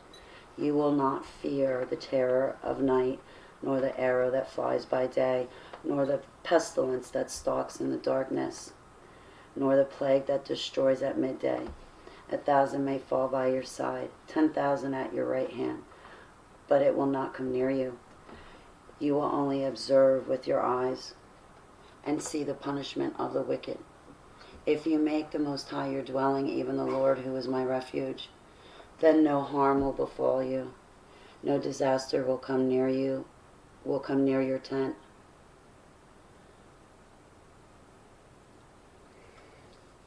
For he will command his angels concerning you to guard you in all your ways. They will lift you up in their hands so that you will not strike your foot against a stone. You will tread upon the lion and the cobra. You will tread the great lion and the serpent. Because he loves me, says the Lord, I will rescue him. Because he loves me, I will rescue him. I will protect him, for he acknowledges my name. He will call upon me, and I will answer him. I will be with him in trouble.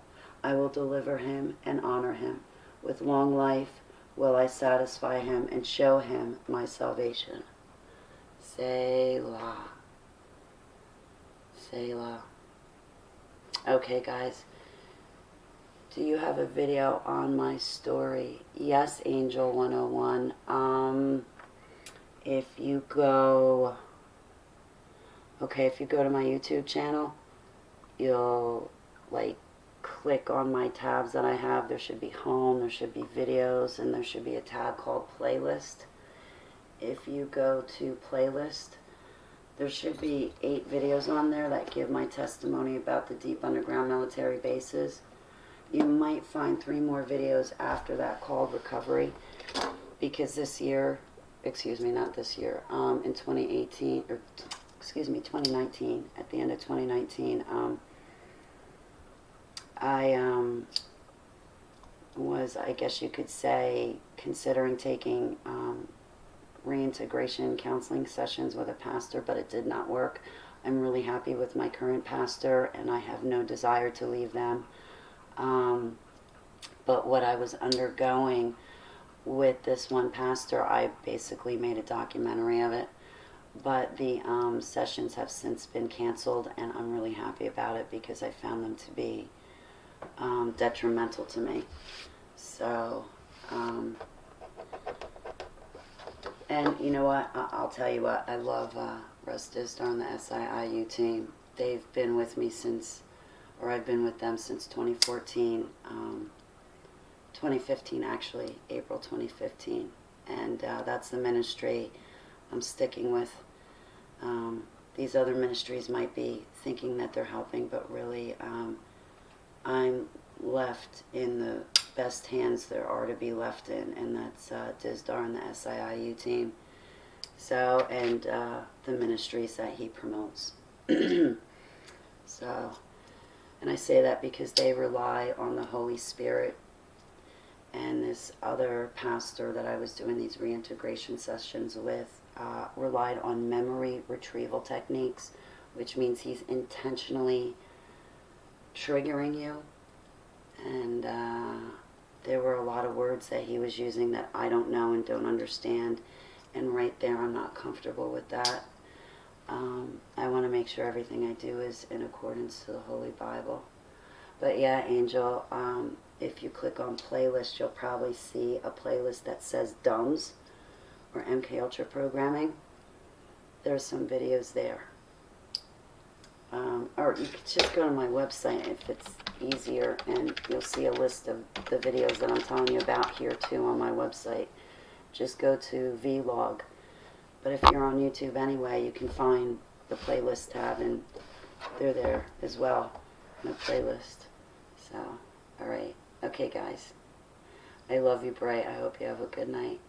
Deaf Bread, I love you. Angel, I love you. Eagle's Wings, Lily Duke, I love you, I love you. Who else do I have here? Uncle Obvious, I love you. Who else hung out with me? Deaf Bread. It's great to see you, Deaf Bread. Ozzy, I gotta give you a call back. Just be patient with me, hon. I apologize. I've been really slow.